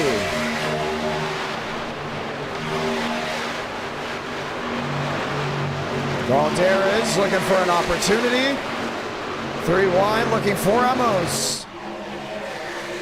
Bomar on the inside, down into the 94. Herring in third. Still got 4 trucks under a blanket. Frank in the middle, just picks any lane he wants and he just shuts the door on it. Can't get it done here with Mosteller. Now on that inside lane, Balderas back in 7th.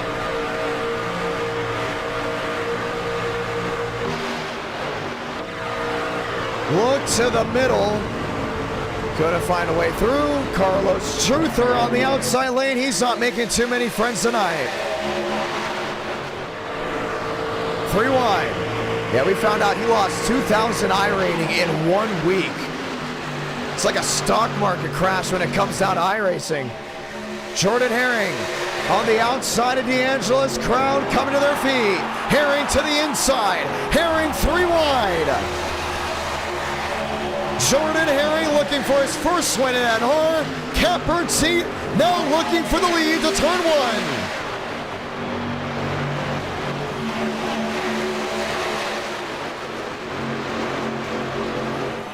Oh, into the 69. Bomar sideways down on the flat. The Truther trying to find a way through. And Frank has been just 1 step ahead every single time. Swears into 4th. Barb into 5th. 17 out of 50. Truther swinging back to the outside. Oh, wants that quarter panel, wants to take the air off the rear. Thomas Huke. Trouble, here they go. Balderas around. That's also Drake Berry back with Byram. And the caution will wave. Lap 17 out of 50.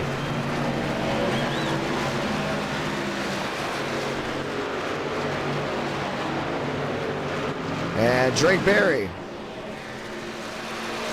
And the Mike Skinner throwback. A heck of a dent on the right side. I believe I saw a little bit of smoke coming out. Might have just been the rub. And just like that, we will have a restart. Let's go to watch back. So they're in line on the outside, and these tires started to wear, so a lot of them had to focus on throttle inputs. See Barb going as high as he can. He got Herring down the bottom. It really happened towards the back end. Balderas, I believe, got in the back end there. Steinmeier, at least in the side. Lost a lot of speed, and that's all she wrote. Barry around, Byron with a quick slide. And Alexander Balderas parks it to the inside lane. The caution will wave. Once again, here from Michigan. Pit road, it's wide open.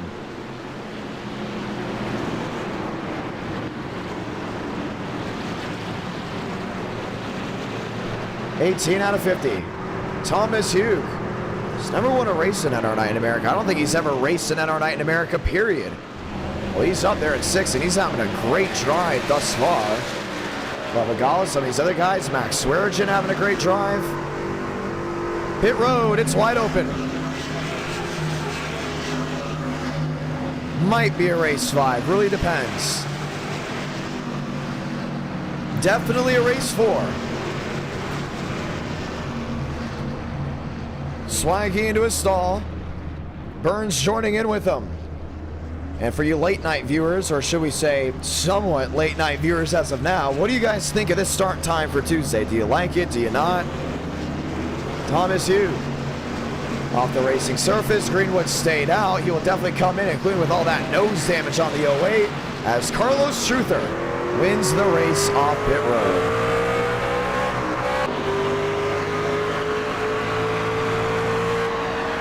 Let's get ready to try this again. Next time by, the one to go.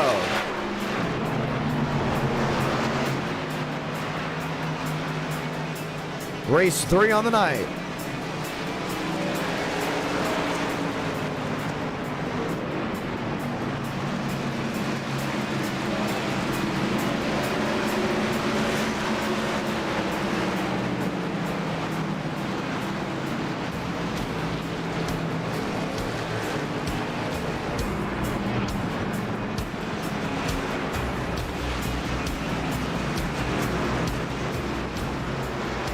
Greenwood will make the hard left onto pit road, most likely this time by, as he does.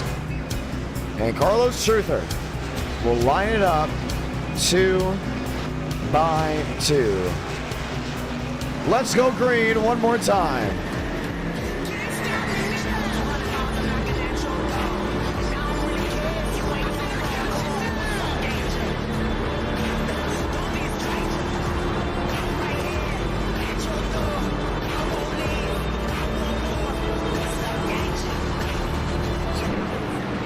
Barbagallo,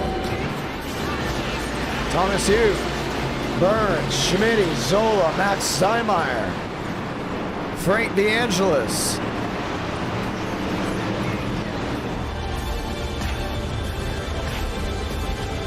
Barbagallo lined in, will have 30 laps to settle a winner. Ladies and gentlemen, let's get ready to go green.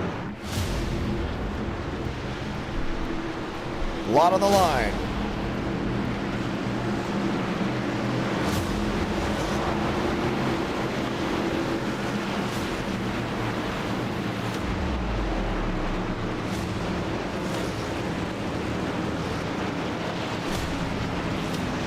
Swaggy P3.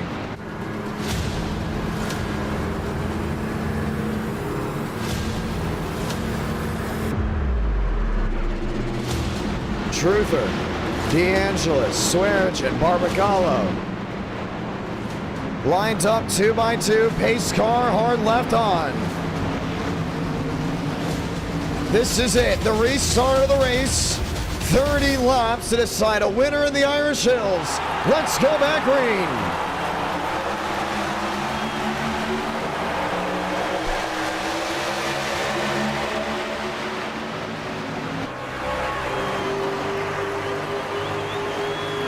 Frank looking to the outside. Barbagallo might be joining with them.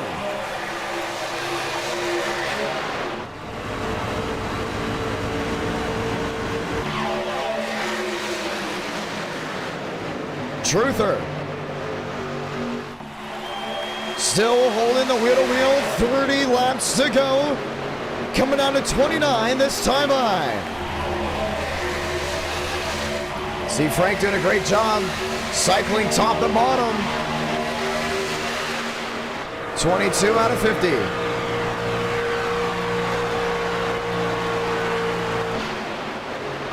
Valter is the 9th. Trouble, Jordan Herring into the outside wall.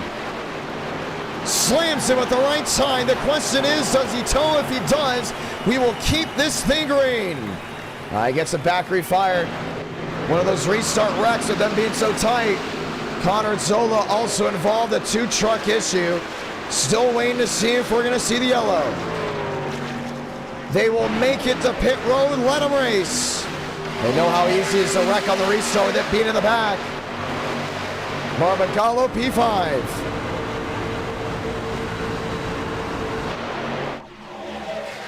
Carlos Truther into second.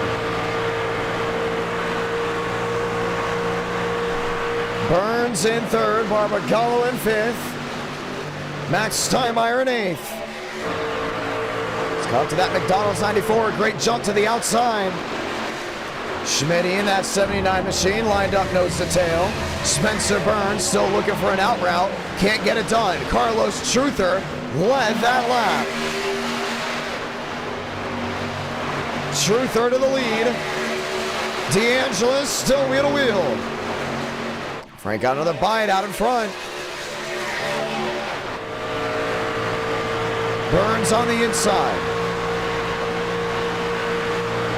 Truther on the outside. Looking for a way to slot on through. Still got Barbagallo really in that mix. You can see Truther just trying to get that drive. Down off corner exit.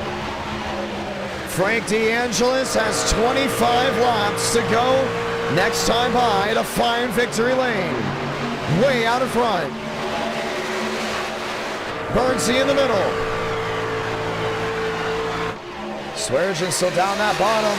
Max Steinmeier in tow downstairs, lined up with the Max Sweargen machine. Barbagallo there in fourth. Carlos Truther to the rear.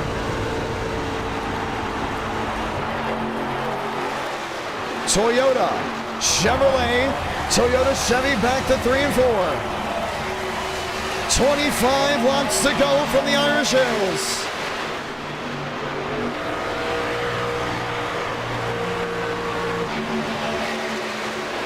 Thomas Hughes running the middle lane. The 25 of Byram right in front of him. Carlos Truther in that second position. Lined up nose to tail. And about 10 back. Maybe peeking down to that inside. Oh, he tagged him. Truther sideways in the grass.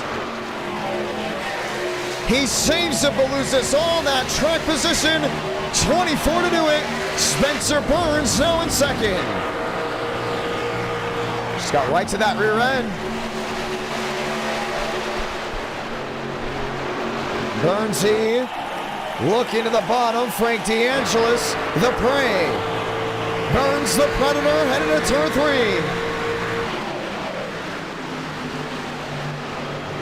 How much can he block if you're that 69?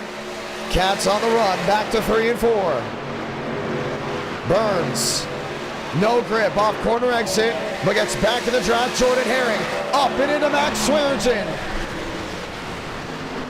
Payback at Michigan, caution's gonna wave. Now he waited on him. And just like that, we will have another restart.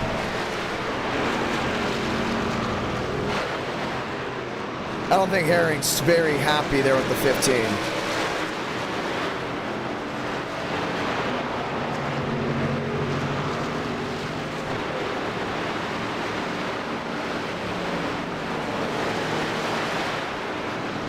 Well, let's go take a peek. Jordan Herring, the hit down into the grass. Oh, good, he came up and got into him. And Max got turned right around.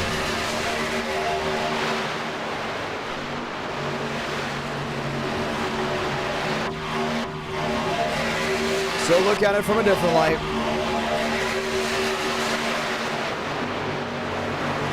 I believe this was the initial problem.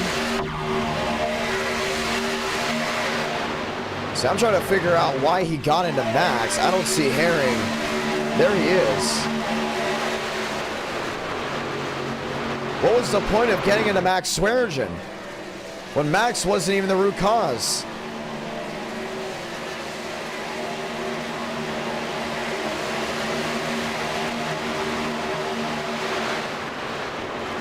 Well, Jordan Herring will not be returning for this race, I think, the rest of the night.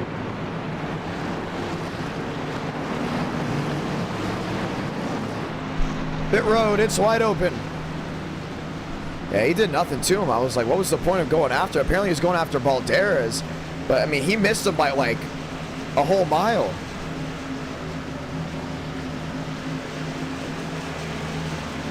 "21 laps to go in the race." Yeah, that's uncalled for. We talked about before, wrecking on purpose is very easily a suspension. We've suspended very well-known drivers in NR night because of it.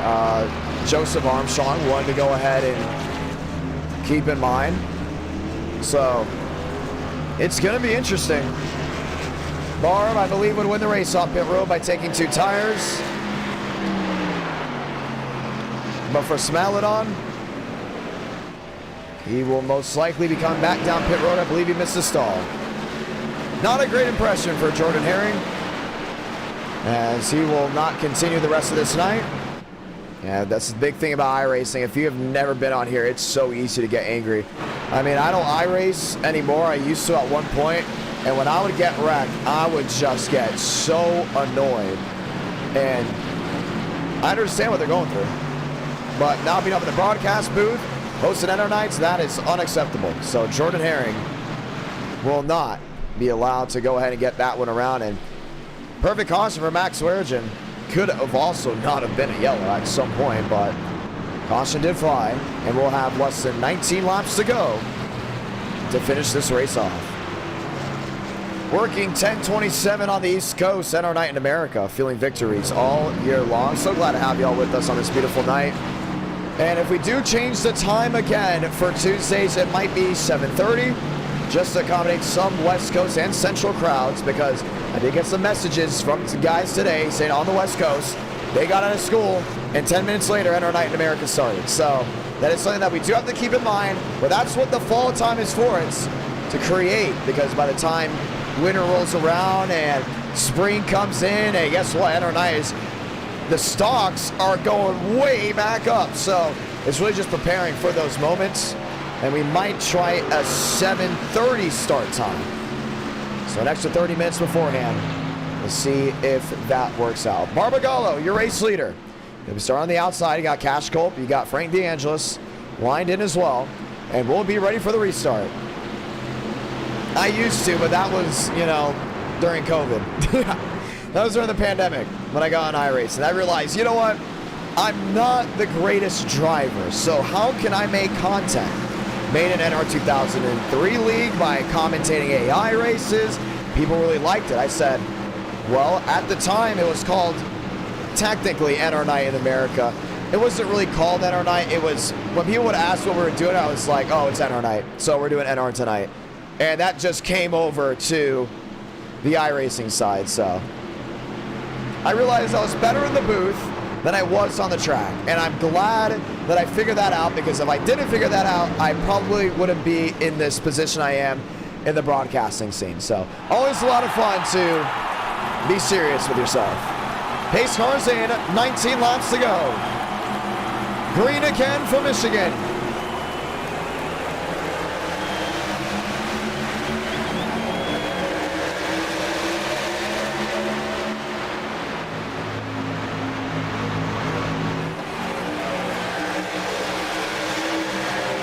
Barb on the outside, Balderas in line.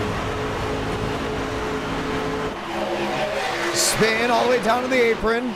out of harm's way. Cashcole, Spencer Burns, Byron back to 8th.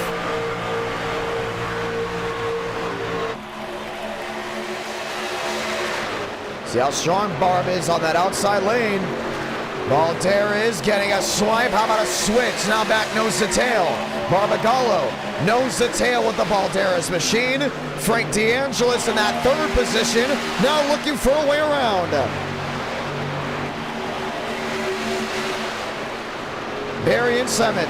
Burns in 6th. One spinning on the bottom. Keeping it green, way in the back.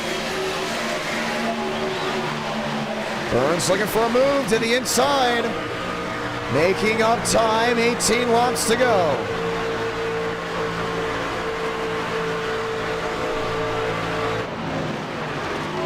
Barb in 3rd. Steinmeier in 4th.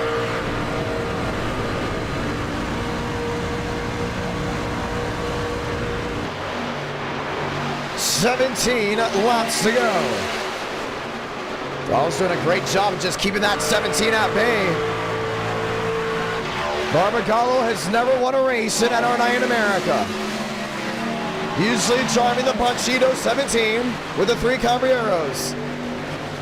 Puts this new livery on and he's got it up inside the fast 4. The question is, can he find a way around Frank DeAngelis?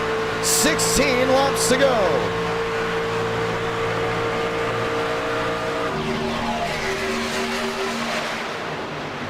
Barb P3, closing the back end of the F-150.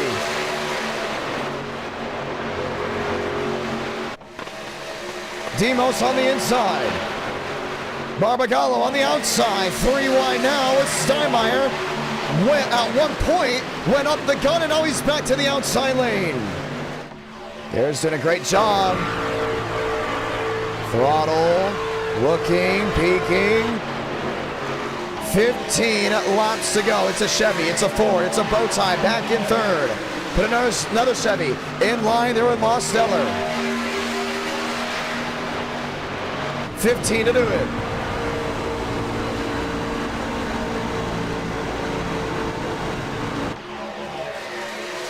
Demos P4, wheel to wheel.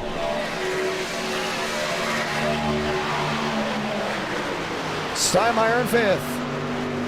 5 drivers under a blanket. This is what racing in the Irish Hills is all about. 3 wide, 4 wide, nearly 5 wide for the lead.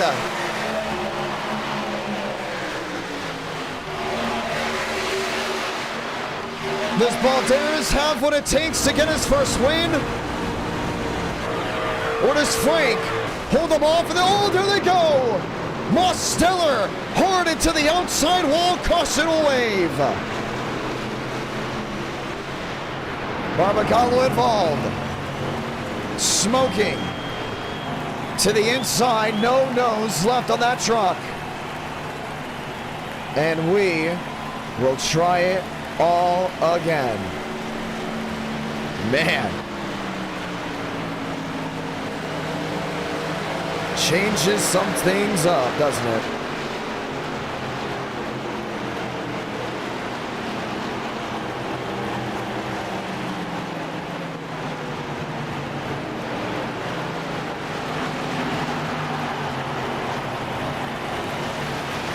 Well,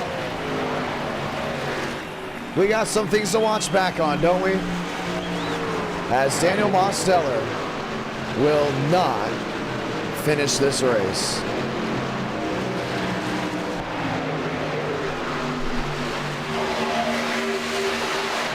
Barbagallo. No, start with Spencer Burns. And Spencer. The root cause of that wreck. Let's watch it from the top view. 4 wide right here. You see Barb's giving him as much room as possible. Oh, netcode, never mind. Drake Berry there in the 15 Tundra. Comes down. Oh, would have hit him anyways. And watch this hit. Barbagallo just had the entire nose sheared off of that Chevrolet. Wow. Drake Berry drives around the outside. No extensive damage for him. But for Mose, it's race impacting.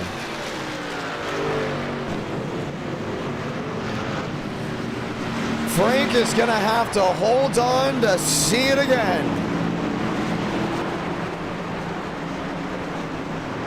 And things continue to tumble. Working 12 laps to go. So it's DeAngelis, Balderas, Steinmeier, and Byram. Swearinger and Kolb. Smaladon. Drutliff and Truther up to 9th. Bomar back there in 12th as well. And we will have a restart soon. Pit road wide open. Trey Berry is in. And he does have that damage on the right side. Justin Wilson in the 9 machine. Nathan Dew. Thomas Hugh. Ravi Richard in that 97. And we will get 11 laps here. Well, let's get ready to try this again. Alexander Balderas, once again, still looking for his first win. Byram, Steinmeier, Kolb, Drotlev, Schmitty in that same boat as well. James Bomar looking to get something to work. And we will have 11 laps to decide who will go to victory lane. Chevy on Ford, Toyota on Chevy. Ford, or should we say Toyota, back to the Chevrolet. That was Marty Shimela going around the outside. And we'll get lights off here. So we will have a 10-lap dash to see who goes to victory lane. Should be interesting indeed.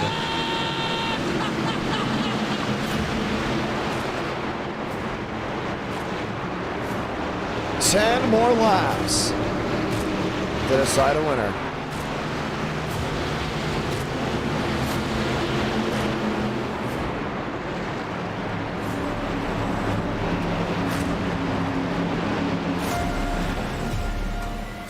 Let's go green.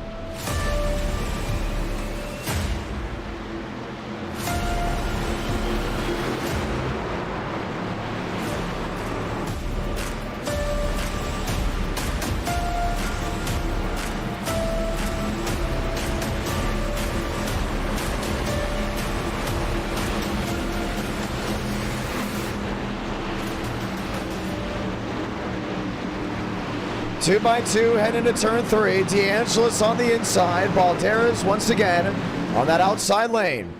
We continue to talk about Throttle because of how close he's come to win races in the past. Now a 10-lap dash to see if he can get it done. Will determine if he would finally get his first ever win in NR9 in America. Pace car down below. A fun night of racing, to say the least. Balderas and DeAngelis, Steinmeier and Byram. Grab a gear just one more time. 10 to go for Michigan.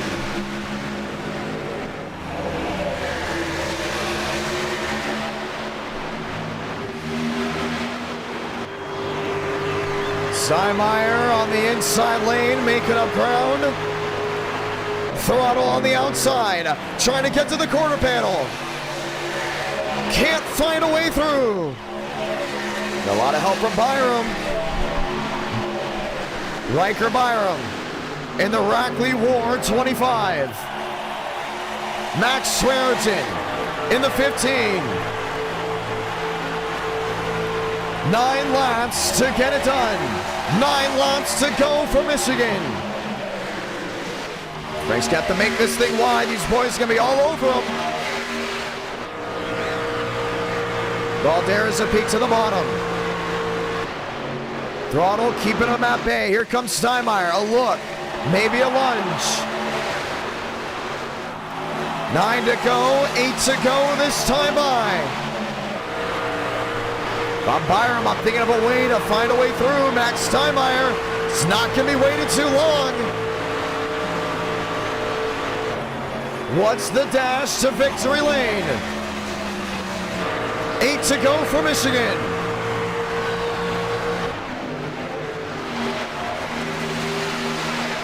William Schmidt and Fit to the outside of Steinmeier. Looking for a way through. Alexander Balderas can't find his way around the Soprano Chevrolet.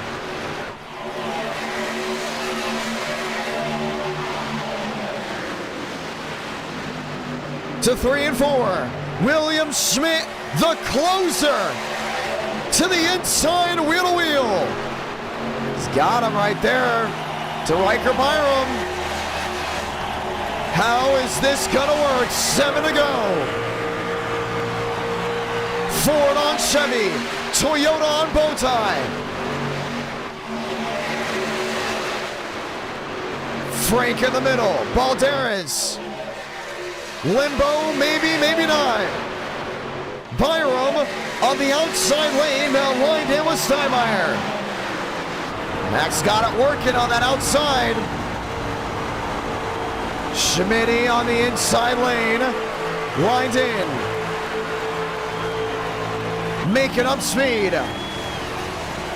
Time's a ticking. 6 laps to go.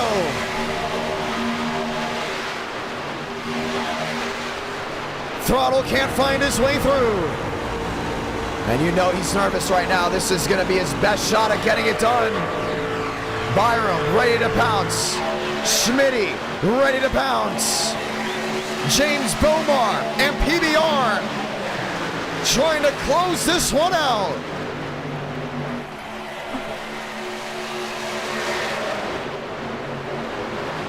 To 3 and 4. Alexander Balderas still can't find a way through. 5 laps to go from the Irish Hills. Schmitty downstairs. 8 drivers, maybe more under a blanket. Bomar sideways, right in the middle of the field. Caution will wave, and we will once again have a restart. Gonna hold it on the bottom. Carlos Truther, damage to the nose and the side of the 18. Aiden Walker. On him, I think they're just having a minor discussion. Or should we say also a minor disagreement? Well,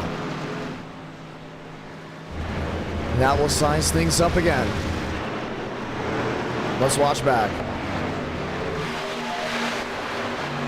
Turn 1.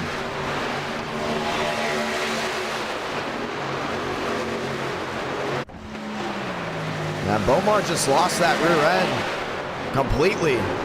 And up into Truther. And Thomas Hugh had absolutely nowhere to go. Bomar, 1 win in NR. Came in the trucks. And then you see the replay. Tempers always flare when we go racing. It's just how it goes. You wait all day for NR night, you come down to the final laps, you get taken out, you're not happy. Why should you be happy? You just got taken out of the race. And that's how things go. Pit road full of machines. We're going to have a restart. 2 laps to decide it. The 1 to go here. Frank D'Angelis, 69. Alexander Balderas. There in that 94. Lights off. This is going to be it. Ladies and gentlemen, sound the siren. 1 to go. This is what you've got left.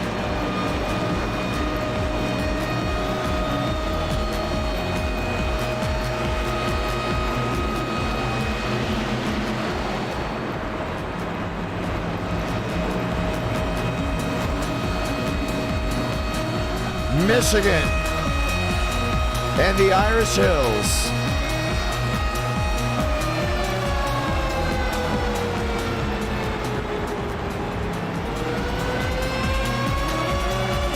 Ford on Chevy.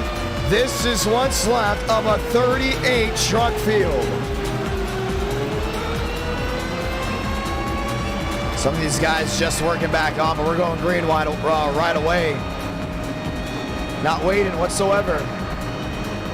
Balderas on the outside. He will have William Schmidt in tow. Byram on the inside. He will have Frank D'Angelis in tow. Let's get ready to do this just one more time.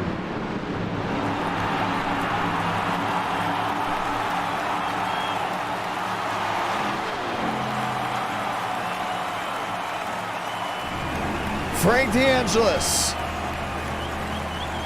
Lined on in. Alexander Balderas. 2 laps to go for Michigan.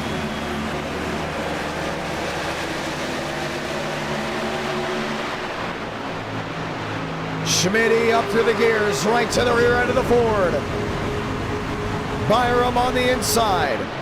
Making up ground, Ford truck breakaway.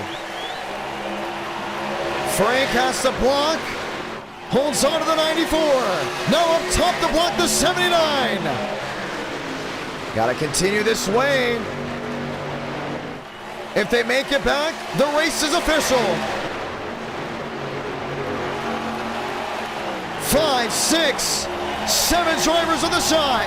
Santa Blanca, 1 to go for Michigan. Balderas 94 in the McDonald's Ford. DeAngelis 69, the Soprano Chevrolet. Got Schmidt there in that 79 Tundra, fighting his way off corner exit. Byram looking for a squeeze into the outside wall. Schmidt downstairs. William Schmidt to the lead. Last gas, 3 and 4. Here they come. Balderas on the bottom, and the closer is going to shut him down for Michigan. William Schmidt victorious from the Irish Hills. That's how it's done. Wow. How about it, William Schmidt? You got a tournament championship, and you win it from Michigan.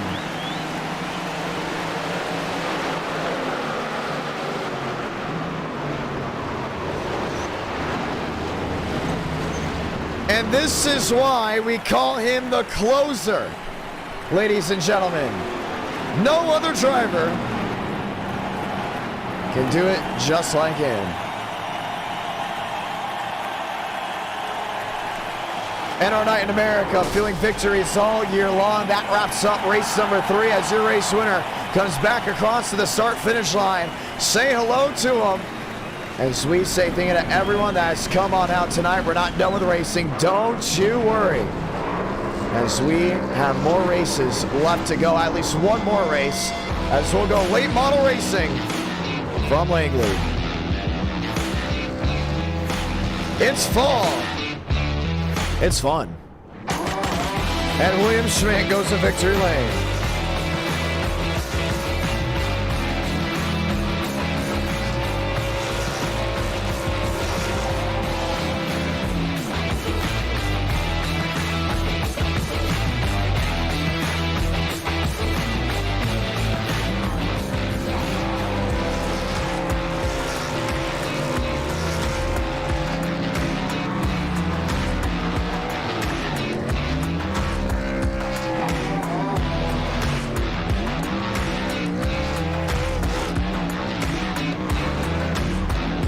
Isn't this a fun race?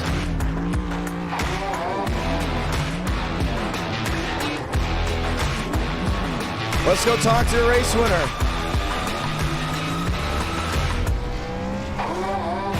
Schmitty finding victory lane. So glad to have you all with us once again here at NR Night in America.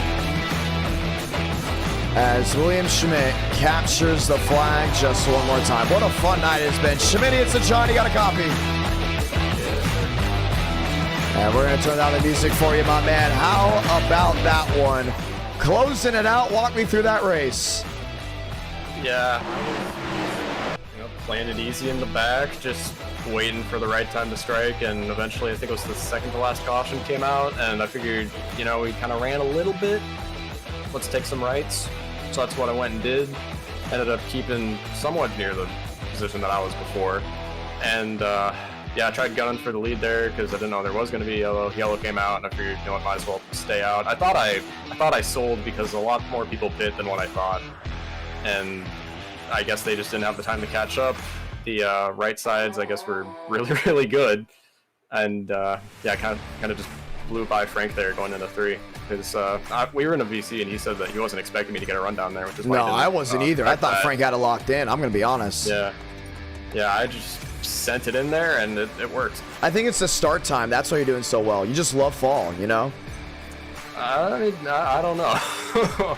But we're using the same start time as well for Langley because it is beautiful. I can't get enough of this start time. I'm taking a photo of this because it's too good. I just love the look. I love it. I can't believe I accidentally found this.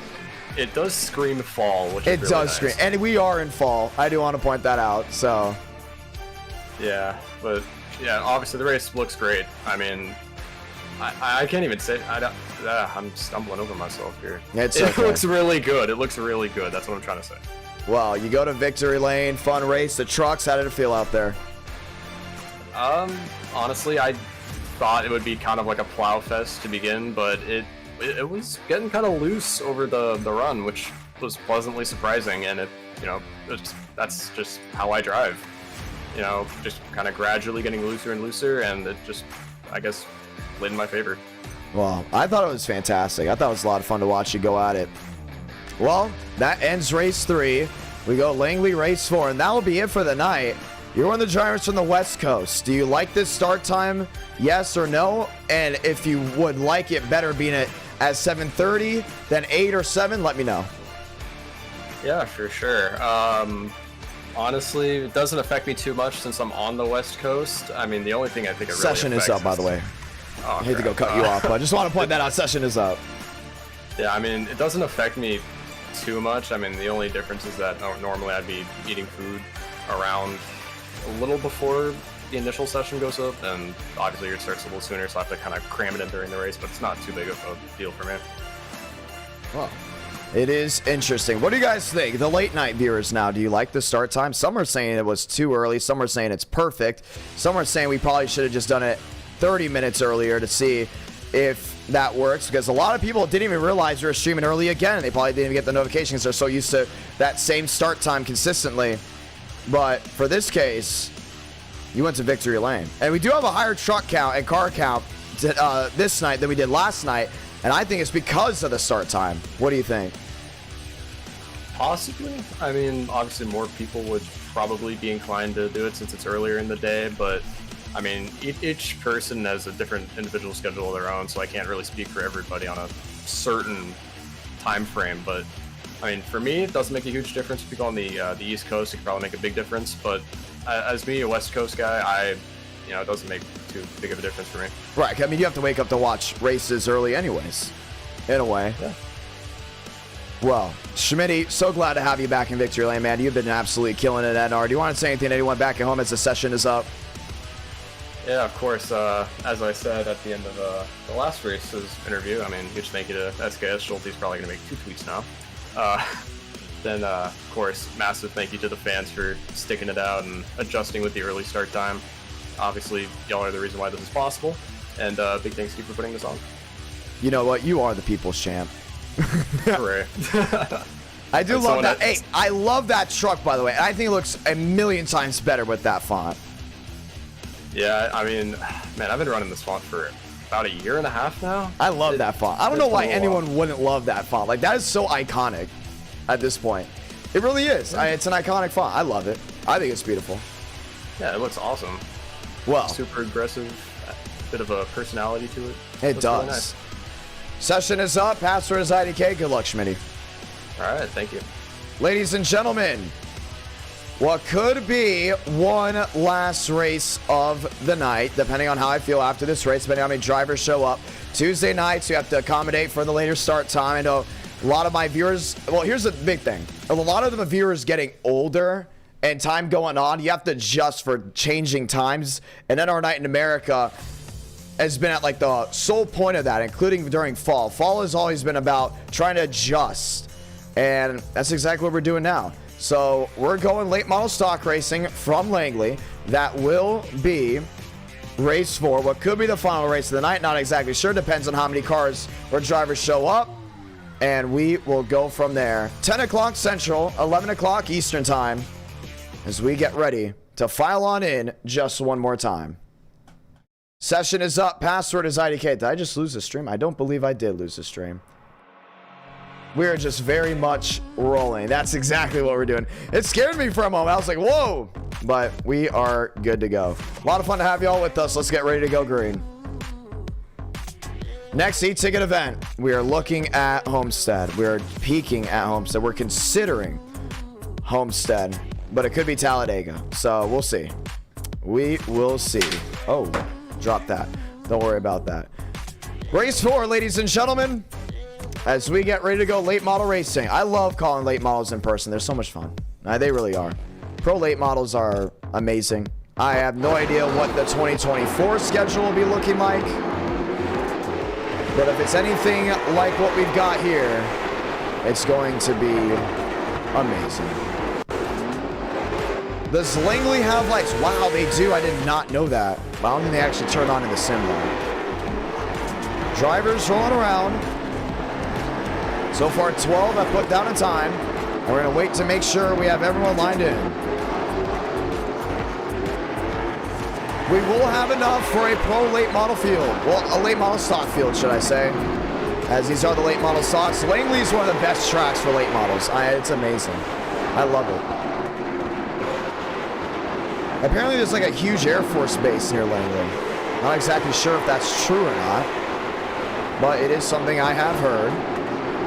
Joey back in company, joining on in. Ladies and gentlemen, advancing to the race. Let's go trackside.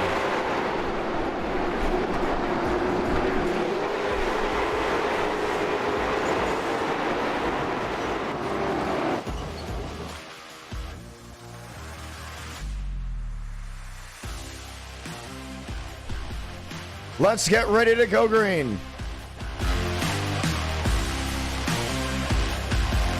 Aiden Walker. Qualifying now.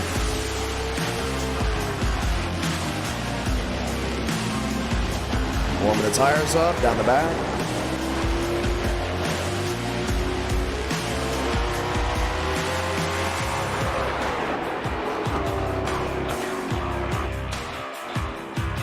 William Schmidt. Cole Gudnason. Trevor Vadden, should we say. Thomas Hoot.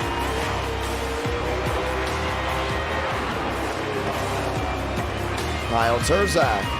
Top of the board. No shock there. Aiden Walker looking for one better. In the green. Walker does go one better, but not enough to go up an extra spot. Justin Wilson.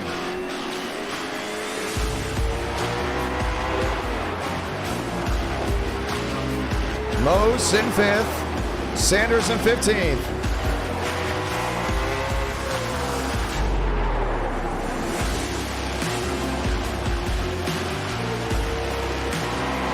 Marty Shamela. Daniel Mosteller. Demos up into the wall. He's driving the 21 for this race.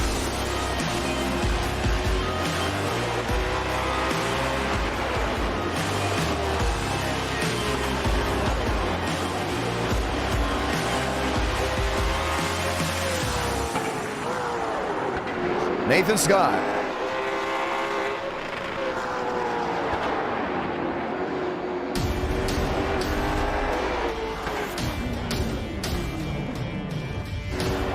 Max Swearingen.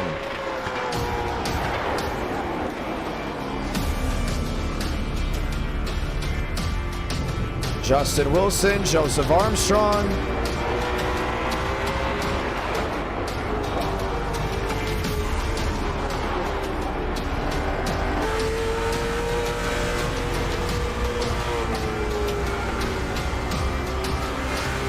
Joe P7.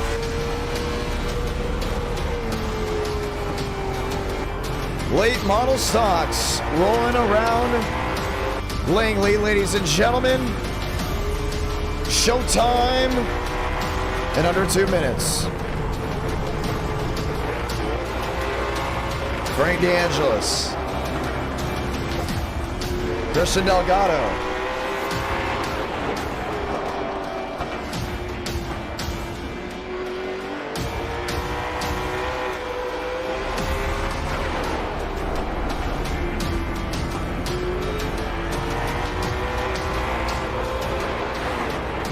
Kyle Turzak, top of the board of 15.41. I'm mistaken, I believe Turzak's raced here before. Show him what he knows.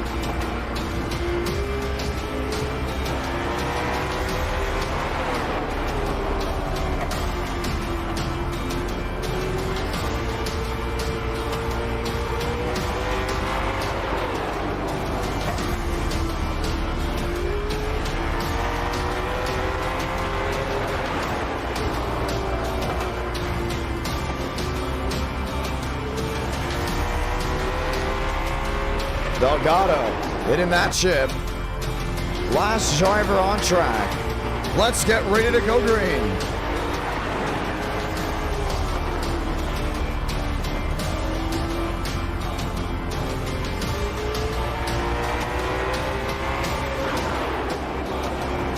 DeAngelis, Armstrong, Swearengin, Mosteller, and so many others ready to go ahead and tackle this beast. And our night in America, fueling victories all year long. Welcome to race 4 of 4 as we get ready to go green.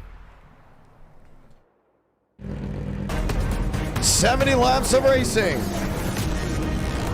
It's been a fun night. Glad and thankful for all the drivers and viewers that have come out tonight as we get ready to go green. We will be live this Friday at 8 Eastern, 7 Central.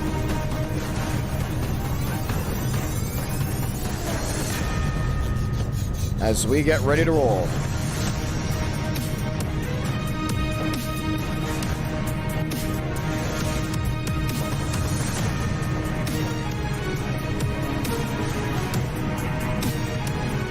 Chevy on Chevy.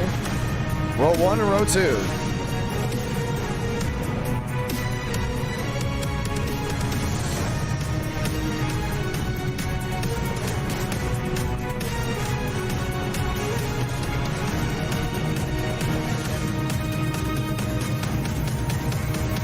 Next time by, we'll see the one to go for this 70-lap race.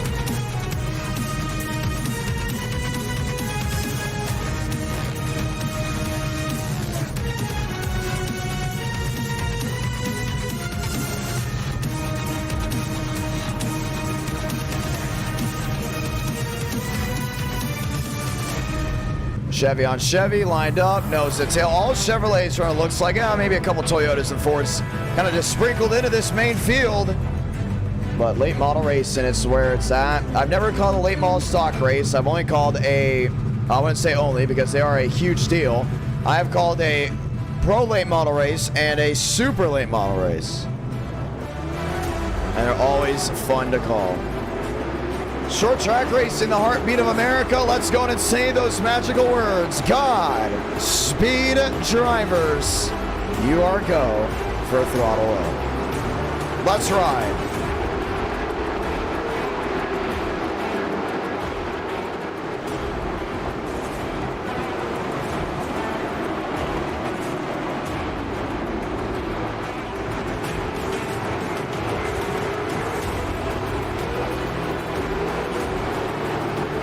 We get ready to see the green flag. And it's all thanks to you.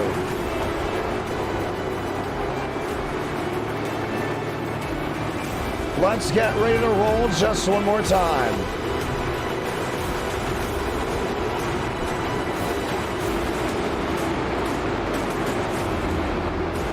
Pace car hard left onto pit road. Fans rising their feet as we go grassroots racing to end this Tuesday night.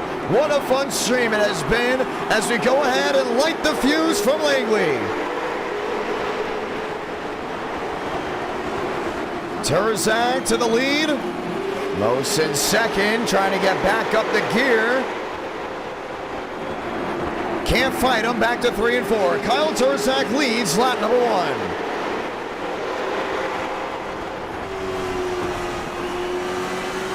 Chevy for the top 3, top 4 positions.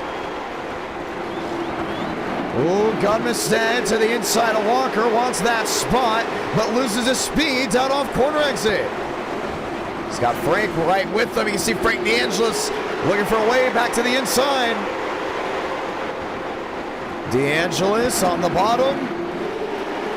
Got Mistan on the outside, wheel to wheel. Frank sneaking his way through. The question is, can he lock it in? He's got it. After the 14 slams the outside wall. Joseph Armstrong sat out race 3 after a penalty at Daytona. Now looking to win out in race 4. Sneaks his way through. The driver of the 21, Daniel Mosteller, back to the 3rd position.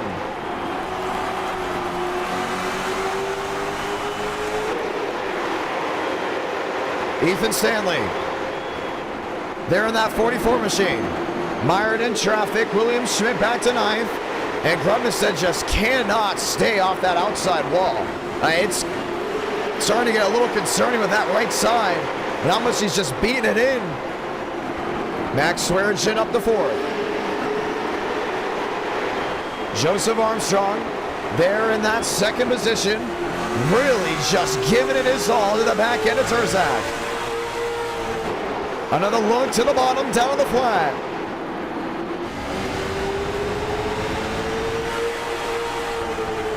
Terzak staying out in front of Joe. Armstrong still trying to find some type of speed down off exit. Top 2, top 3, top 4, all single filed out. 60 laps to go next time by. Joey back in company, back towards the rear. Really just trying to shake things out. Barbagallo in the 17 machine. Ethan's gone in the 4 machine, should we say. Sitting in the 11th spot. How about Ethan Eckert up to 10th? Known for performing to his best there on the super speedways. Not known for running up front of the short tracks. Interesting to see what he's able to do. Joe hasn't been able to find a way around Kyle Terzak. We all know it might be a matter of time with how good he is off corner exit. Eckert, Stanley, Schmitty, Nathan Scott. Scotty on the bottom, Barbagallo. Lined in, nose to tail. Another Toyota. It's all about the entry point. A lot of these guys like to rip that line downstairs. Now, it was found out a couple months ago that if you tag the line, it actually gives you more grip at most racetracks on this simulator. Keep that in mind because you see Terzak is just all over with that left side. But Joseph Armstrong took a different approach to 1 and 2 that time by. He did a wide arc to get back to the throttle earlier. It's definitely helped out because now the gap's back to a 19. 20 the difference. Mose. 4 back to the driver of the 22. DeAngelis in the 6th place position. Max Swearigan still trying to find a way through. Joe bumper to the back of Terzak. Looking for the move to the inside. And bumped him once. I think he might bump him twice. Terzak holds on. Now these late model stocks, it very much comes down to a bump and run game. We've seen it multiple times before in the past. We're definitely going to see it more in the future. You want to get around a guy, you get nose to tail. A little tap to that left rear will just shake him up just a little bit to give you some type of momentum. One sliding to the inside. I believe that was Ethan Stanley. Parks the Pontiac down on the flat. Terzak still under pressure from the 22.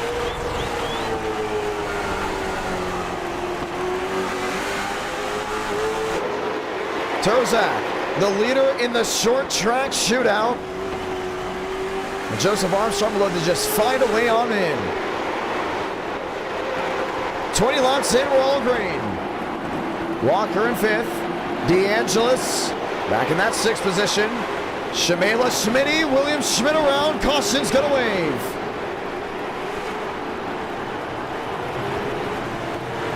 And I believe that is Ethan Eckert in the 18.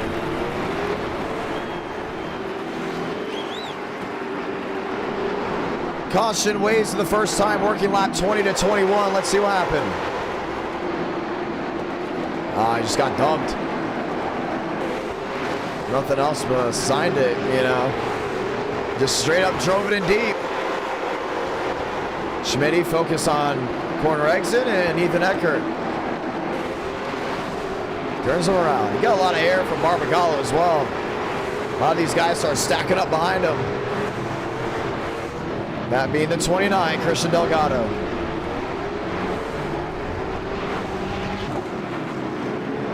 Kyle Turzak has led most of the race so far. Pit road was open. And Max Swearinger went into that second position. Demos and company came to pit road.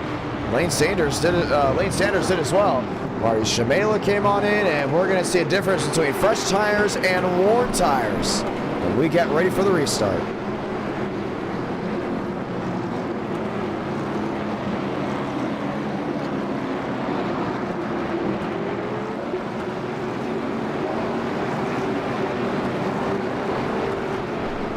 .23 out of 70. Breaking news, if you are a sports fan, the Orioles have been swept by the Texas Rangers, at least from what I heard on social media. Joey Beck. Line there in fourth. We will get the one to go this time by. So this will make the difference. Lights down off. Max Swearinger on the outside, Walker on the inside. Joey Beck back to that fourth place position as they line it back up 2 by 2.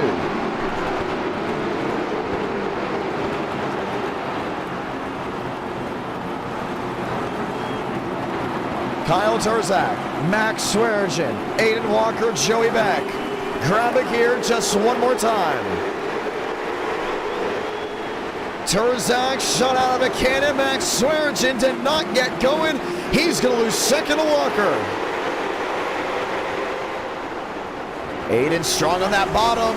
Oh, Barbagallo stuck in the mud. Way in the rear, Joseph Armstrong, fresher tires to the inside of the 15.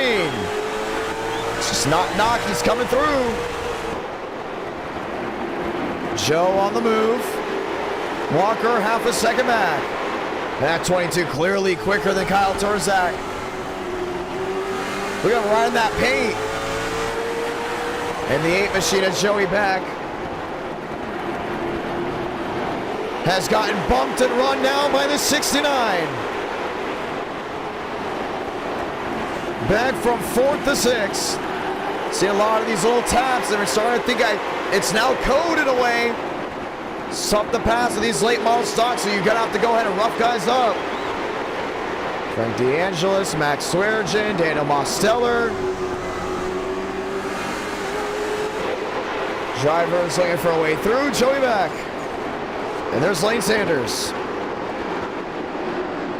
Back in the Carson Quaffle. Number 8 machine.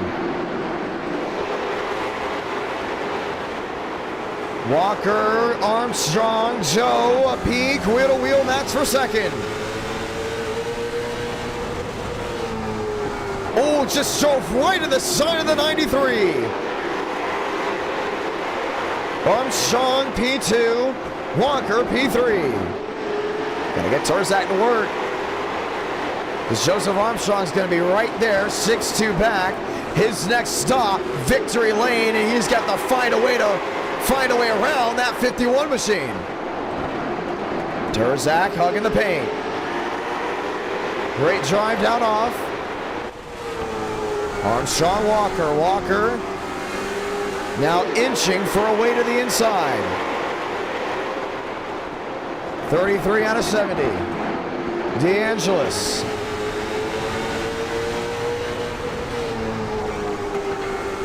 Another one looking for a way through.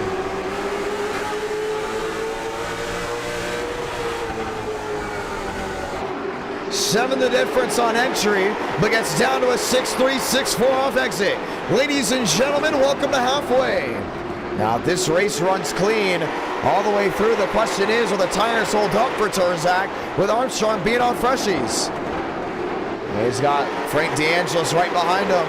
Another one that took fresh tires. This bull ring style of a racetrack. Half a second the difference. Kyle Turzak losing time as Joseph Armstrong looks to find a way back to the rear end of the bow tie.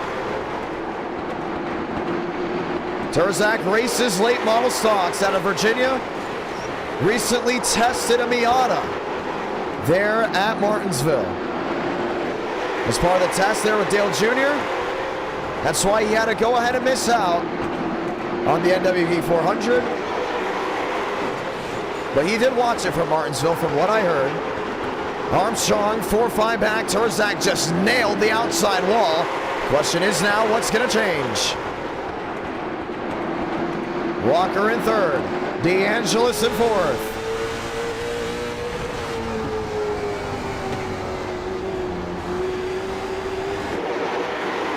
Drive off for the 93.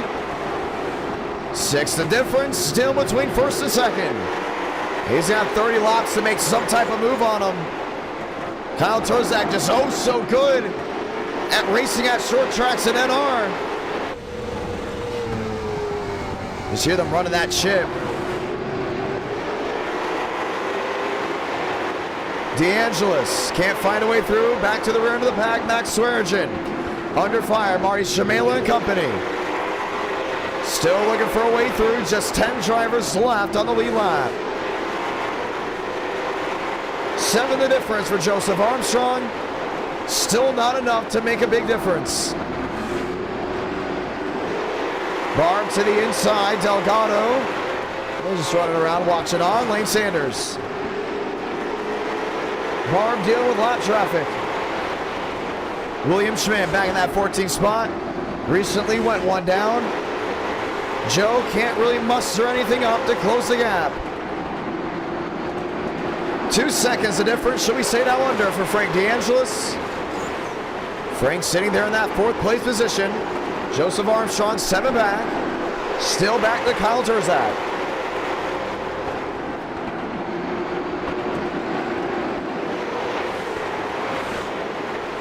Coming down to the final 25 laps.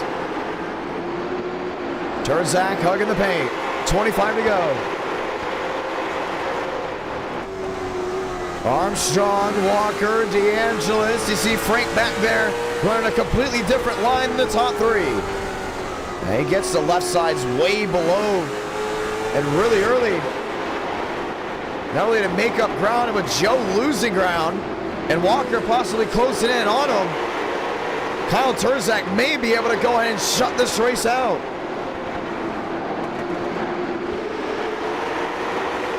Walker in third. DeAngelis still fighting around. Has it pinned to the bottom. Joe into the outside wall, catches the right side. 22 laps to go for the Kyle Turzak machine. That 51 just oh so strong.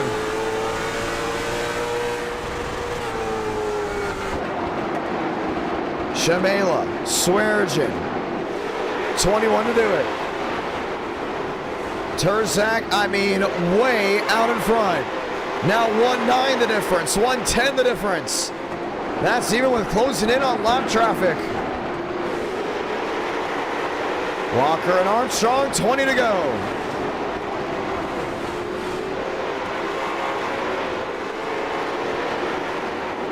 To 3 and 4. Kyle Turzak has been a man on a mission. Has done bold things so far tonight to go ahead and make him go to victory lane. Should we say with the quest to go to victory lane because there's still 19 laps to go. Staying out when everyone else came in. Tire wear was big. Joe pushed the envelope. Turzak laid back and still somehow was able to hold on to this lead. Lap traffic in front of the 51. Walker, Most, DeAngelis, that might be a fight for position.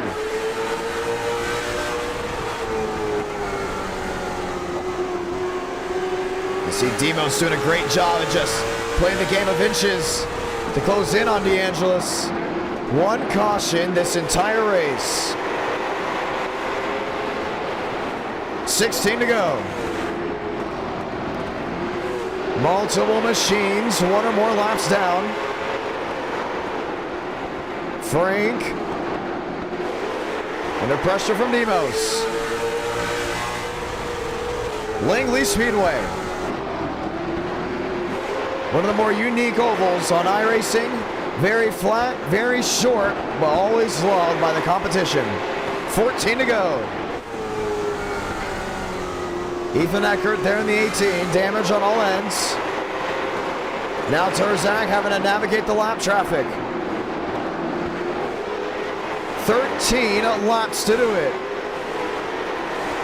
Demos way down on the flat. Trying to make something work.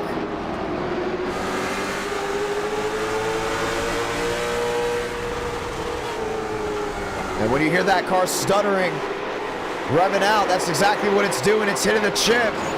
Sometimes makes it tough for drivers to overtake. That's also a very common thing in short track racing. Revving out, having that engine go ahead and stutter when they get to the exit of the straightaway. 2 seconds the difference. Joseph Armstrong was able to battle back to a second place finish. Aiden Walker found his way back in third. The real question is, do we see fourth and fifth place go ahead and go for a switch?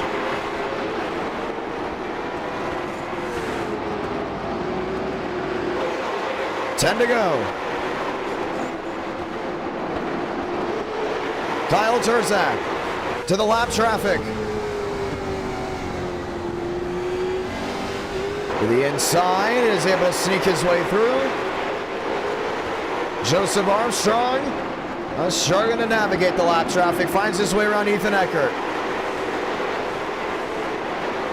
Demos still can't find a drive off. This time looks wide. Back to the gas way before Frank DeAngelis might have a shot down to turn 3. Gonna get him. 7 to go.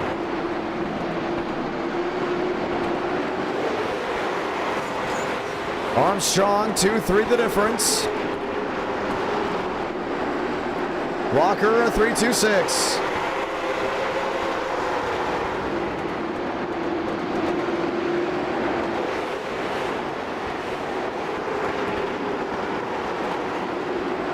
Joe in second. It's an interesting strategy, but finding his way around the traffic in front of him on the last restart really wasn't able to make that one work. Kyle Turzak, 4 laps to go.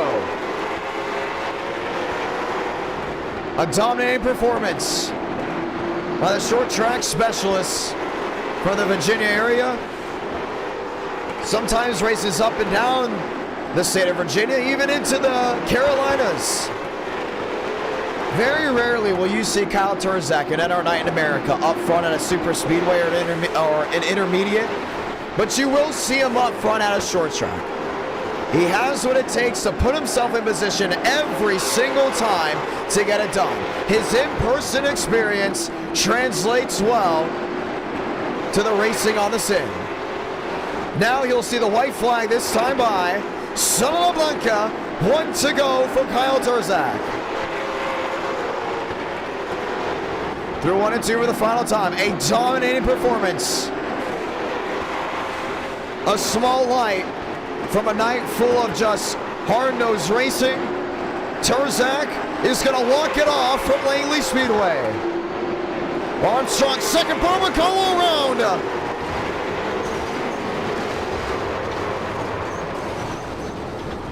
And they all wreck back to 1 and 2. Ladies and gentlemen, I'm so glad to have you all with us, but that will be the final race of the night, race 4. Well, we know we started up earlier on Tuesdays. We do have more drivers. That is fixed. Now it's just about letting the viewers know, hey, 7 Eastern, 6 Central, that's our new start time on Tuesdays. Or it might be now 7:30 to really translate well, since so many missed the ending of race 1. That might be the new way of things. Let me know what you think about the new start time in the Discord. I need to do a better job marketing the new start time on Tuesdays. to get more people in here, to get more likes. But in my opinion, at least from the driver's side, starting early on a Tuesday is a huge success. This Friday, we're back to 8 Eastern, 7 Central, as the great racing does not stop in the month of October. Ladies and gentlemen, Kyle Turzak, your race winner. My name's Jonathan Ramos, the voice of NR, and this will conclude another great night. Can't wait to see you all this Friday night at 8 Eastern, 7 Central for NASCAR Next Gen Racing at the Las Vegas Motor Speedway. So long, folks, and I'll see you all in a couple days.